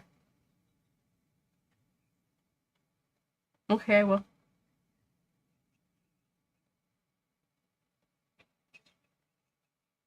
Mm-hmm. Okay.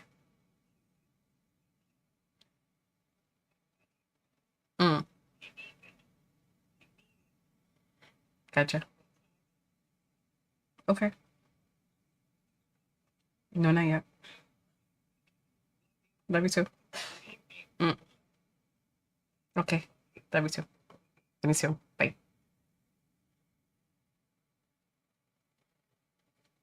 Sorry. When grandma calls, when abuela calls, you take the call.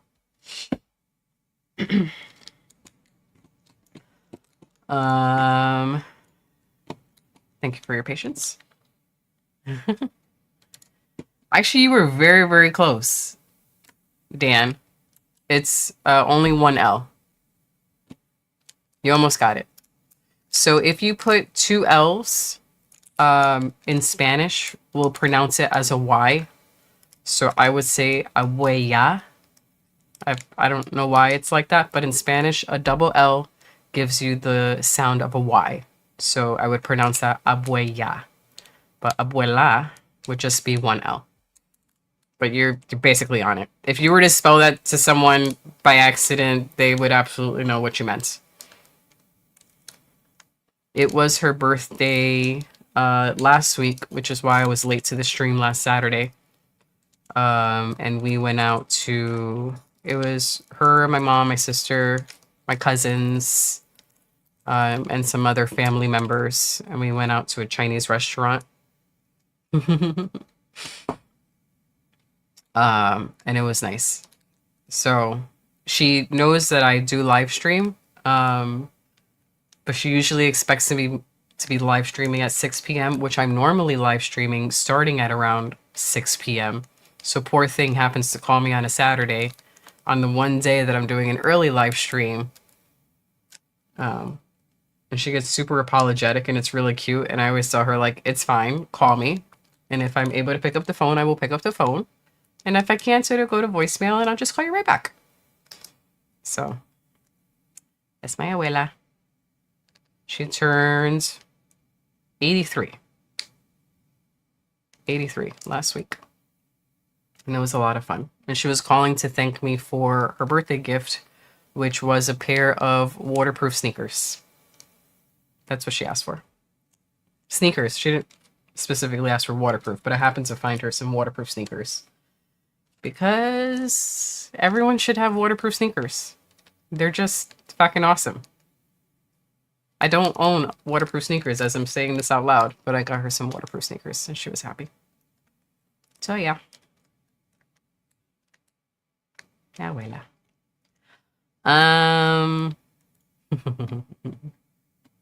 This don't trip, we love family. Yep. We do. We do.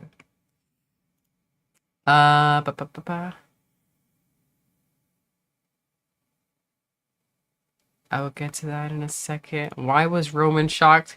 Because butt scrambles are like the fastest way to get a win. In case you didn't know that, if you butt scramble and just lie on someone for, I think the ground control time was what, 3 minutes in the first round, 2 minutes in the 3 minutes in the third round, 2 minutes in the first round. I forgot how much it was in the second round. So a minimum of 5 minutes, an entire round's worth. If you're just a weighted blanket, that means you won. Logic. It's logic.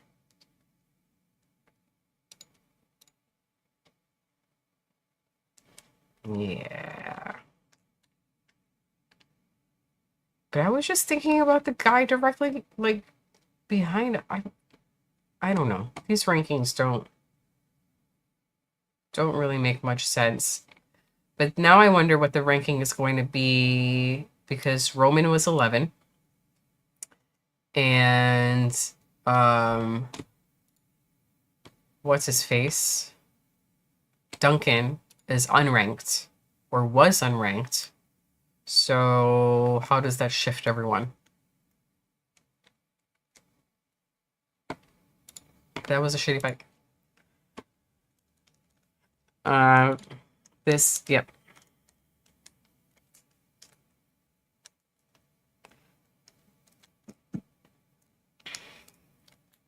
Makes sense. I believe it. I believe it.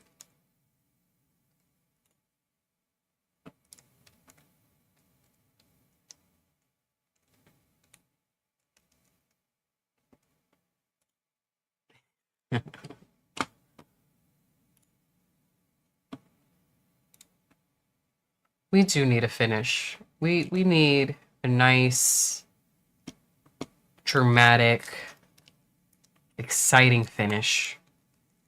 Or if you're gonna go the whole 3 rounds, just make it bloody. Exciting, bloody fight. Kill me.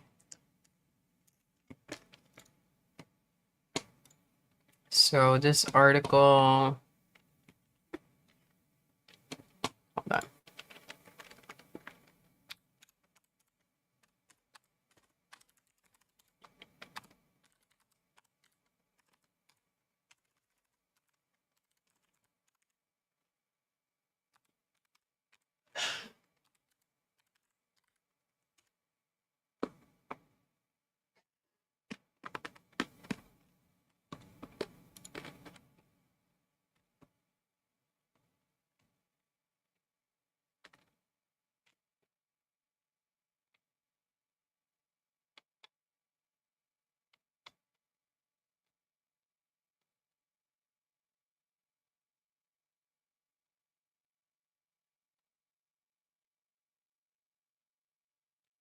He says, just literally breathe air.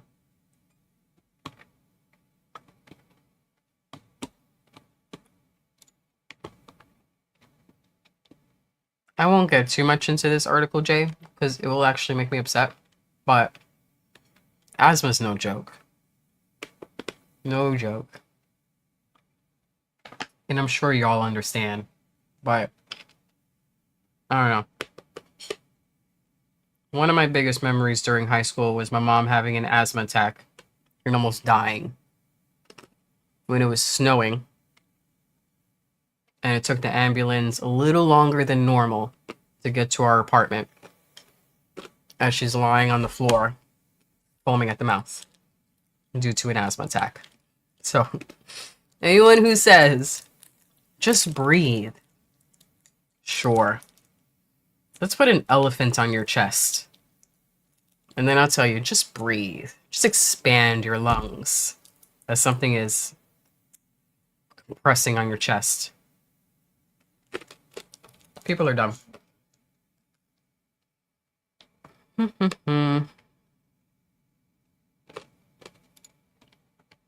That is possible. Yes. I have outgrown, I don't want to say outgrown. Yes, I've outgrown asthma, but I've also worked off asthma. Where there was a point where if I ran at all, it would bring on asthma. Winter would bring on asthma. Allergies would bring on asthma. But as I got older and understood my asthma triggers, it was easier for me to get around it and to sort of work it off. So I can now run without getting asthma. I am still cautious on humid days because that is a trigger of mine. If I try to do a lot on a humid day. And if I don't work out at all for an extended period of time and then attempt to do something in cold, it feels like my lungs are constricting probably a little more than most people feel it, where it almost feels like asthma. But I have not had to use I'm sorry, I have a cough drop in my mouth. I have not had to use an inhaler in many years. 4, 5, 6, 7, at least 7 years. The last time I was using an inhaler, I was getting into running, and I would use it right before I went on my run to help my lungs open up, so that they didn't feel too tight as I was like halfway into my run. So for some people, yes. I don't want to say for all though.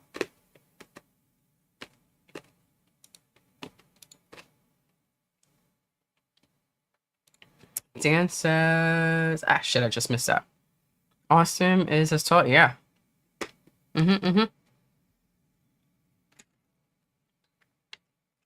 cough drops are a little weird.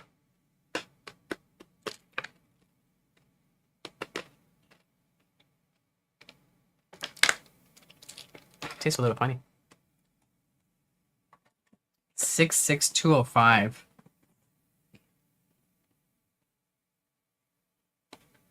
Goodness gracious. So then this should be exciting. I have hope.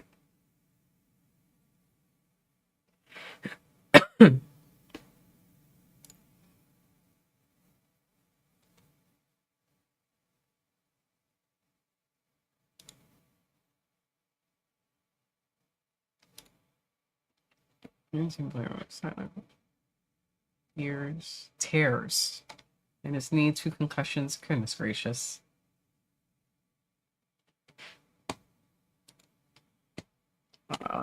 Banner. This one.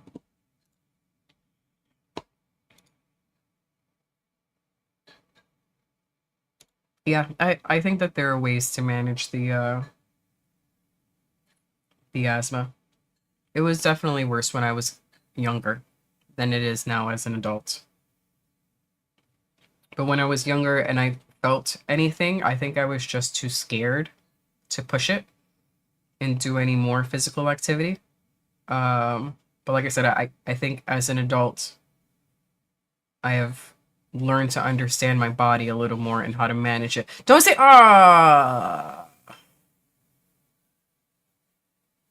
dang it. Dang it. Anyway, you know what I was trying to say. They even start the fight. I was just talking about asthma, and then I suddenly see Dan's message, and he's saying shit, and I'm like, shit, I know exactly what he's talking about. 2 seconds later, it pops up on my screen. He looks disappointed, too. Like, he feels like it shouldn't have been stopped.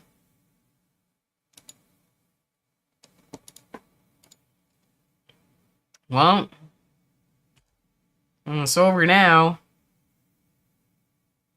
I'd like to see that replay. Because I thought it was going to go on longer, so I wasn't paying that much attention.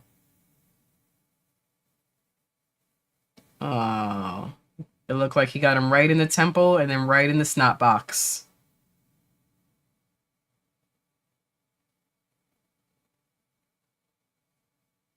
The dance that the ref does around them as he's hesitating as to whether or not he should stop the fight is hilarious.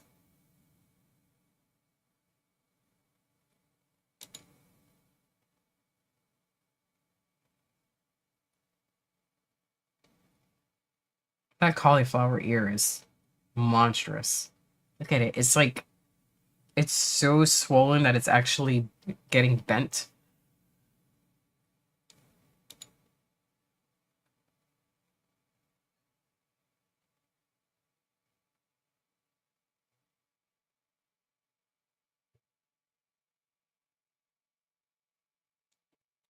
What is going on, Dan?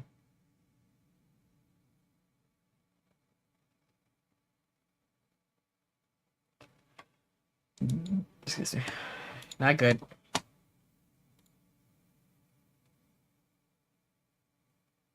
"28 seconds in. Done." Well, at least he's gonna get a bonus.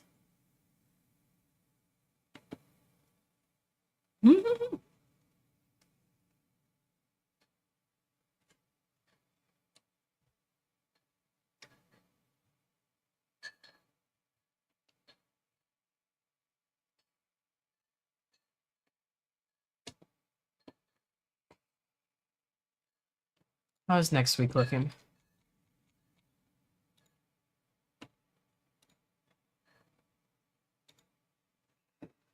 All right, next week. Oh, we have the Adesanya fight next week. Grasso's fighting next week. Oh, you think David's gonna be here next week, Dan? His lady is doing the co-main. If he's not here next week, oh, tisk.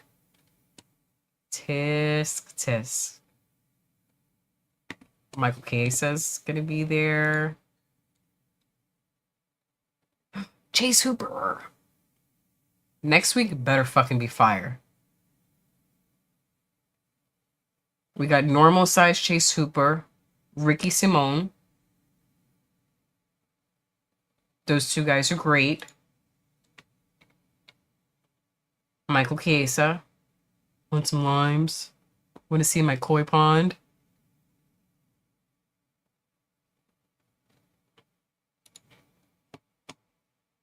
Grasso. Adesanya. Better be a fucking good fight. Oh, wait. Who is who?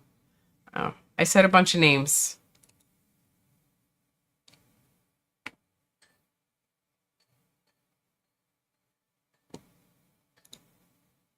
Hopefully you're here next week with us, AI. I think it's going to be a much better card.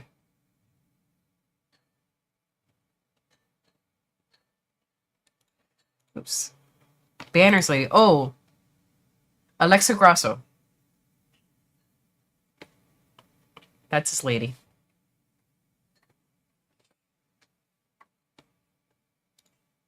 She's going to be on the co-main event. The ladies flyweight.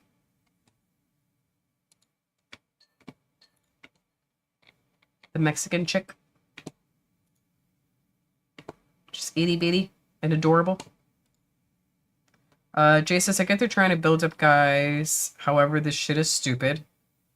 You give them scrubs, and then when they get a step up in fighting, they struggle like Duncan. That was such an awful performance from Duncan. Knockouts don't mean shit when you're 700 to 1,000 favorite. Like his professional fighting against a regional guy, such a waste of time. I think with how shitty the cards have been following the very first card of the year, I'm going to say no, you're not being too harsh. Because we thought that 2026 was going to be super exciting because of the new pay schedule with a new bonus setup.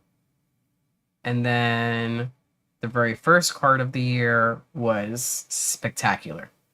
We're like, oh my God, this is going to be so much better.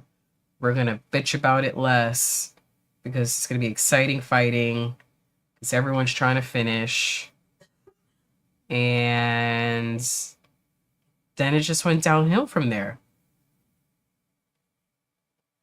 And the couple of good fights that we do get end up getting fucking forgotten because they're followed up with 5 awful fights.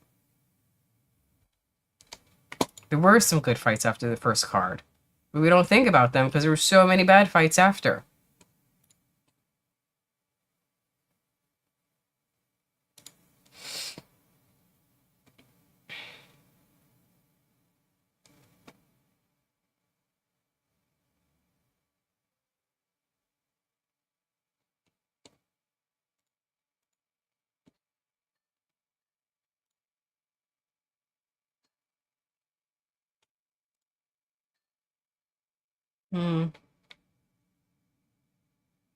Oh, this dude's still undefeated. I just noticed his record. Jay says, like, are we supposed to be excited or impressed when they are fighting people way below their level and are an insane favorite? The UFC says yes. You should like it.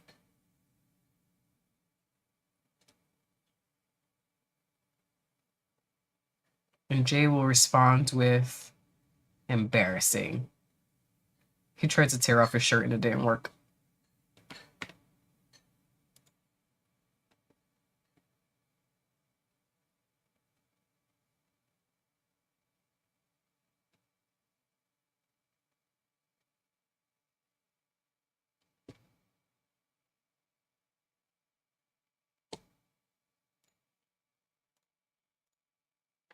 Babe, your bestie Travis is looking for you.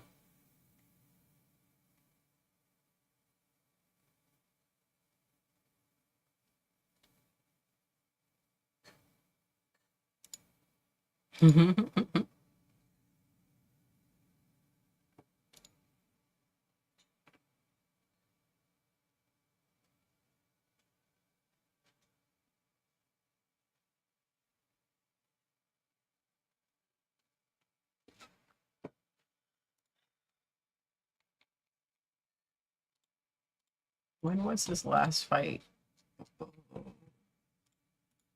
Adesanya. His last fight was... Oh my God, I have to scroll through a lot to get down to the bottom. Oh, it was last year. Why does it feel like it's been so much longer? It's been 1 year since Izzy's last fight. He's coming off of 3 losses in a row, though.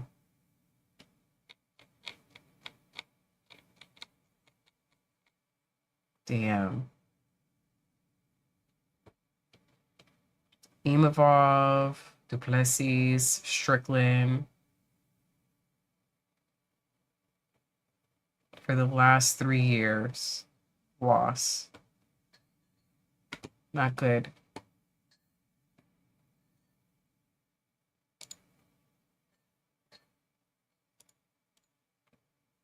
Austin Lane.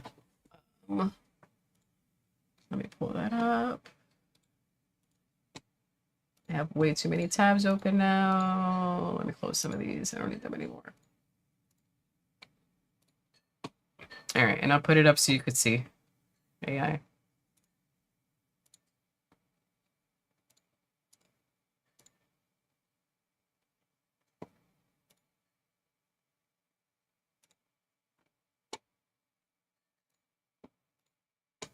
Let me move these out of the way for a moment. Okay. Let's go down for Lane. 3 losses in a row, including today.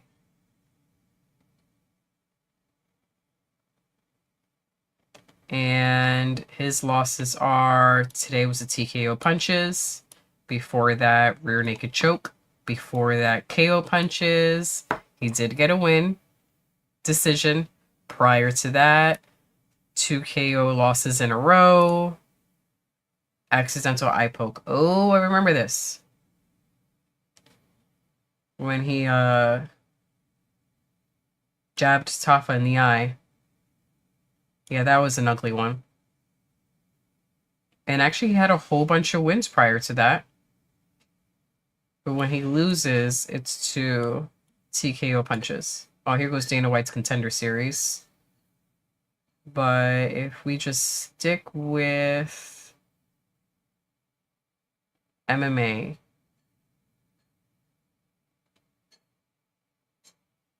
here goes Dana White Contender Series here.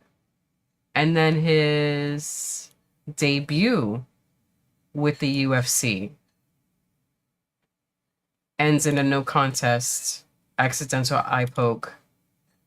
2 fights after that, a loss. His first 3 fights at the UFC were shit. Wow, this is an awful record. Like, if we just look at it from this line up, this is his time with the UFC. This is awful.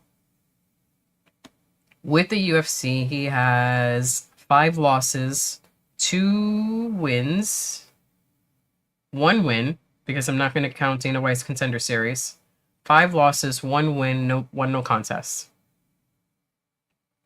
That's bad. You think so? I mean, just look at his UFC record alone. That's bad.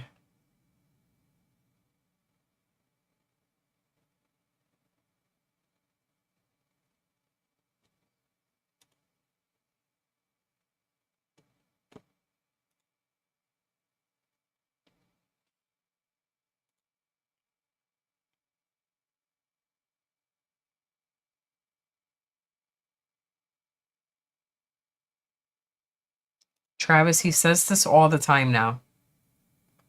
He walks around with this in his hand.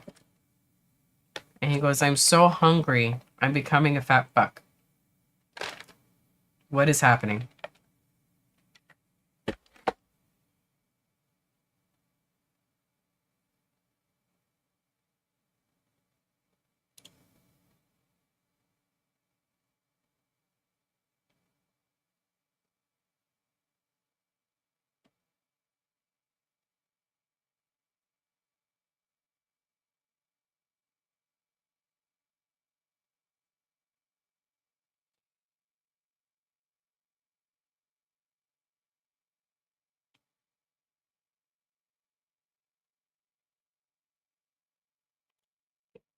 Jay says, I know this sounds weird, but learning how to separate yourself from the results you cannot control, things become better to watch. Kinda, yeah.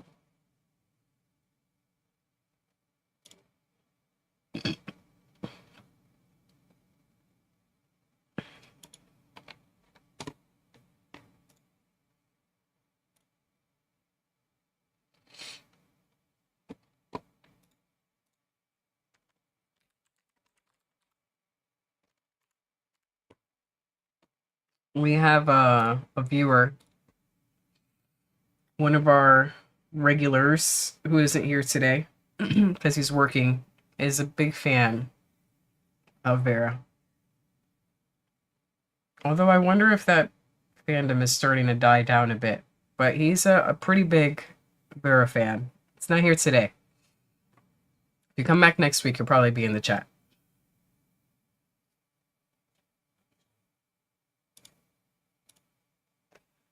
Jay says, like, remember back in 2022, 23, I would be so invested.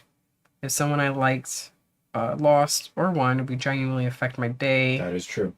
I was living through strangers, maturing and focusing on my own life. No, it's not that you're maturing. It's that the product is not as good anymore. I've noticed things become less tense and enjoyable, which is good. Chito versus Rosas is rumored. I think there's nothing wrong with immersing yourself in the entertainment of your choosing. I mean, it could be a UFC fight. It could be a TV show. It could be Everybody's a book. got something. It could be a comic. It could be music. Why are you searching a guy that doesn't fight? It was brought up. That's why. I like to have a visual when I'm talking about the fighters. But I think there's nothing wrong with immersing yourself in another world. I think it'd be therapeutic. That way you could detach from this one in a healthy way. Lord knows he needs to do more detaching. So, yeah. If there's something you enjoy that shit. Yep. Even if you're, become passionate about it. Enjoy that shit. And if it's no longer enjoyable, Then don't enjoy that shit. You find something else. That's all. People have like this weird expectation out of life, like you need to like constantly be in a state of depression because that's where most of the world is. But if you can carve out a slice of life that you can enjoy without harming yourself or others, take those opportunities, because before you know it, you're 86 years old and you're no longer immortal. I think this is different, Jay. I think that you just had to find a balance between enjoying it in a healthy way and having it consume you emotionally. And I think that this consumed you emotionally, where you are fighting with strangers on the internet. Yeah, And that's crazy. That's not part of the fun. Nope. And if that's something you find fun, then But when you're not enjoying it, leave that shit alone. Yes. But I think still watching it and joking around and having some healthy debates, why not? Argue with us. No, don't do that. Argue with him. Especially not me.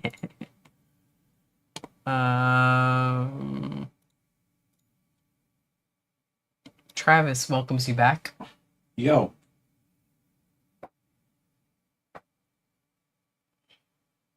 How much did that cost you? I don't know what this means, but that's for you. He's got a full set of tailor-made golf clubs. And they're probably some high-end golf clubs. And I just wonder, like, with the whole set and the bag, because I'm pretty sure the bag is expensive, too. Oh, yeah. How much did that run you, Travis? Yeah, they ran your pockets. Yeah, we were reading on the website. I love Chuck Norris jokes.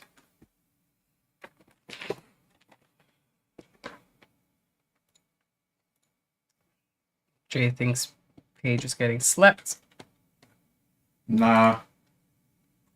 He's only gotten knocked out when he's made, like, really, really wild errors. He's very difficult to knock out, not because he's some special fighter, but because his karate stance and his timing freezes his opponents. Travis says his golf set, they're cheap. They're from the 1990s. How much are they worth today, though? Like, do they increase in value over time if you have some vintage set? No. No. They're not collector's items, really. It sounds like he went to like eBay to find missing clubs.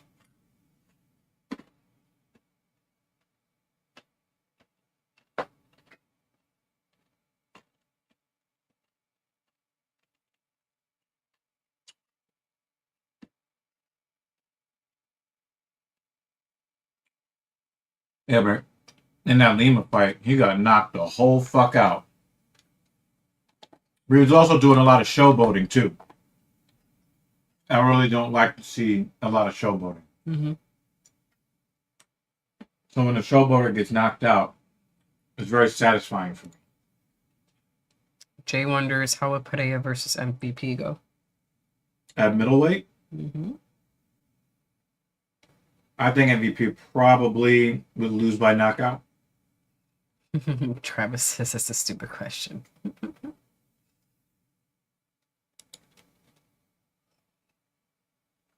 But it's not an easy fight because, again, Michael Page is a very thin guy, and he fights in that karate stance, and he doesn't like dart left to right. He darts in and out. So his footwork is so good around the cage that you can almost never get him with his back against the cage. Hey, thank you.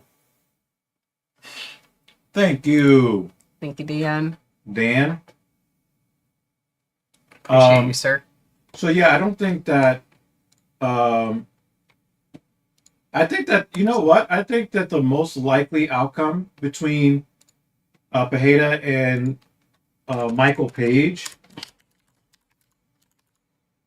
is a unanimous decision for Pereira because Page is not going to risk getting knocked out.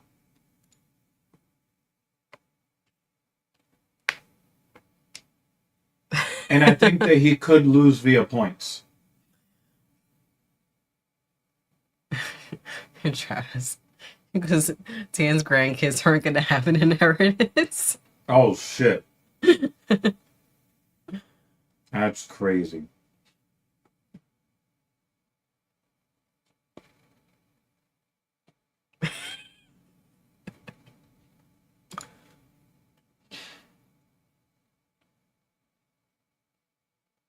Welcome back, Kratos. I think when people donate to us, they are the only ones that, like, they could just put, like, a donation and not have to put one of the comments in it because we're going to read all their comments, whether they give us a donation or not. Mm-hmm. I think people appreciate that about us. Yeah, we've had a few guys say that. But even though we're not as, we didn't reach the level that we would have liked to reach at this point, one of the things that makes our streams some of their favorites and makes them return, besides us being so awesome, is that it's more intimate. And, it's a conversation between us and them, and they were just not lost in a sea of comments. But if they've expressed that. If we had 100 people in the chat, we would still try to read all the comments. Jay is still pissed about the co-main. Yeah. We complained about this for about 10 minutes already at the beginning. And you would have known this if, you were here. Dan already scolded him when he came in. Yes, he greeted him with "You're late."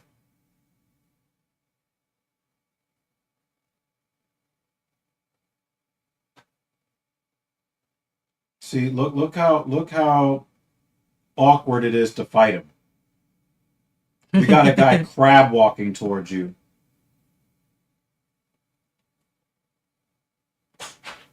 Oh, did you catch this one? Because that was from AI. Prime Izzy versus Prime MVP. MVP wins and beats Alex to a middleweight. I don't think I agree with that. He says, "I don't need another scolding." I don't really think I agree with that. I can definitely see Page versus Adesanya going to split decision. I could see that fight being super exciting or super boring. If you notice, a lot of Michael Page's fights in the UFC is a lot of dancing. And there's not a whole lot of volume in the striking because everybody's trying to get the highlight reel shot. And I think Michael Page also is more interested in looking like he's better than you than winning the fight a lot of times. So with Adesanya, as disciplined as he was as a champion, I don't think that that would be. I don't think that that would be a wise prediction. When it comes to Poatan, I don't think it's a wise prediction because I don't think that Page would want to step into the phone booth with Alex because of Alex's power. So they would be fighting a battle of distance strikes. And in a battle of distance strikes, Alex can take two to deliver one, and that one could knock Page out. So I think Page makes all fights interesting on paper. But a Prime Israel Adesanya,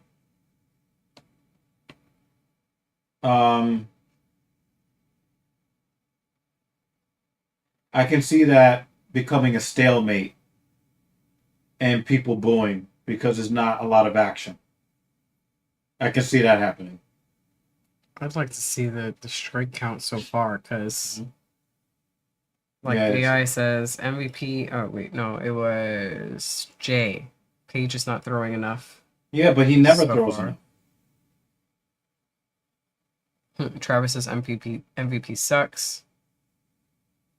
Yeah, I'm not a big fan of Michael Page. I was more excited when he first came to the USC, and then also like I saw how he embarrassed Kevin Holland, and I was like, uh-oh. And you know, we're big Kevin Holland fans. So I was not rooting for Michael Page. But I had to give him his respect because he made Kevin Holland look like he doesn't belong even on the amateur circuit. But yeah, I didn't hear about this. I'll look that up. It's something unrelated to. I think that's a Korean band. Yeah, that's BTS. I mean, BTS had multiple sold out shows in Mexico not that long ago. I could definitely see there have been some sort of miscommunication about scheduling. I wouldn't read anything into that, Kratos.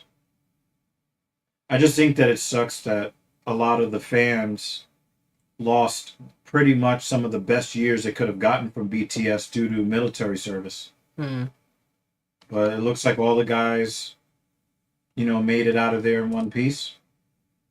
It's dope.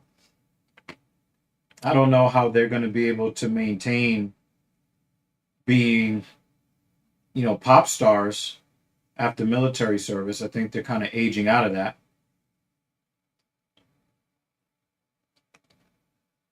I'm not sure. I don't think MVP is in 5 rounds in the UFC yet. I think he might have had it once, Just and once. I think it was against Cucky. Oh yeah, because that was that one. They headlined it. Crave for Life says matter of time before MVP knocks him out. I will star that as your prediction. Yeah, I don't see it. Patterson looks like a real fighter. I've seen one of his fights before. He looks like he's a real problem. But I think that he's falling into the same trap that a lot of fighters fell into when they fought Adesanya. You got super talented fighters that, because of the unorthodox approach, you start to see that they're no longer doing their thing. They're no longer fighting the way they know how to fight. Instead, they're trying to solve some puzzle that they don't have confidence that they can solve. And that's what they look like. They look like they're just not quite sure how to get inside. Pause. Chase says fans are booing. 5 strikes to 3. And Sinister is here. Hey, Sinister, what's goody? Hi. Or at least 5 strikes to 3 as of the time he posted that 1 or 2 minutes ago. It's still 5 strikes to 3. Oh, yeah. Maybe this is why he doesn't get top billing anymore. We were wondering why more famous fighters are fighting behind nobodies or unknowns. And it could be because this being the co-main could have pissed a lot of people off.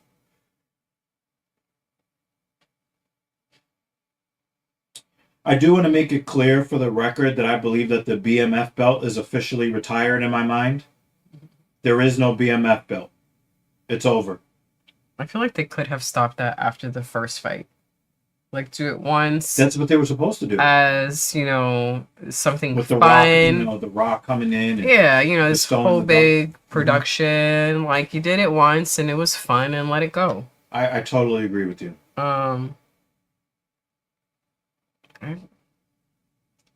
And now, especially it was entertaining the first time, not later. And you saw like how perverted it ended up being by somebody who has been known to be a fan favorite, and then he puts up that kind of cowardly performance. Just get rid of the belt. Get rid of it. It's done. Yeah, I saw a lot of criticism to the criticism. But I think a lot of people forgot, the ones who were like, oh, he dominated. And it's like, that's great, but it was for normal belts, that'd be different. Right. Because then it would show deficiencies in Max's training. Yeah. And his skills. Mm-hmm. But this is more about who's the fan favorite. Yeah. And fan favorite isn't hold on to your opponent for dear life for 21 minutes. Yeah. It's very, very different. We're good, Sinister. We're Oh, did you tell him? Did you tell him about why Ryan Fry is depressed? Did I tell Sinister about why Ryan Fry is depressed? Because some of the people here doesn't know why Ryan Fry left the chat today.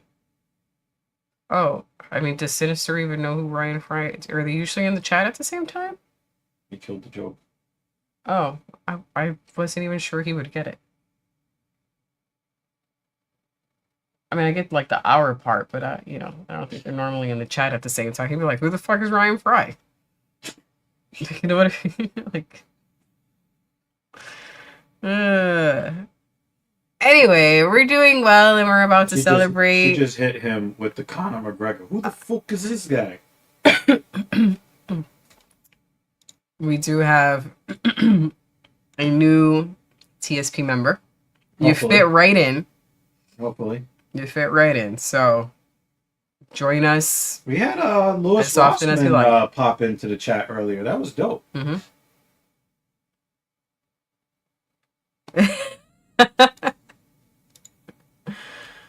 Ryan Fry learns that we will be celebrating our 20th anniversary very soon. Yeah, coming upon like a week and a half. Week and a half from now. Sinner goes, yikes.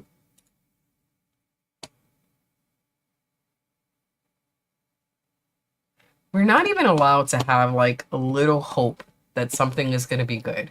Like on paper, next week looks like it's going to be so much fun. It's probably going to fucking suck. You joined us at the perfect time. So we can all just sit here and commiserate about how fucking awful these fights are. Welcome to the community. And you would think, Paige has a highlight reel in an inferior MMA organization, but a highlight reel nonetheless. I mean, he caved somebody's skull in before. I want to make sure I don't miss some of these. Skip over. You would think that with an extra $25,000 to maybe even $100,000, that a guaranteed bonus for a finish, he would be going for. Hal thinks that Saporia is the only BMF. You said what? That's his AI Hal thinks Topuria is the only BMF. I'm gonna disagree with you about Opinion. Topuria because Topuria is not a brawler. Topuria is a technical boxer, combat athlete. He's not a fighter. He is a combat athlete, and combat athletes do not qualify for BMF. Nate Diaz, Nick Diaz, Mm-hmm. Rampage Jackson, Chuck Liddell. Who else would qualify? Chuck Norris. Chuck Norris. I hate to say it, you're not gonna like me saying this, but Bobby Green. Bobby Green is in there. Who's also in that ilk of fighters? I would say Calvin Kattar, even though Max Holloway boxed his head off. Some guys are combat athletes, and some guys are fighters. I would say Daniel Rodriguez is another guy that you could say would be on that level of Jorge Masvidal. Yeah, Dustin Poirier, Justin Gaethje. You know, these guys are not combat athletes. They are fighters. The fat guy that always likes to drink liquor out of a shoe. Mm, You know, like that's not a Tafa. not Topo, The other guy. the other one. That's from that area of the world, right? Yeah. Those guys. One guy that's kind of a hybrid would be Cowboy Cerrone. I think he's going to be in a movie. Yeah. I saw a trailer. Yeah. Tuivasa. Yeah, Tai Tuivasa, right? He belongs in that ilk. Cyril Gahn does not belong there. John Jones does not belong there. He is a combat athlete. Cyril Gahn is a combat athlete. Tom Aspinall, you can kind of make a case for both, but he's mostly just a combat athlete.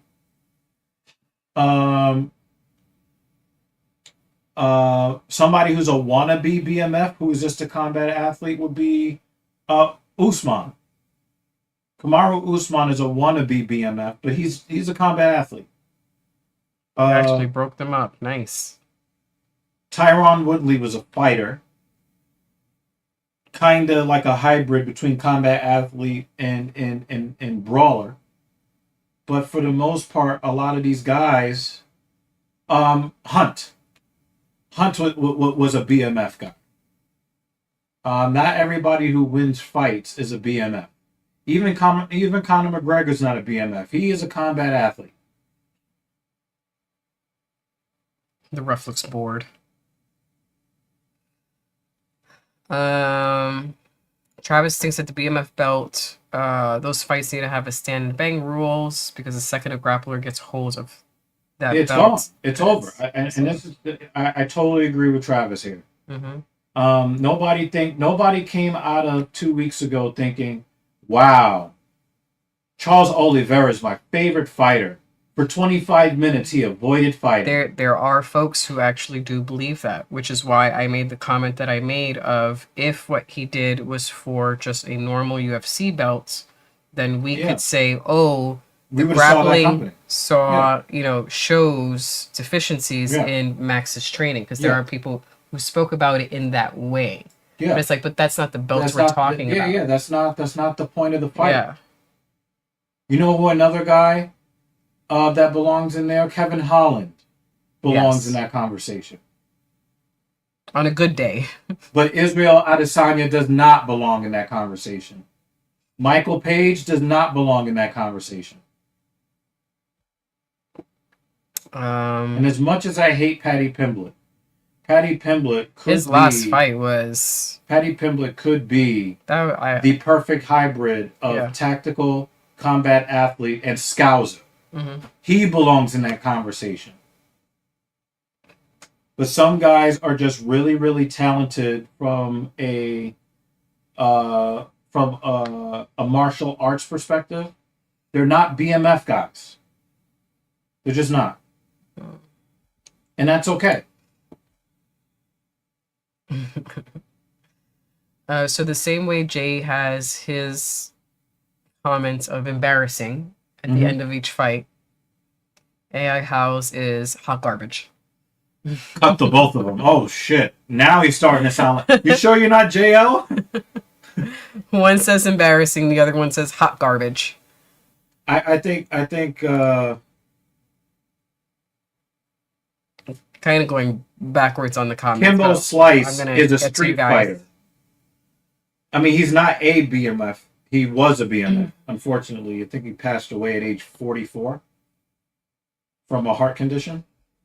But Kimbo Slice was a backyard fighter. Like, that's what he was. When they start doing the scoring it, Masvidal fought in backyards in fights that Kimbo Slice put together. That's BMF shit. This is his reasoning behind Colby Covington is not a BMF. Topuria is a BMF, meaning he knocked out BMF Holloway and BMF dude. No. Okay, time out.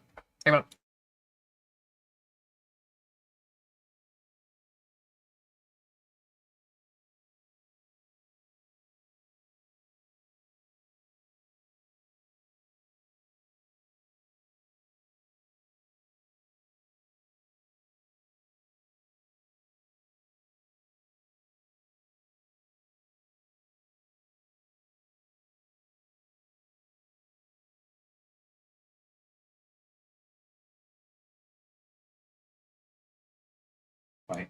All right, So- I just wanted to hear the scorecards. So AI how? Again, I'm going to disagree with you, respectfully. Charles Oliveira is not a BMF. They're not even interviewing him. Good. Yeah, please, get them out of the cage. Jason, Get them out of the cage. only 47 strikes combined for the whole fight. That's... Holloway is a BMF because he can throw 47 strikes at you in the first 2 minutes of a fight. But whatever. So just because Topuria is a better combat athlete than Holloway, it does not make him a BMF. It makes him a better technical striker, a more powerful technical boxer than Holloway. Holloway is looked at as a volume machine. Holloway has never been accused of being a knockout artist. Topuria is a knockout artist, but from the technical athlete standpoint. So you can beat him, and here's another thing that I think really ruins the case that you're making for Topuria to be a BMF. You called Oliveira a BMF, and he proved that he's not a BMF because he did everything he can do to avoid fighting. He did everything super technical, super grapply, super BJJ, and let's be real. If he would have dominated Holloway and choked him and made him go to sleep 3 minutes into the first round, we would have a better. You would have a better leg to stand on to declare Du Bronx a BMF. But the BMF, Holloway was supposed to be the guy that had no BJJ defense, and he couldn't submit him. 21 minutes of control time, and you couldn't submit a striker? No. So you humped him for 21 minutes, and you failed to get a finish. How is that BMF? What's badass about that? What's motherfucker about that? He looked like he was uncle fucking. He was all behind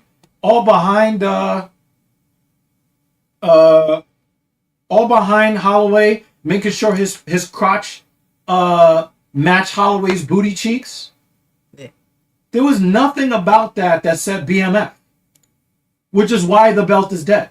Chris isn't so ashamed of the preliminary prelim page. Yeah, that was terrible. That was fucking horrible. Without consent. But yeah, that was sexual assault. You know what, Kratos? You're right. You know why? because Dude Bronx promised that he was going to fight. He says, I'm going to fight. Then he went in the cage and then did some unwanted sexual advances towards his opponent. There's nothing BMF about that. It's a flag.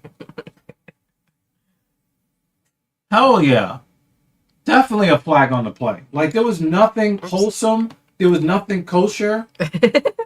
Of course he walks in at that part. Like, that whole fight Your timing was is pause-worthy. Amazing. And they were supposed to stand. I'm not putting that on the screen now. Oh, we're talking about the whole so-called BMF. The so-called BMF fight between Dude Bronx and Max Holloway, where Oliveira promised that he was going to fight Holloway, and then he grabbed him and laid on him for 21 minutes. There's nothing BMF about that.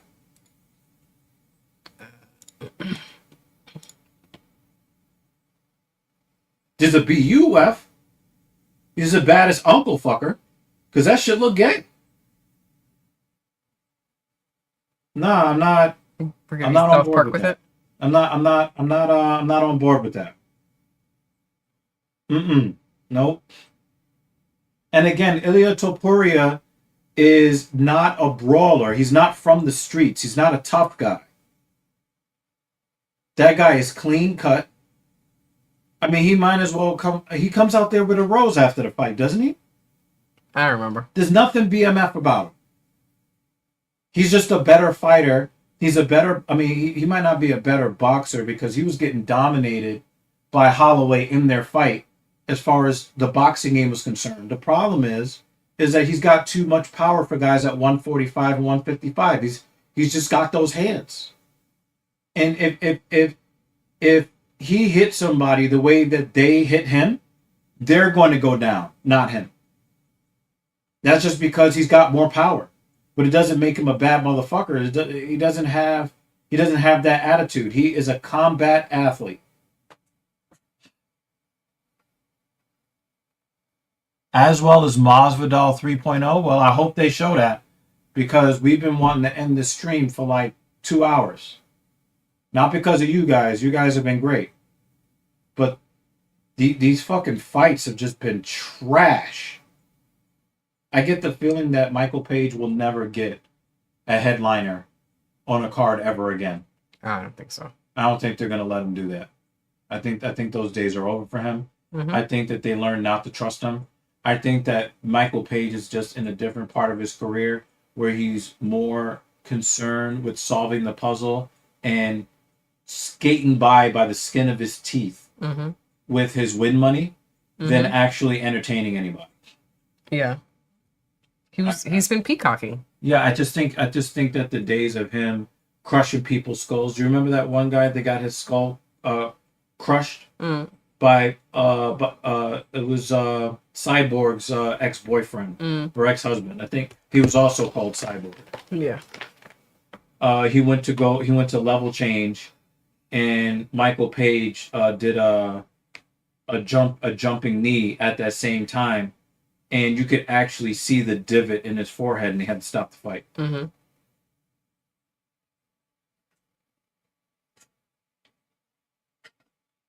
Yeah, Michael Page is at the end of is definitely at the end of the career, and he's basically just siphoning off show and win money off of what he used to do, and he's not that guy anymore. You're not that guy. So I just think Michael Page should retire for the benefit of the fans, because nobody wants to see him hop forward and back for 15 minutes ever again. Nobody wants to watch that. And he got us all excited by his demolition, his embarrassment. I know there goes that word again, right, J.O.? His embarrassment of Kevin Holland. But he hasn't done a motherfucking thing since then. I don't think that he's landed a significant strike since that fight. Yeah, like his first fight in the UFC. So That I was was like, Kevin Holland. who the fuck is this dude? He Yeah. looks awful. And I was like, well, yeah, he won. So I can't talk too much shit. And then he gave me a reason to talk shit again. Because I was ready to be like, I'll eat my words. Now it's about a few more checks. Everyone knows his antics already. Yeah. Yeah. Yep. Yep. Said it a few times. Where you been? He was off somewhere being embarrassed. You weren't paying attention. And for that, he should be embarrassed.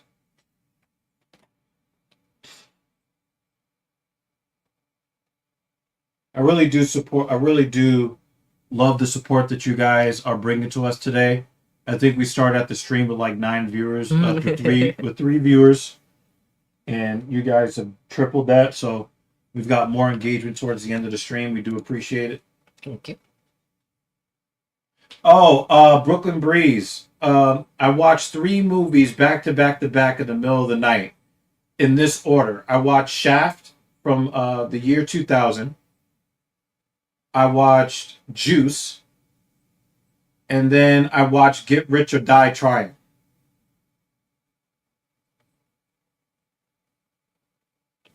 Two of those films were enjoyable.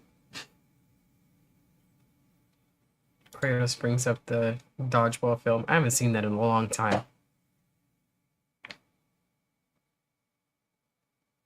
Huh.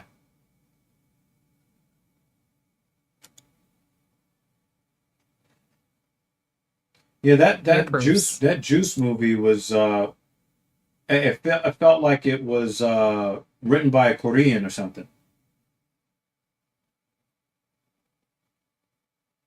Or it was written by somebody who visits massage parlors and only pays for the massage and leaves. Because there was no happy ending.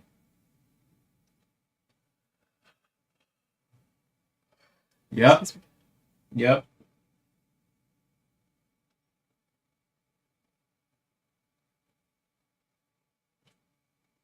Yes, I do, right?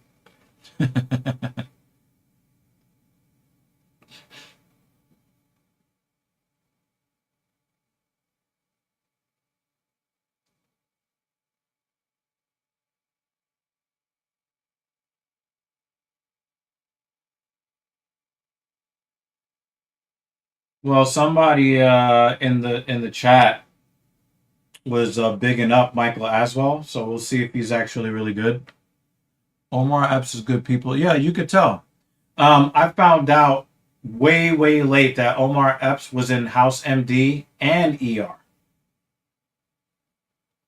I definitely knew him from House MD because I binged that series in its entirety first. But last year I binged ER and I saw Omar Epps in there. I was like, what the fuck? You know, he definitely has range.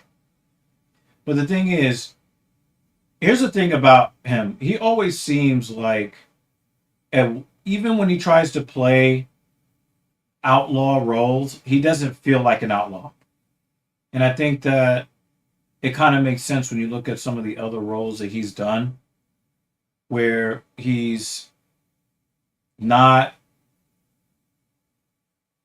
even when he tries to do like the game, like in Juice, he tried to play the gangster role. Mm-hmm. He didn't even really seem like he fit as a gangster in that situation. I mean, they also wrote him that way. Mm-hmm. But anytime you look at Omar Epps, he never really looks like he belongs with the street niggas. Mm-hmm. He just doesn't look like that. And then when you look at when he looks more at home being the token black guy as a well-to-do medical student doctor. He looks like he fits that role better than being the reluctant hoodlum in the streets. Mm-hmm. You know, circa, what was it, 1992 when that film came out? Mm. You ever seen Into the Deep? Into Deep is the next one that I'm gonna watch. So don't talk about it. Let me watch it. I'll get back to you. Also had a rap group that went triple wood.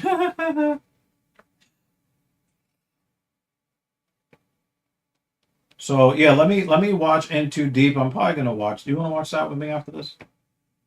Where is it streaming? I did see that it's streaming on a platform you can watch. I know that.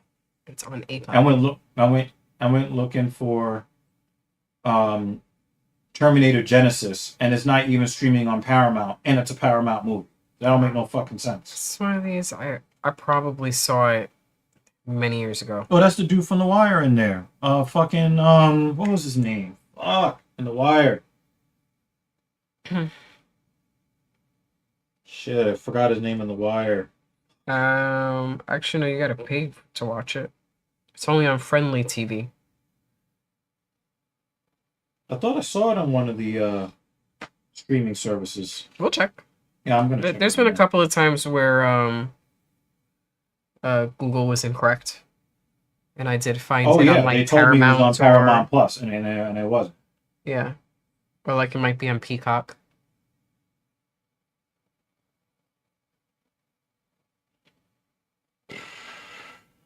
AI gives a thumbs up to that film. Yeah, No, at I don't want to 99. hear anybody's. I don't want to hear anybody's opinion. Just let me watch He's it. new here. Yeah, we can rent or buy. Ooh. Stanley Tucci. Yeah, he always plays like mob type roles and stuff like that. Mhm. Gangster type roles. Always wears the same glasses. So I guess we won't be watching this one. Wow, Nia Long was very attractive back then. Should we watch Belly? That's with Nas and DMX.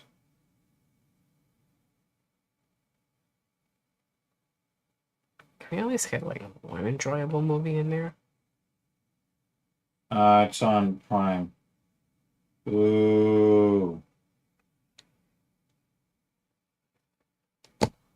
We do have to plan out when we're gonna do our 1 month. Yeah, so that we can watch Because we've got Vox Machina and Vox Machina, Invincible. Invincible. Yeah. Is that Jack Ryan one or Reacher? There's that one. There's a new season.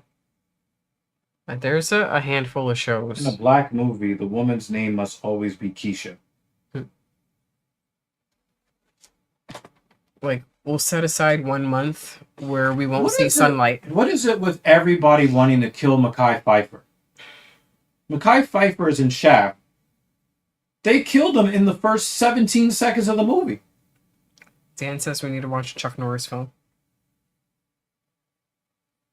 Maybe. A G63 convertible. 2028. That's crazy. Oh, we did get a nut shot. Yeah, we did get several. We did get several Victor Henrys. We expected an eye poke and did not get it, thank goodness. But yeah, there was a nut shot. Someone got kneed in the nuts. I watched Paid in Full like a few months ago. Uncut Gems was better than I thought it was gonna be.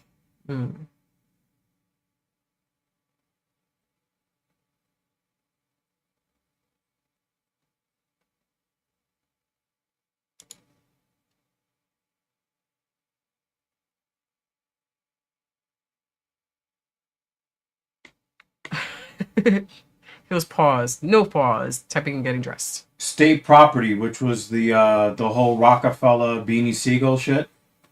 You know what percentage they got on Rotten Tomatoes? A 0. Damn.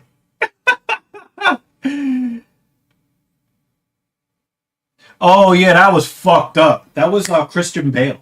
Christian Bale's the bad guy now.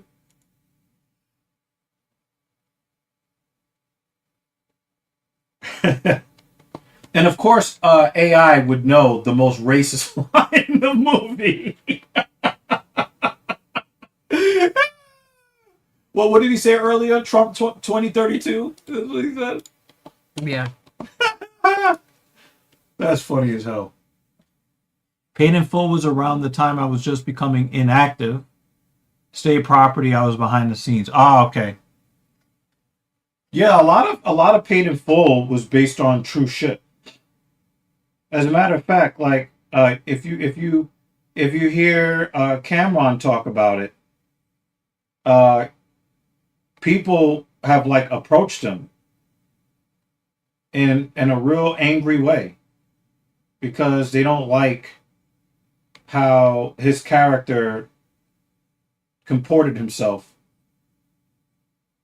Remember the kid King Joffrey in Game of Thrones? You know, he actually had people in the street like accosting him in the street Yeah, I think I did hear about that. because of his character on the show.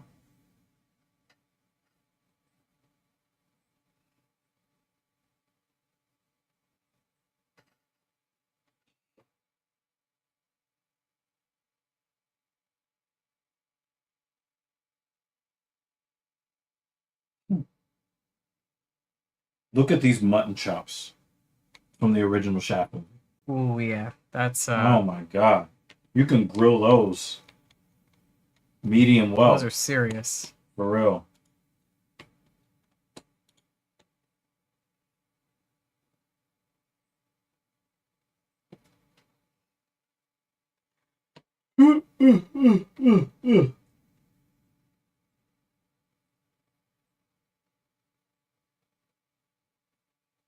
I'm actually going to look for a movie for us to watch so we can relax with maybe some violence or something. Yeah, because we've been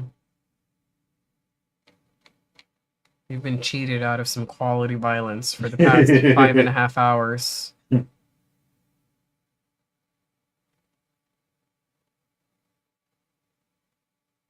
Chuck Norris films are now starting the trend on Apple TV. Of course. Missing in Action.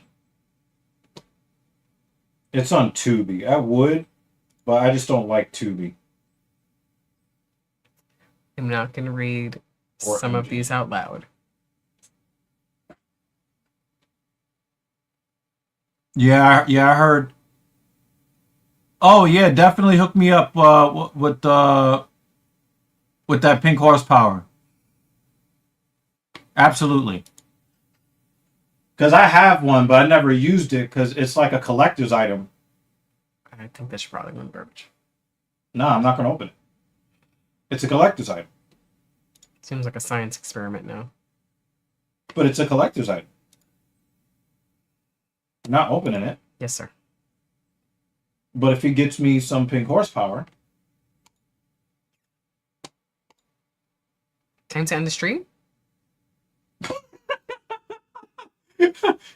That was actually a good finish to. I wasn't thinking that, but that was actually a good. And we're done.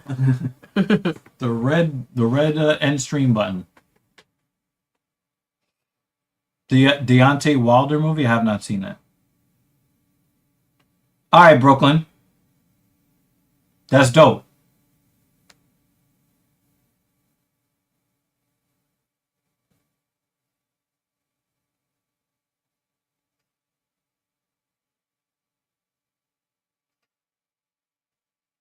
You know what I want to see? I want to see Brooklyn. I want to see you pop up on the set of It Is What It Is in Las Vegas. I would love to see you do that.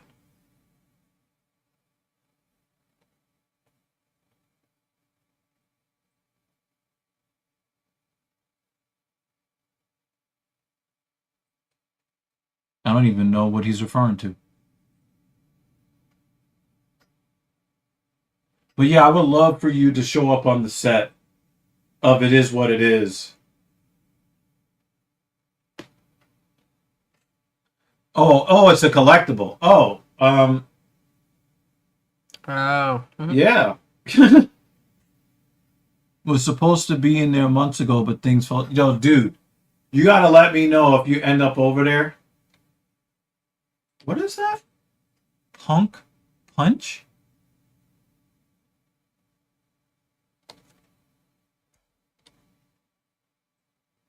Is that supposed to be like CM Punk or I have no idea.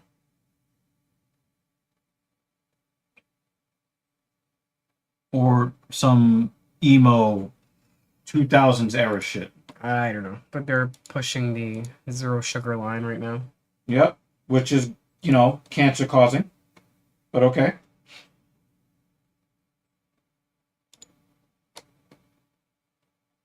Delta Force 2. Look at Chuck Norris. I know. I know.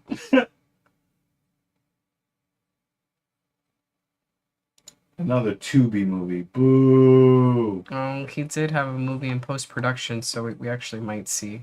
So he's going to have one released posthumously. Yeah. Obviously, we talked about The Expendables. Mm-hmm. I think he was in the second or third Expendables movie. I think the third one. Second. It's here.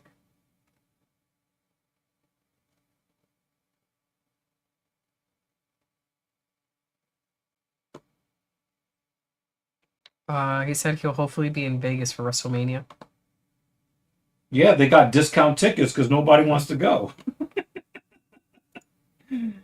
Ah.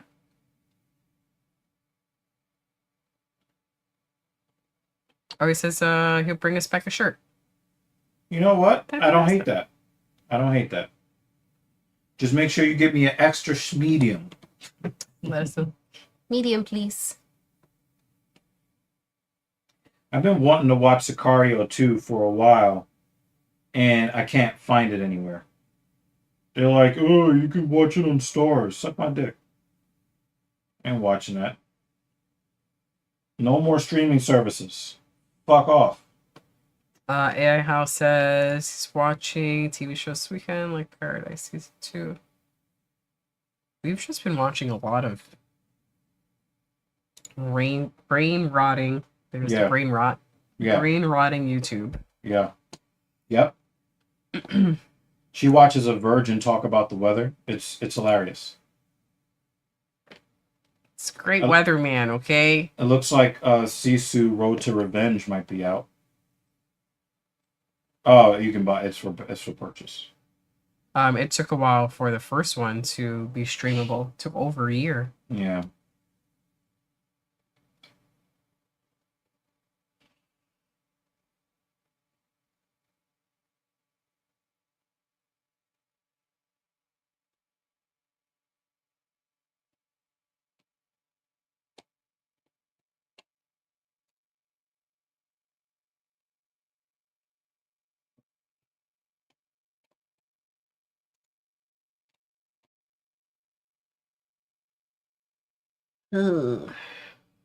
I thank you guys for entertaining us during what is supposed to be the entertainment.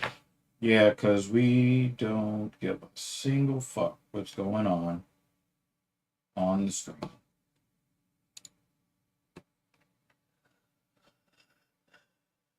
Excuse me. Should we try to watch Greenland too? If it's available anywhere. Yeah. It just seems like they have all of these streaming networks. And then you go look for a movie and it's just like they're like trying to make it where you can't find any movie you want to see. Because they still want you to purchase it first. But I purchased a monthly subscription. You know, like, fuck.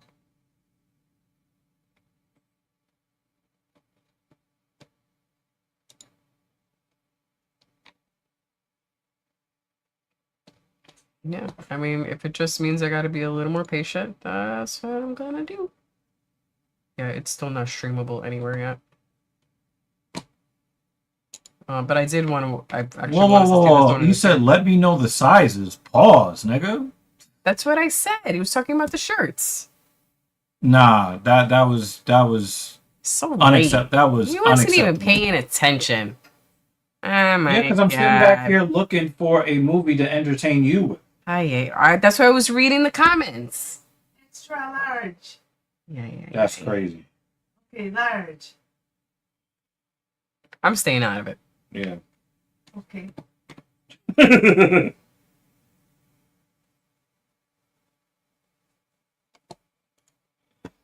I said I'm staying out of it. I'm just putting it on the screen. I'm just saying that looked crazy.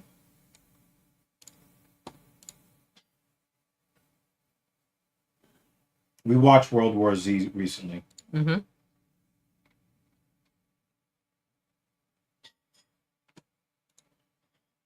We watched War of the Worlds recently. Dan has a suggestion for a series, Frontier. Yeah, I'm not very excited by that. Medium. Yeah, I need an extra medium.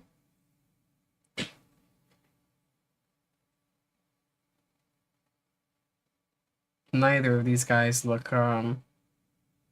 satisfied with that. That's probably because both of them were bored, like we were.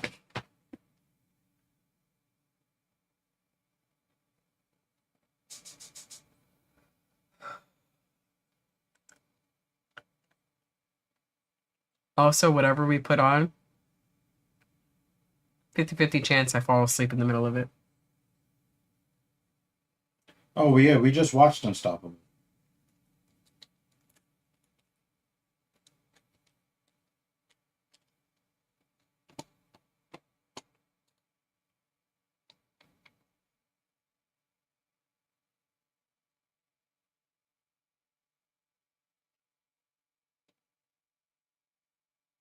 It's gonna be a sad day when Bruce Willis dies, but I almost kind of feel like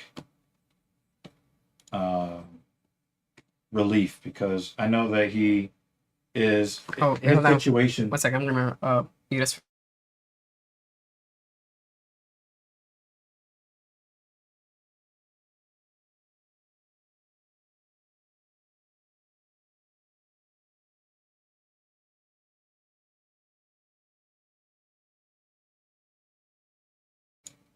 Okay, I just wanted to hear the scores. I think we saw the first season of C. Yeah, I didn't realize I think the that there's first two or three seasons. seasons. I think we did watch at least the first 2 seasons. I don't remember finishing the second. I know we definitely saw the first. I don't even remember the second. I didn't know there was a third. Yeah. I may have seen the first season of this with Thing 2. No, we watched it together. Okay. And we watched the second as well, but a Frontier?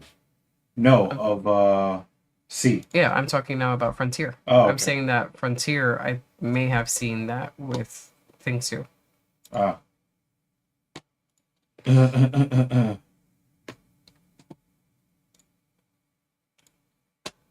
One more fight.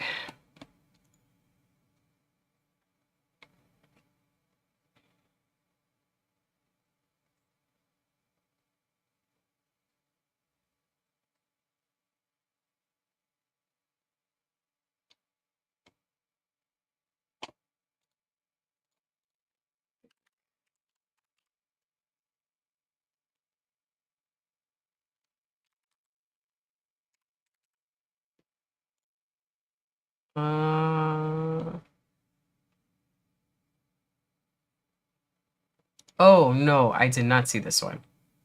I was thinking about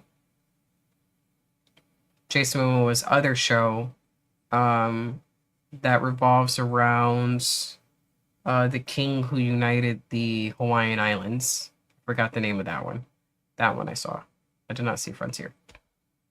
Take that back.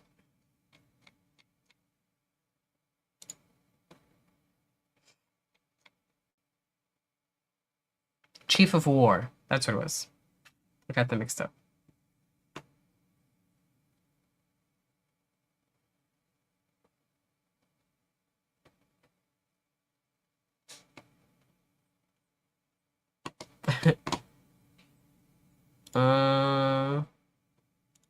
Good question.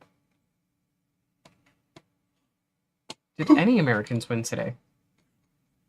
I mean, they're in England.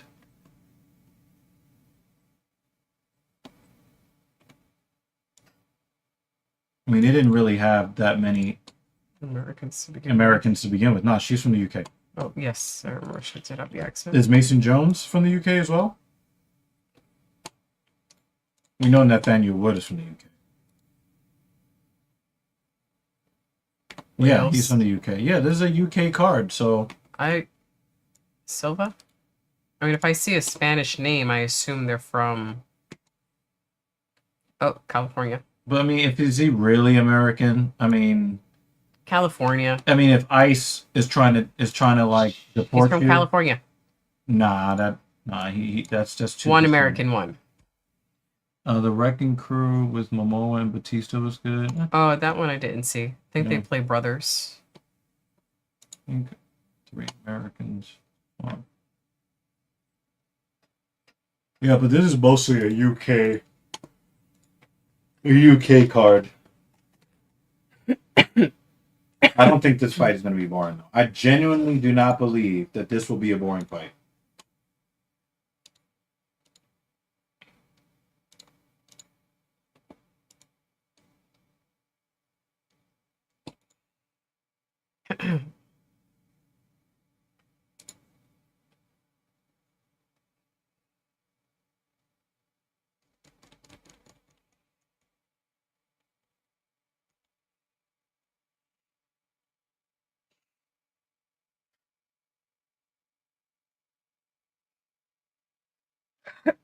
Yeah, we value violence in this house.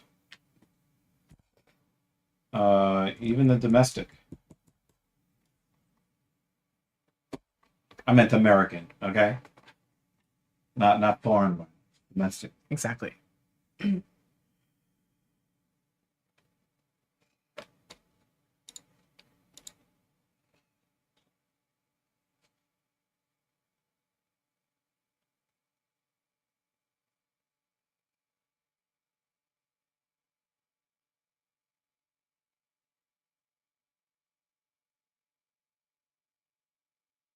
Oh, nice. I have the Yeah, we have that muted for copyright reasons. I can see them singing. Shia LaBeouf's life has just gone completely down the shitter.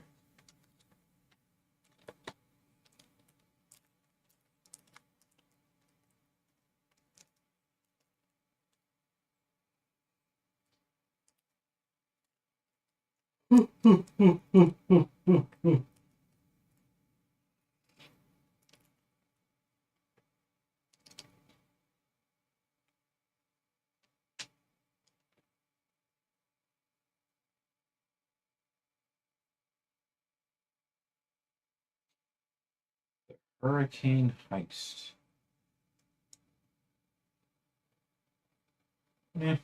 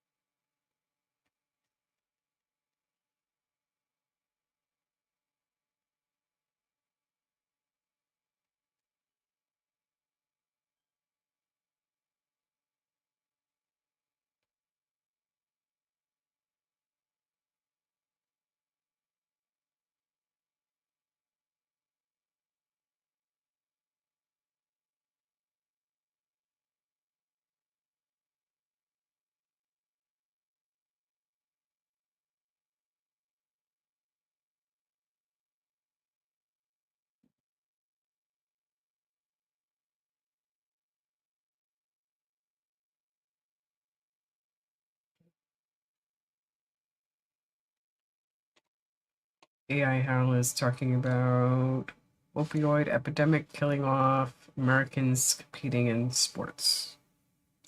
We had Tyler Skaggs, a pitcher for the Los Angeles Angels of Anaheim, of California, of the United States, of the Western Hemisphere, of the planet Earth, of the solar system, of Milky Way galaxy. the Milky Way galaxy, of the universe. A bunch of people's lives were destroyed in the aftermath of that. But yeah, opiates, and opiates don't come into your life the way we were taught as kids. Opiates come into your life through, an oral surgery, pause, or an orthopedic surgery, a car accident, a workplace accident, getting your back blown out. Pause. And then the painkillers become habit forming, and then you need more and more to not get sick, and then before you know it, you're trading blowjobs for a needle and a piece of tinfoil. I don't know. So it's one of those insidious things where I don't take any of the medicated painkillers that they offer, no matter what the situation is. I just eat the pain because that's better than the alternative.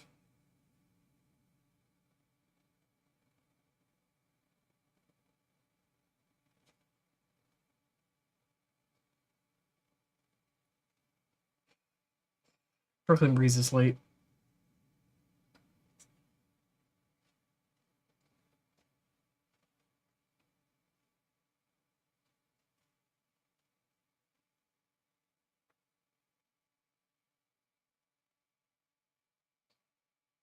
Yeah, when you're talking about the opioid epidemic, that one is definitely more sneaky. It's not like somebody like went to the doctor and woke up and now they're addicted to crack, cocaine or some shit, Um, for the majority of people who are addicted to opioids, a lot of them were not seeking highs when they were introduced to it. And then by that time it becomes an illness. Now people say that alcoholism is an illness. I don't really agree with that because there's never a situation where somebody's going to prescribe you alcohol to drink. Nobody's going to say, hey, for this, thing for you to get healthy, here's a cigarette. Here's marijuana. Here's, MDMA. But with opioids, there's a gateway to opioids where even the most staunch anti-drug people can get snared up in it. And that's the reality of it. Crack is whack. Yeah. I ate the pain early with the massage. Yeah. Whatever. Blame the big pharmaceuticals for 20 years. I mean, the nasty things that those pharmaceutical companies did, and then they did everything they could to not be held accountable for the problems that they started. They were addicts too. They were addicts to the money. The Sacklers made billions and billions and billions, and after all of the Americans that they helped kill and destroy, the families and the lives of everybody connected to those, they were only concerned with trying to keep as much of the blood money. Just disgusting stuff.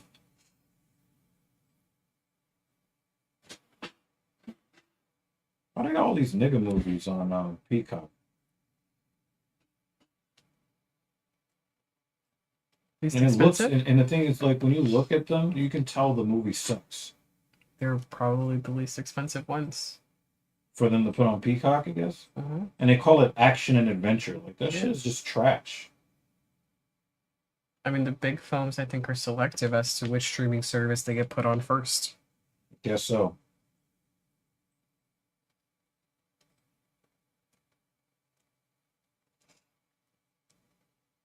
Nope, not gonna watch that one.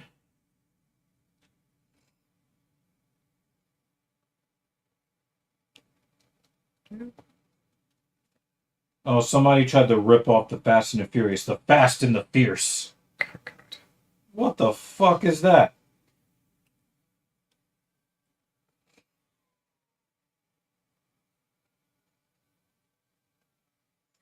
Look, they really tried to rip off the Fast and the Furious.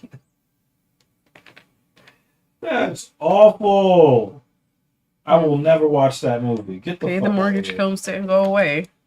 They just went to Peacock. Or Tubi. Awful, awful, awful. Streets of Blood. Val Kilmer. I think he died recently, right? Mm-hmm. Val Kilmer and 50 Cent. Mm-hmm.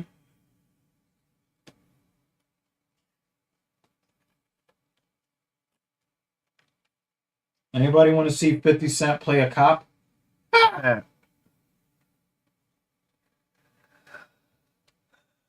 There's grandparents taking care of grandchildren in 60s and 70s becoming parents again. Yep, I mean, but that's common from where I'm from. But it wasn't opioids. It was crack cocaine.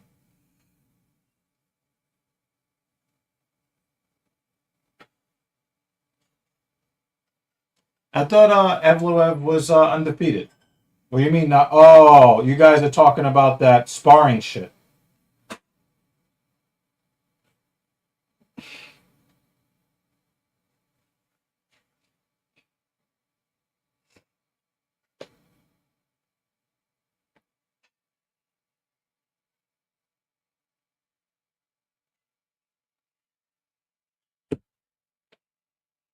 It's really crazy that in the sci-fi and fantasy, they put the Leprechaun movies next to Shrek. That's crazy. I'm just gonna go out on a limb and just say that's just racist. That's crazy.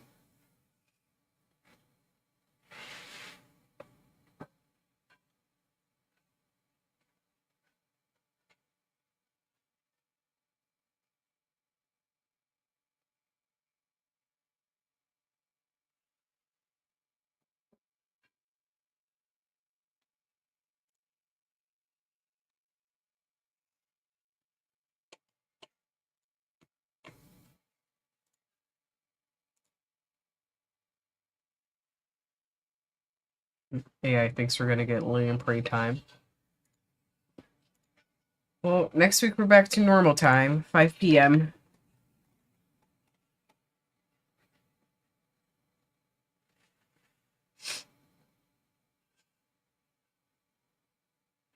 Dude, you know better. Come on. Ugh.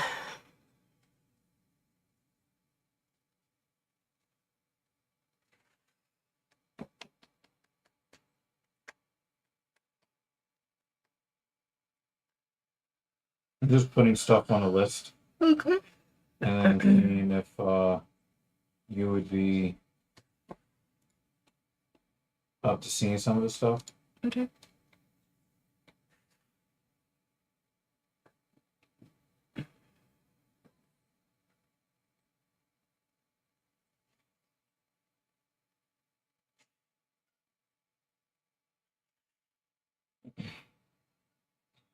I don't think I've ever seen this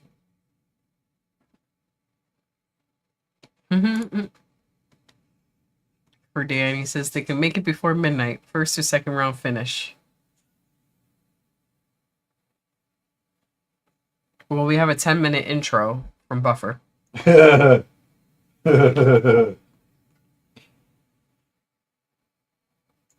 You just killed all your dreams, Dan. Put a dislike on the video. He's gonna take back the sponsorship. Do like Louis Rossman does, and just stop. Put a stop on the payment.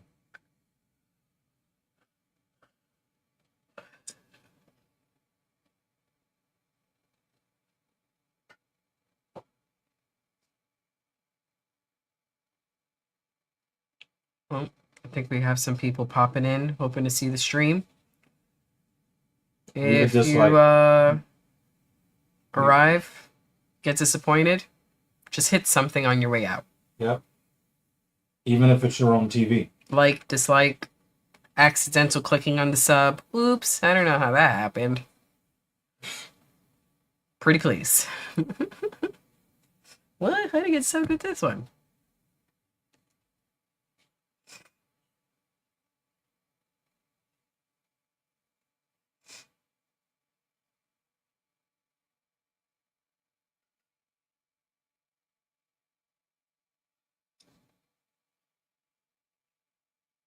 Are they both undefeated?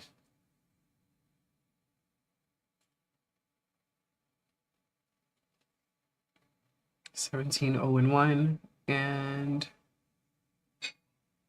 the other guys, I think 19-0.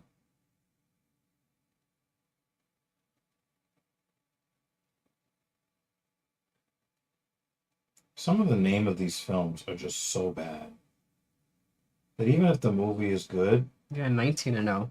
I don't want to watch. Someone's undefeated streak is about to get wrecked.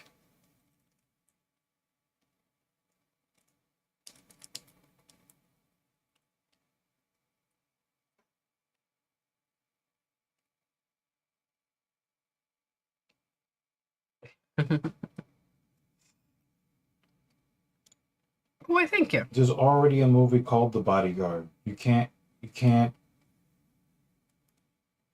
make another movie called The Bodyguard. Like, fucking stupid. I love coffee. And I love toffee.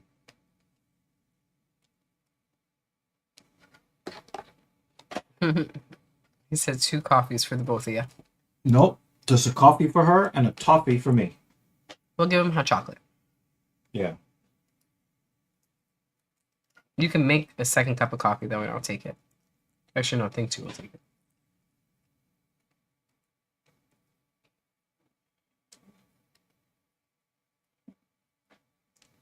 Alrighty, last fight, which will hopefully actually be a fight.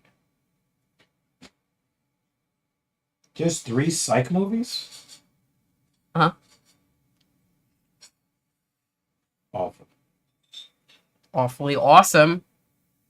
Awesome. I think that's what you meant to say. Awesome. Awesome. Because you're the Some. Miz. No.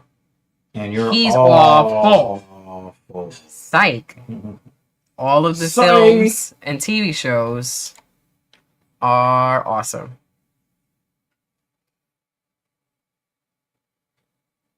Oh, I'm good with just cream and sugar. I give her the cream. A bit of sugar. A bit of sugar.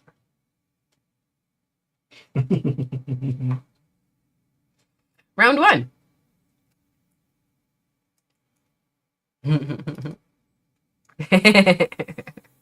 Yeah, I'm so joking.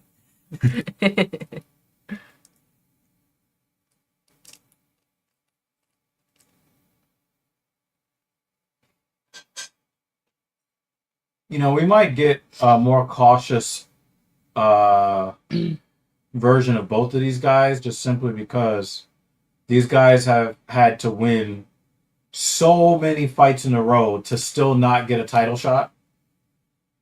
And I wouldn't be surprised if a lot of the quality of this fight that could have been will be lost because each one might be a little afraid to make the one mistake. Because, like, if you are Colby Covington, you can lose 6 times in a row and keep getting championship matches. But if you are Lerone Murphy and you win a split decision, you might need to win 8 fights in a row just to still not get a title shot.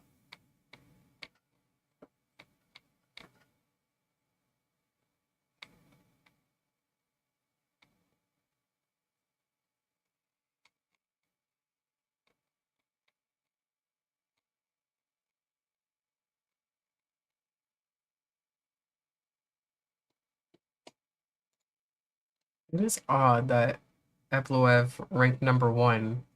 His fight after the 5th ranked fighter is not a title fight, but instead it's against the 3rd ranked.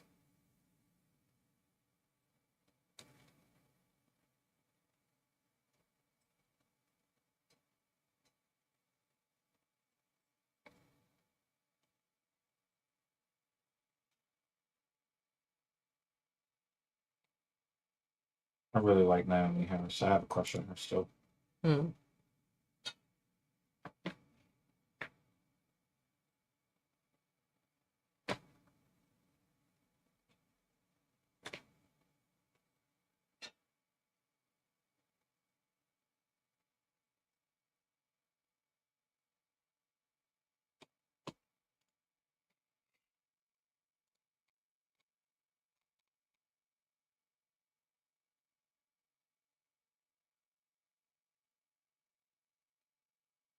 So Evloev is another fighter where he had a bunch of matches fall through. Mm-hmm.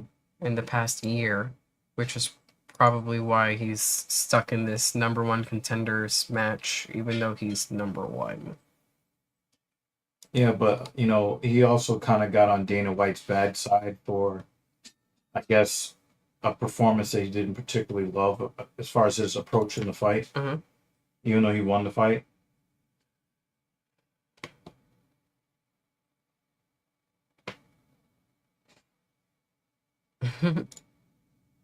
He says they got real beef. They don't like each other.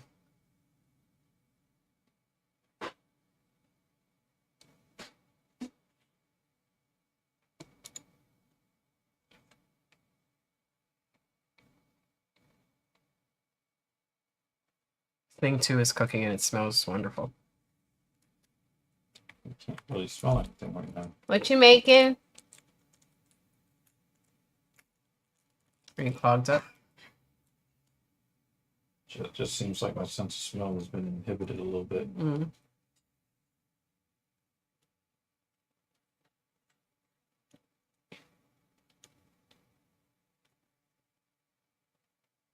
Kind of in the mood for ramen. I'm in the mood for this fight to end. I know we have food in the fridge, but I think I want spicy ramen. She was eating that yesterday, and I think it's still like stuck in my nose. Just follow your nose. Spicy ramen with an egg or two, some green onions on top. Yeah, that's what I'm gonna do for dinner.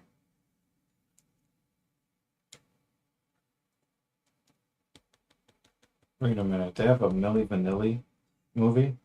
We're not doing that. We're not doing that. No, no, don't even show me. I thought you were looking for something for us to watch that would be entertaining. Fame soon turns to infamy. Blah blah blah blah blah blah blah blah blah blah blah. Bad Morgan. Blah blah blah blah blah blah. As they harbor a secret while conquering the global music charts. No! As pop duo Milli Vanilli. Stop! I'm about to end the stream. Oh my god! Thought you loved me. They don't love you. They made that movie in 2024.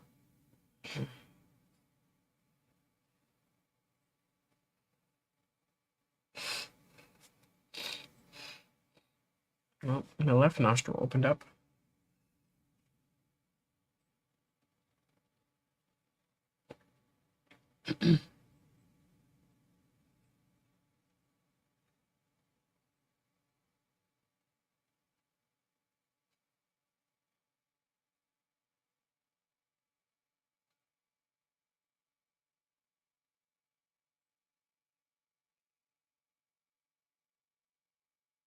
We did watch Sinners, yes.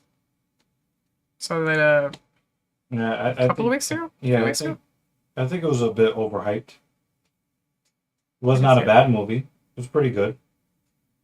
Did you see it? Before we go any further?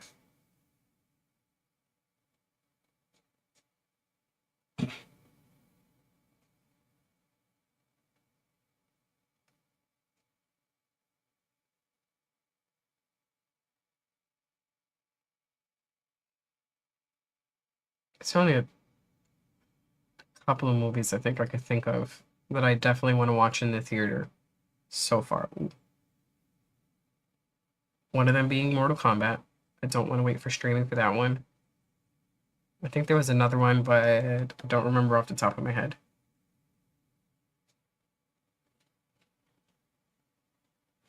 And like, we could do a discount Tuesday, and I'd be like, sorry. Then we could do a matinee on a Tuesday.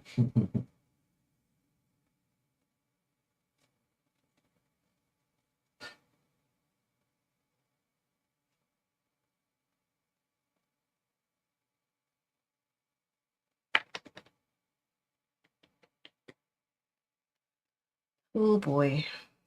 Well, as we're waiting for someone to do something,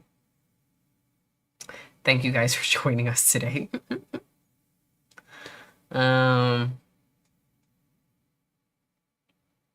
was nice to not be alone as we're being tortured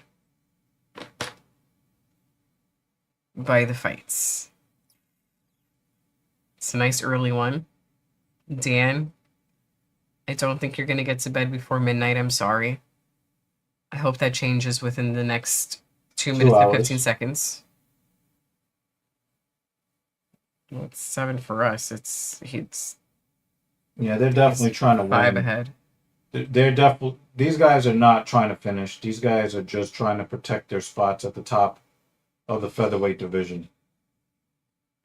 AI Hal, I hope that the stream isn't too far into the early morning for you, where you get to join us for other Saturday watch parties. That would be awesome if you don't have to stay up too late, or you might have to, and I hope you do. So hang out with us, because he's like, I think he's a little further in the time zone than Dan, right? I think it's even later for him. AI. Yeah, Where's AI from? I remember. I said it in the very beginning. What time is it? I think we had somebody coming from Saudi. Where you are?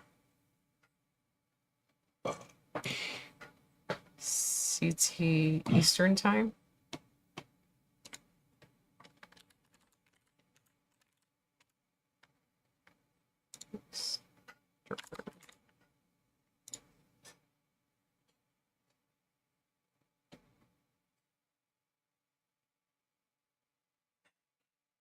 Oh, you're in our time zone. Why did I think you were on the other side? Oh, it was someone else. Yeah. You're in our time zone. Why did I think you... I think there was someone else who was in the chat at the same time you popped in. Oh yeah, you're not that. Yeah, okay, yeah, you're not that far from us. Cool. Somebody popped in from I think it was... Saudi Arabia Yeah. and wanted to know where they could try to stream the fight. And I think I just had it in my mind that it was AI the whole time.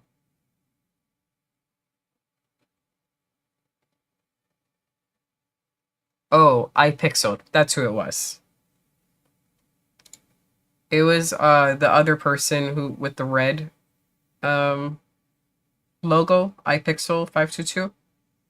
They were in here much earlier. They were from Saudi. So, yeah. All right, cool. Well, it'll be nice and early for you. It's the same time as us. I hope iPixel was able to find get access to the stream.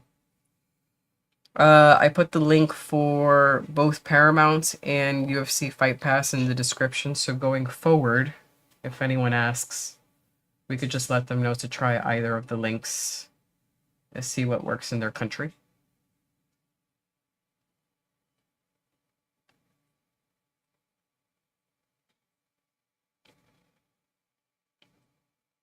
Yeah, they were here earlier.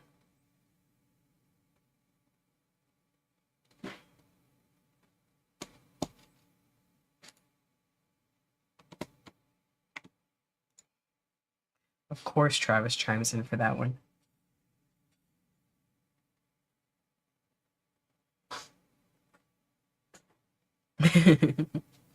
You know. That's crazy.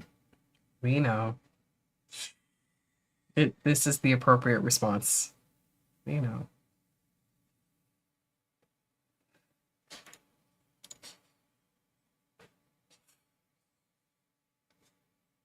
These guys are fighting super cautious.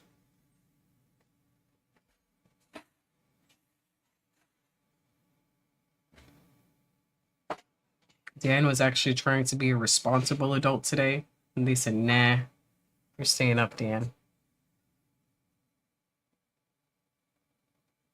Hey, we got a takedown. Evloev's got his back.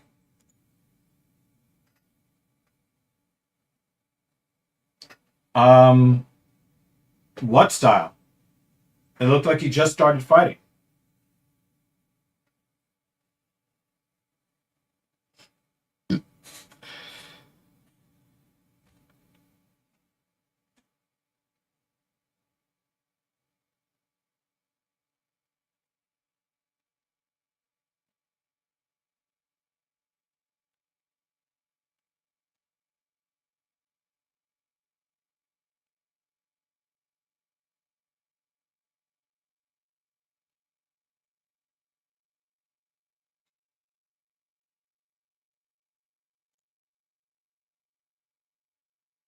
Well, Victor Henry.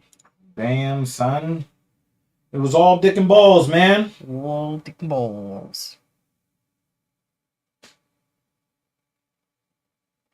Is it a soccer kick up? Yep. Bunk. Right in the dick. Ew. No bueno.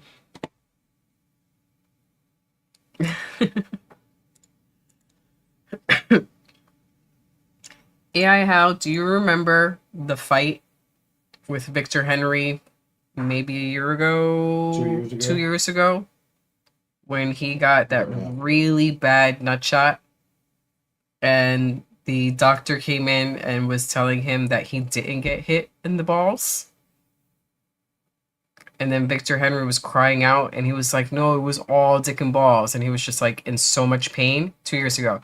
So ever since then, ever since that fight, anytime someone gets hit in the dick, that's why we go, he just got Victor Henry'd. So that, you know, so you understand where that's from. Or you know where that's from. It's all dick and balls.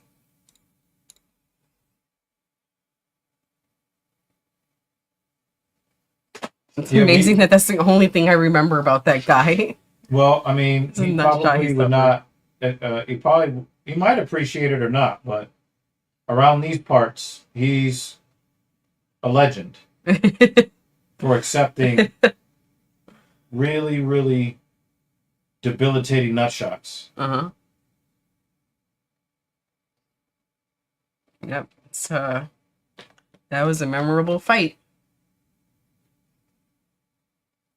Man, because that dumbass referee. Yeah. They're like, no, you're fine. You didn't get hit in the balls. And I think even the announcers, It's like, yo, the commentators, they were like, no, he didn't get hit in the dick. No, everybody's like, no, absolutely not. That didn't happen. And then you watch a slow replay, and he kicks his balls back up. And they were still saying in no. his abdomen. Dude was pissing blood for days after that. Unbelievable.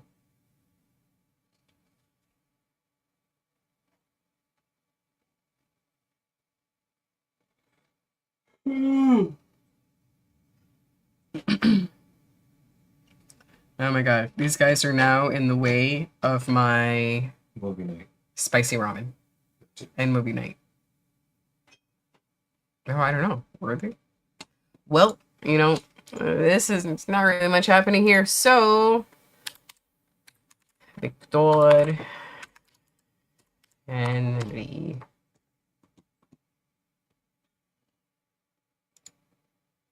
Tell me how I saw this movie and I thought Coheed.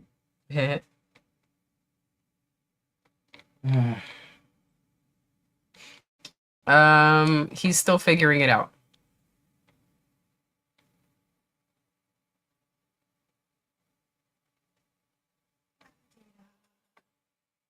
Ooh. Thank you. I think I'm gonna have That's beef. ramen Beef is when you need two guests to go to sleep. after the show. Ramen. Okay. Thank you for making the beef, though. Mm.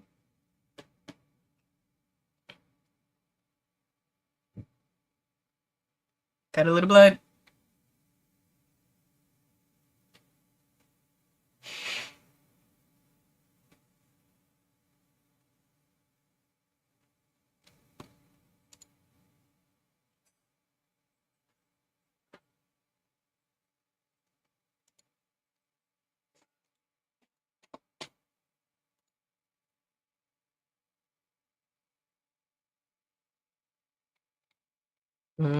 That one was in Abu Dhabi. It's a no contest due to accidental groin kick. Makachev versus Volkanovski 2.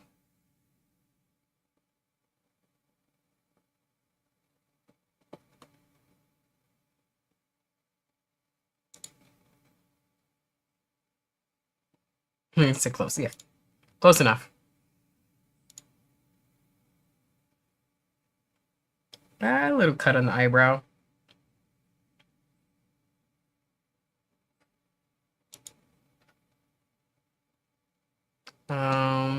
Some of these comments are for you. This time straight real quick. No, it's a loss for the fans. It's not a draw. Another Victor Henry? What the heck? Oh! Come on.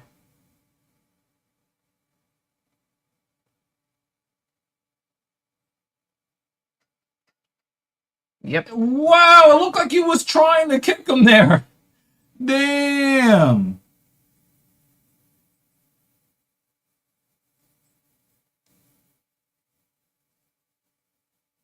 Yeah, we were talking about this earlier, Travis. Men should not be given attention to women that are not attractive. Straight up.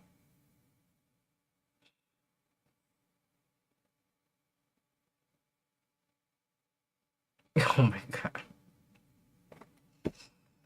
I'm just gonna let the comments happen. Ugh.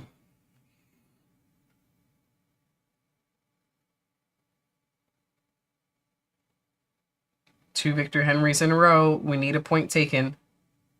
Good. Yep. Good. Good.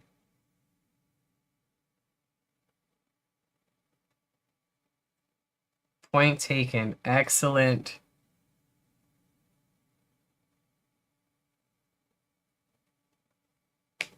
Ah, my nuts.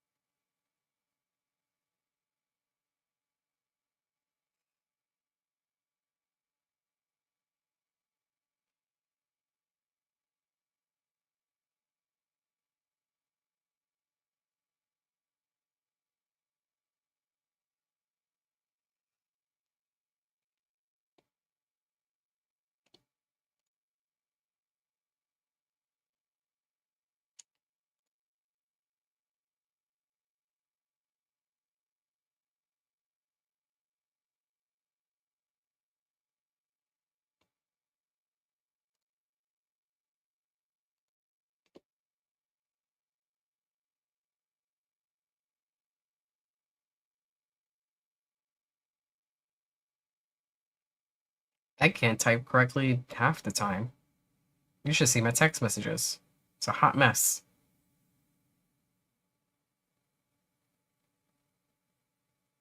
Oh my goodness gracious.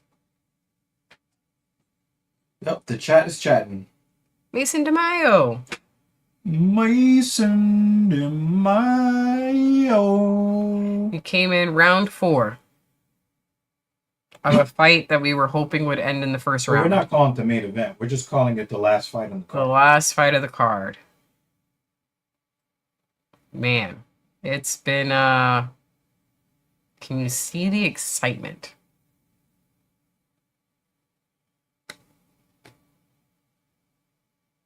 How you been, Mason?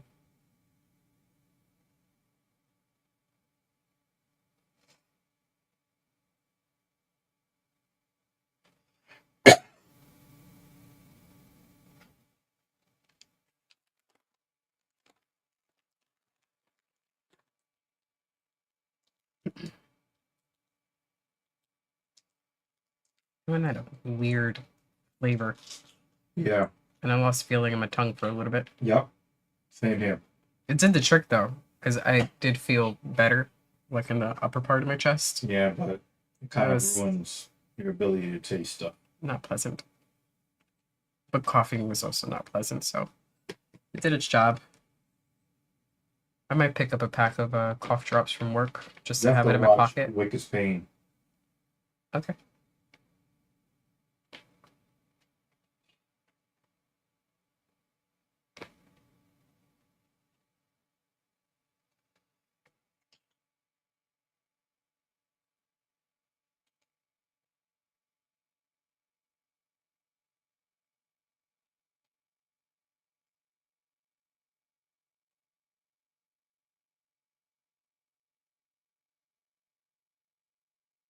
Ah, his dick still hurts. He can't Yeah. even kick.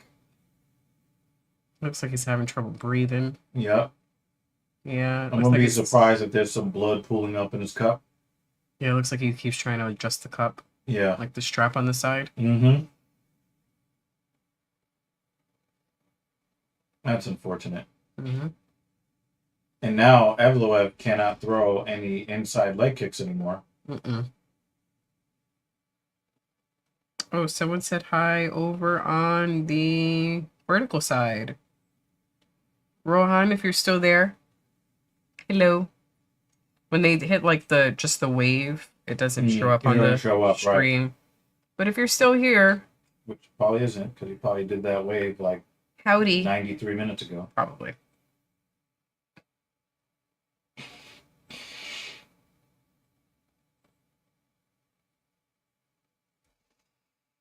Why'd I pick up my phone? I don't know.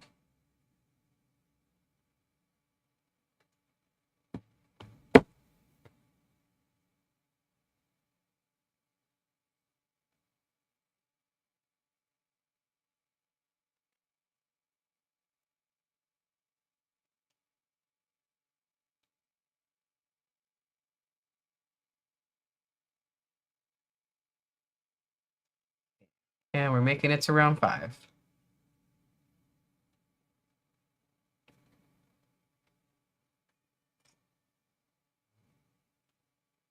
Womp, womp. He hurt.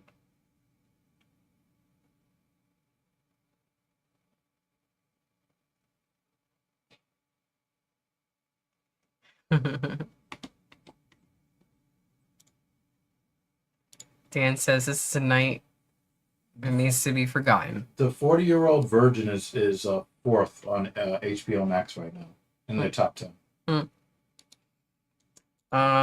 Brooklyn Breeze says thinking about doing Pilates next door. Any reviews? I haven't tried it. Trying to do some pilates to get some biatches. That's what that sounds like to me. You'll have to give us the reviews. I don't know.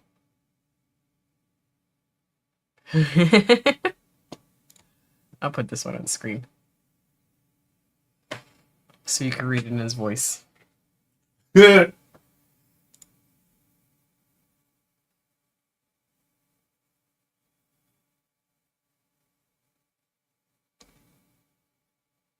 Ooh, there you go.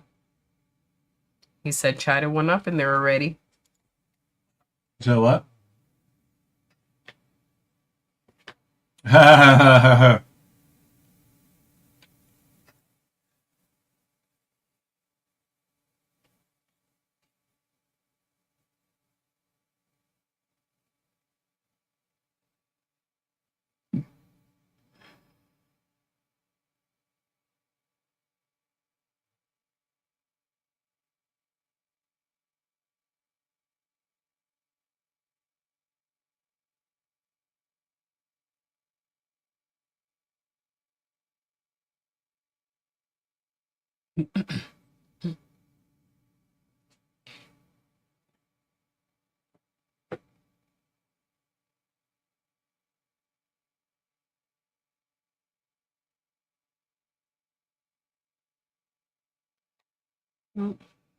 Take down.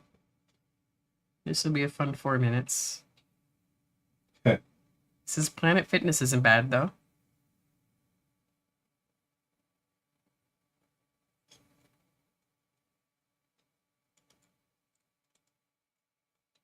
There's a movie called If I Had Legs, I'd Kick You.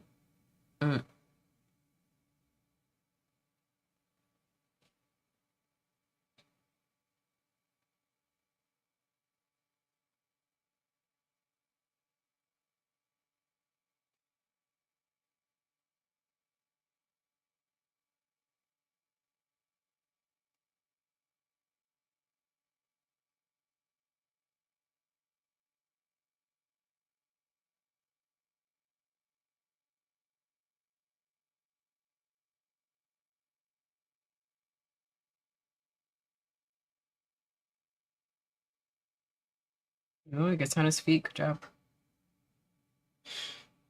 Oh, but not for long. And he's back. And not for long. Is the UFC dead? Is it over? We did ask that question last year.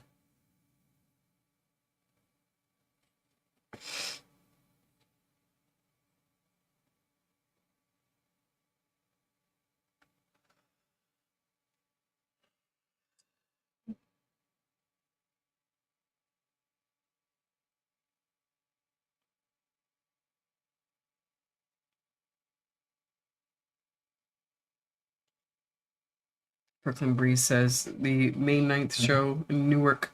We should do our show from there. We just got to a place where we can do this show without it costing a whole bunch of money. And it's not like they would need to make us excited about the product again. That's what I think. Mason DeMaio says UFC 300 was when the UFC had something for little, in my opinion, and it all went downhill from there.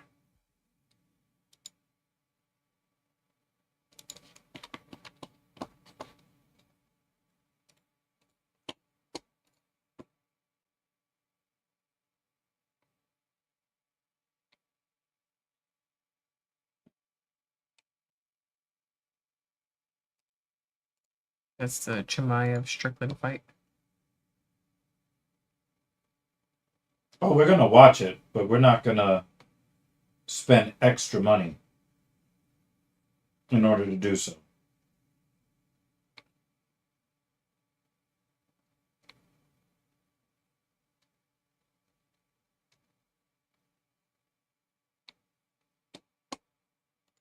They haven't even finished filling out that full card yet.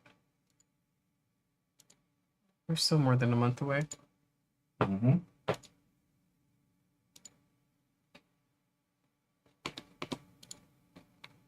Yeah, they don't have all their fights lined up yet.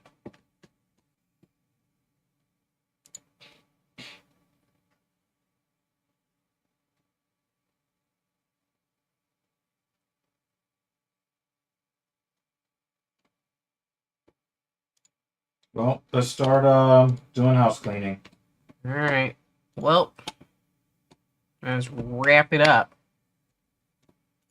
Thank you guys for coming. I'll just go down the line for picks. Don't remember which is which. We finally got a Lewis Rossman comment of the stream. Do you have a Lewis Rossman comment straight? That is dope. Crave was incorrect. MVP knocked all of us out, but like by putting us to sleep. Yeah. Yep. Paige is going to lose tonight. We all lost. Yep. Yeah, everyone thought that MVP was going to do something spectacular. Spectacular. It was spectacularly awful.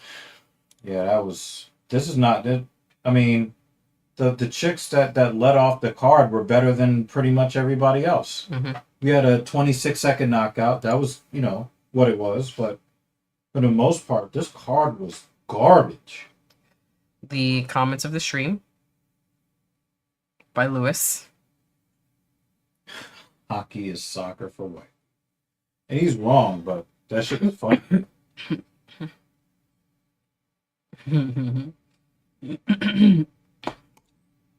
Thank you to our stream sponsor. Sorry, Dan. Got your name in the banner. Sorry. Before we actually head out, I am gonna listen. I'm gonna mute us for a second, okay?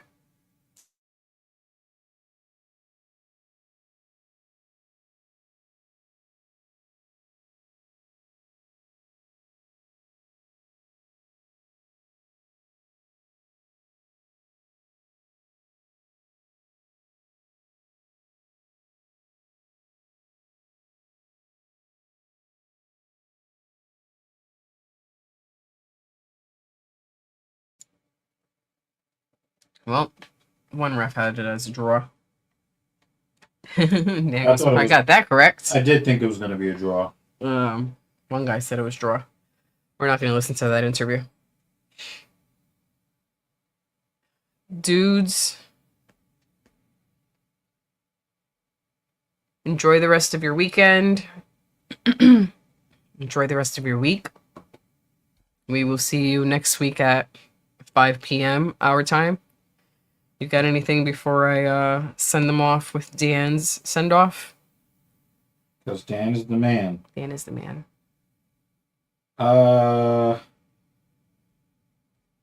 We hope that you will continue to keep riding with us, because it's not like the UFC is like this thing that makes us all just want to come running back to watch more fights every weekend.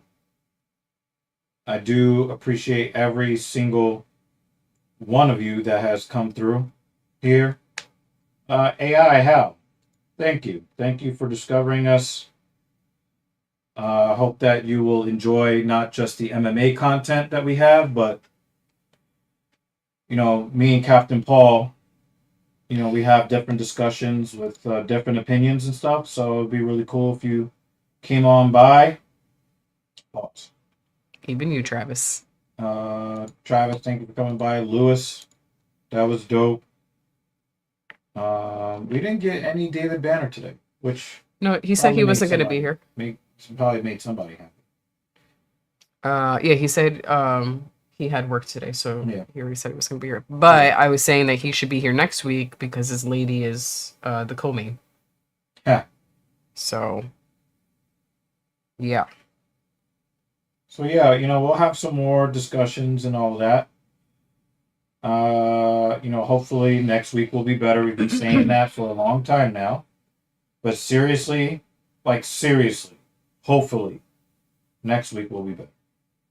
I wonder if the people on the vertical stream that just pop in are like, why does she sound like a dude? That's crazy. Because it's just me sitting here and just hear you in the background. Could you imagine if you sounded like Dr. Girlfriend? That would be crazy. Dude. Well, be safe out there in the real world. Please and thank you. Bye.